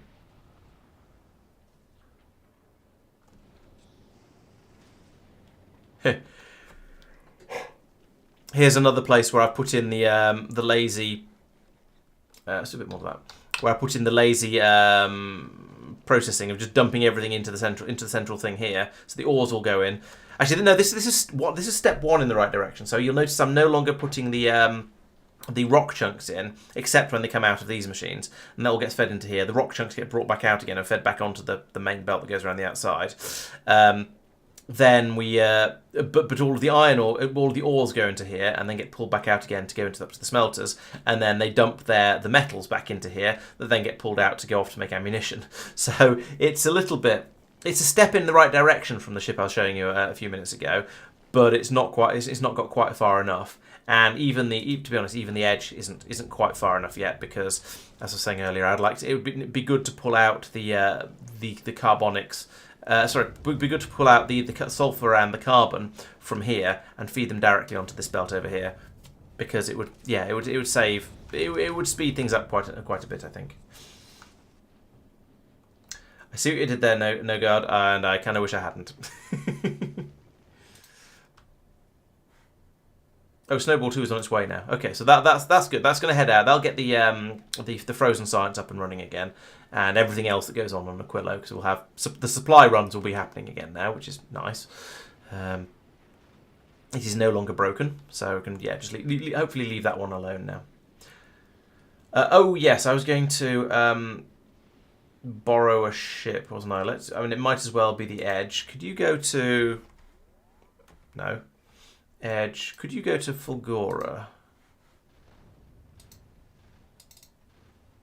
now and wait until you have a passenger? Because I need to go over and reclaim those biter spawners. How silly a route have I told it to take? So it's gone from Gleba to Norvis and then back out to Fulgora. Okay, well, never mind. It's okay. Oh no, it's gone from... What am I even... I don't know which ship I'm looking at the moment. Judging by the speed, it's this one. So it's going out to Gleba. What was it doing? It's going from Aquilo to Norvis. It went from Aquilo to Gleba to Meh, and then somewhere around here, and I told it to go to Fulgora, so it went back to Gleba and then out to Fulgora. Okay, fine, whatever. Right, I need to dump my inventory. And I've got quite a lot of it today. Actually, no, I don't dump it in there, do I? I've got some yellow chests up here that I want to put it into instead. Or at least we'll put it into instead. There, and there, and there. There we go. So that means now I can come down here and say, excuse me, can I have a ride to a space platform, please? What? No, none of those. Mediocre conductors.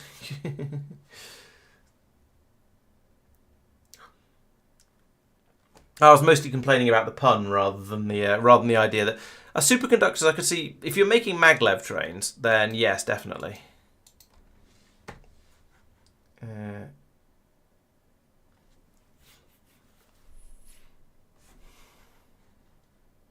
Oh, I see. Fulgurite.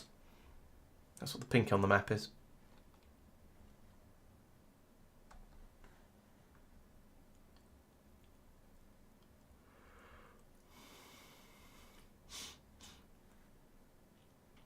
Nearly there, nearly there, nearly there. Bing.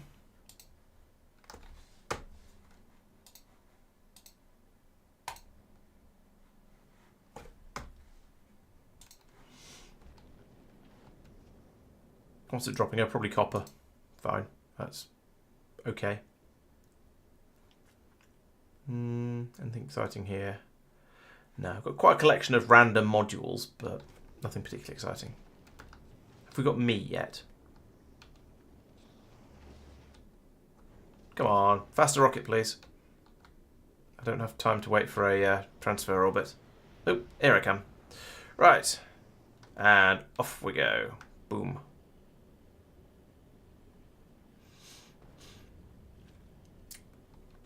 Yeah, I think they didn't want... The devs have said they didn't want to add electric trains because it would trivialise the whole train fueling concept. It's not it's difficult at the moment, and but if you just didn't have to worry about it at all, and the tracks were inherently automatically fueled the train, then it's a bit too easy. The alternative is the space trains mod style, where you have where the trains are battery powered instead of just powered by the tracks, and that was interesting because you had to take the batteries out, recharge them, put them back in again. So there was a sort of a slight infrastructure challenge there. Oh yeah, thank you. Removing the stop and Fulgora is a very good idea. Otherwise, they just get stuck there in the future. Thank you.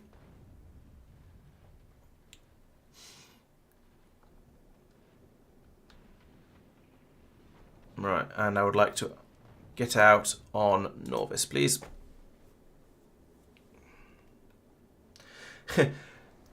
Interrupts keep breaking my trains. It hasn't for a while because I haven't got my trains moving around enough on Norvis. But yeah, there's a problem that if a train leaves a station to go somewhere that has a limited amount of space, or is going to get deactivated, and then goes, oh wait, I need to get some fuel, and goes off to go and get the fuel, it can then try and get to the place where it can't get to, and get stuck in the fueling station.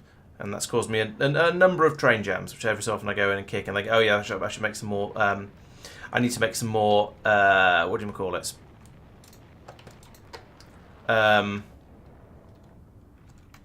Need to make some more. What's the word I'm looking for?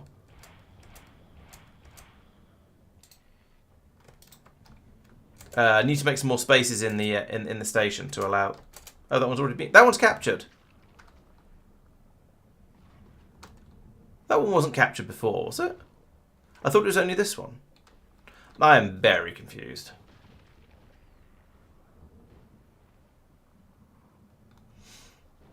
But anyway, there we go. Capture system replenished. What? No. Put these in this box. Okay, there we go. Why is it require? What is going on here? Why are you not?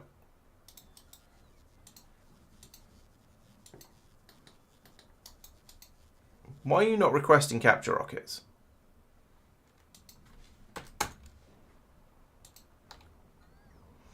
I'm very confused.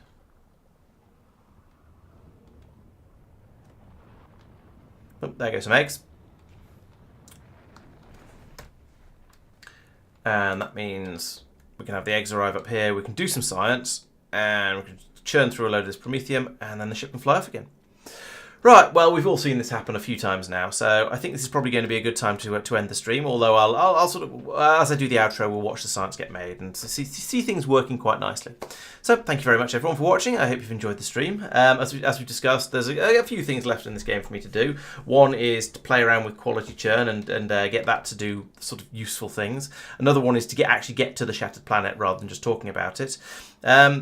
But I think I'm pretty much on the home straight now. A lot of things are working pretty well.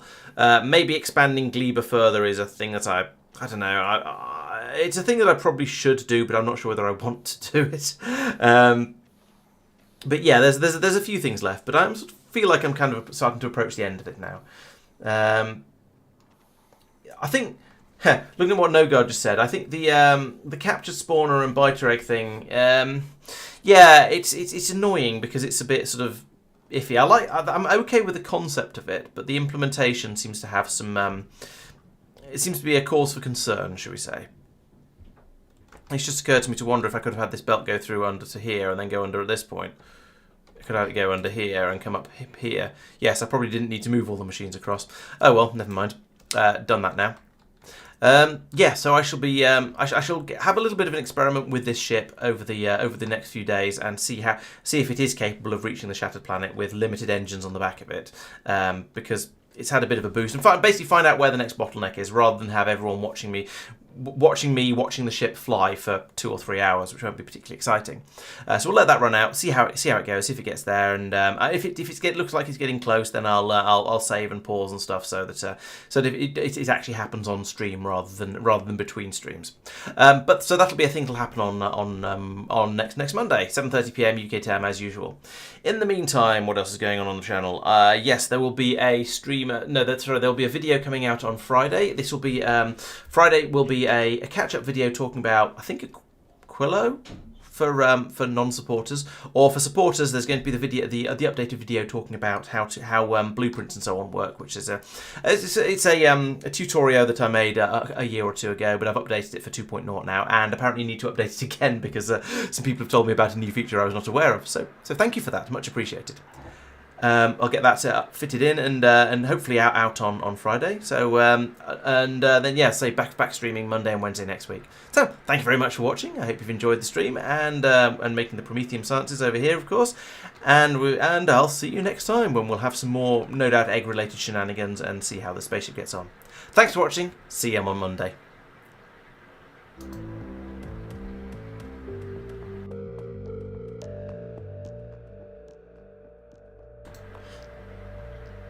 And good night, Noga. Good night, Madman. Good night, Doopy. I'll see you next time.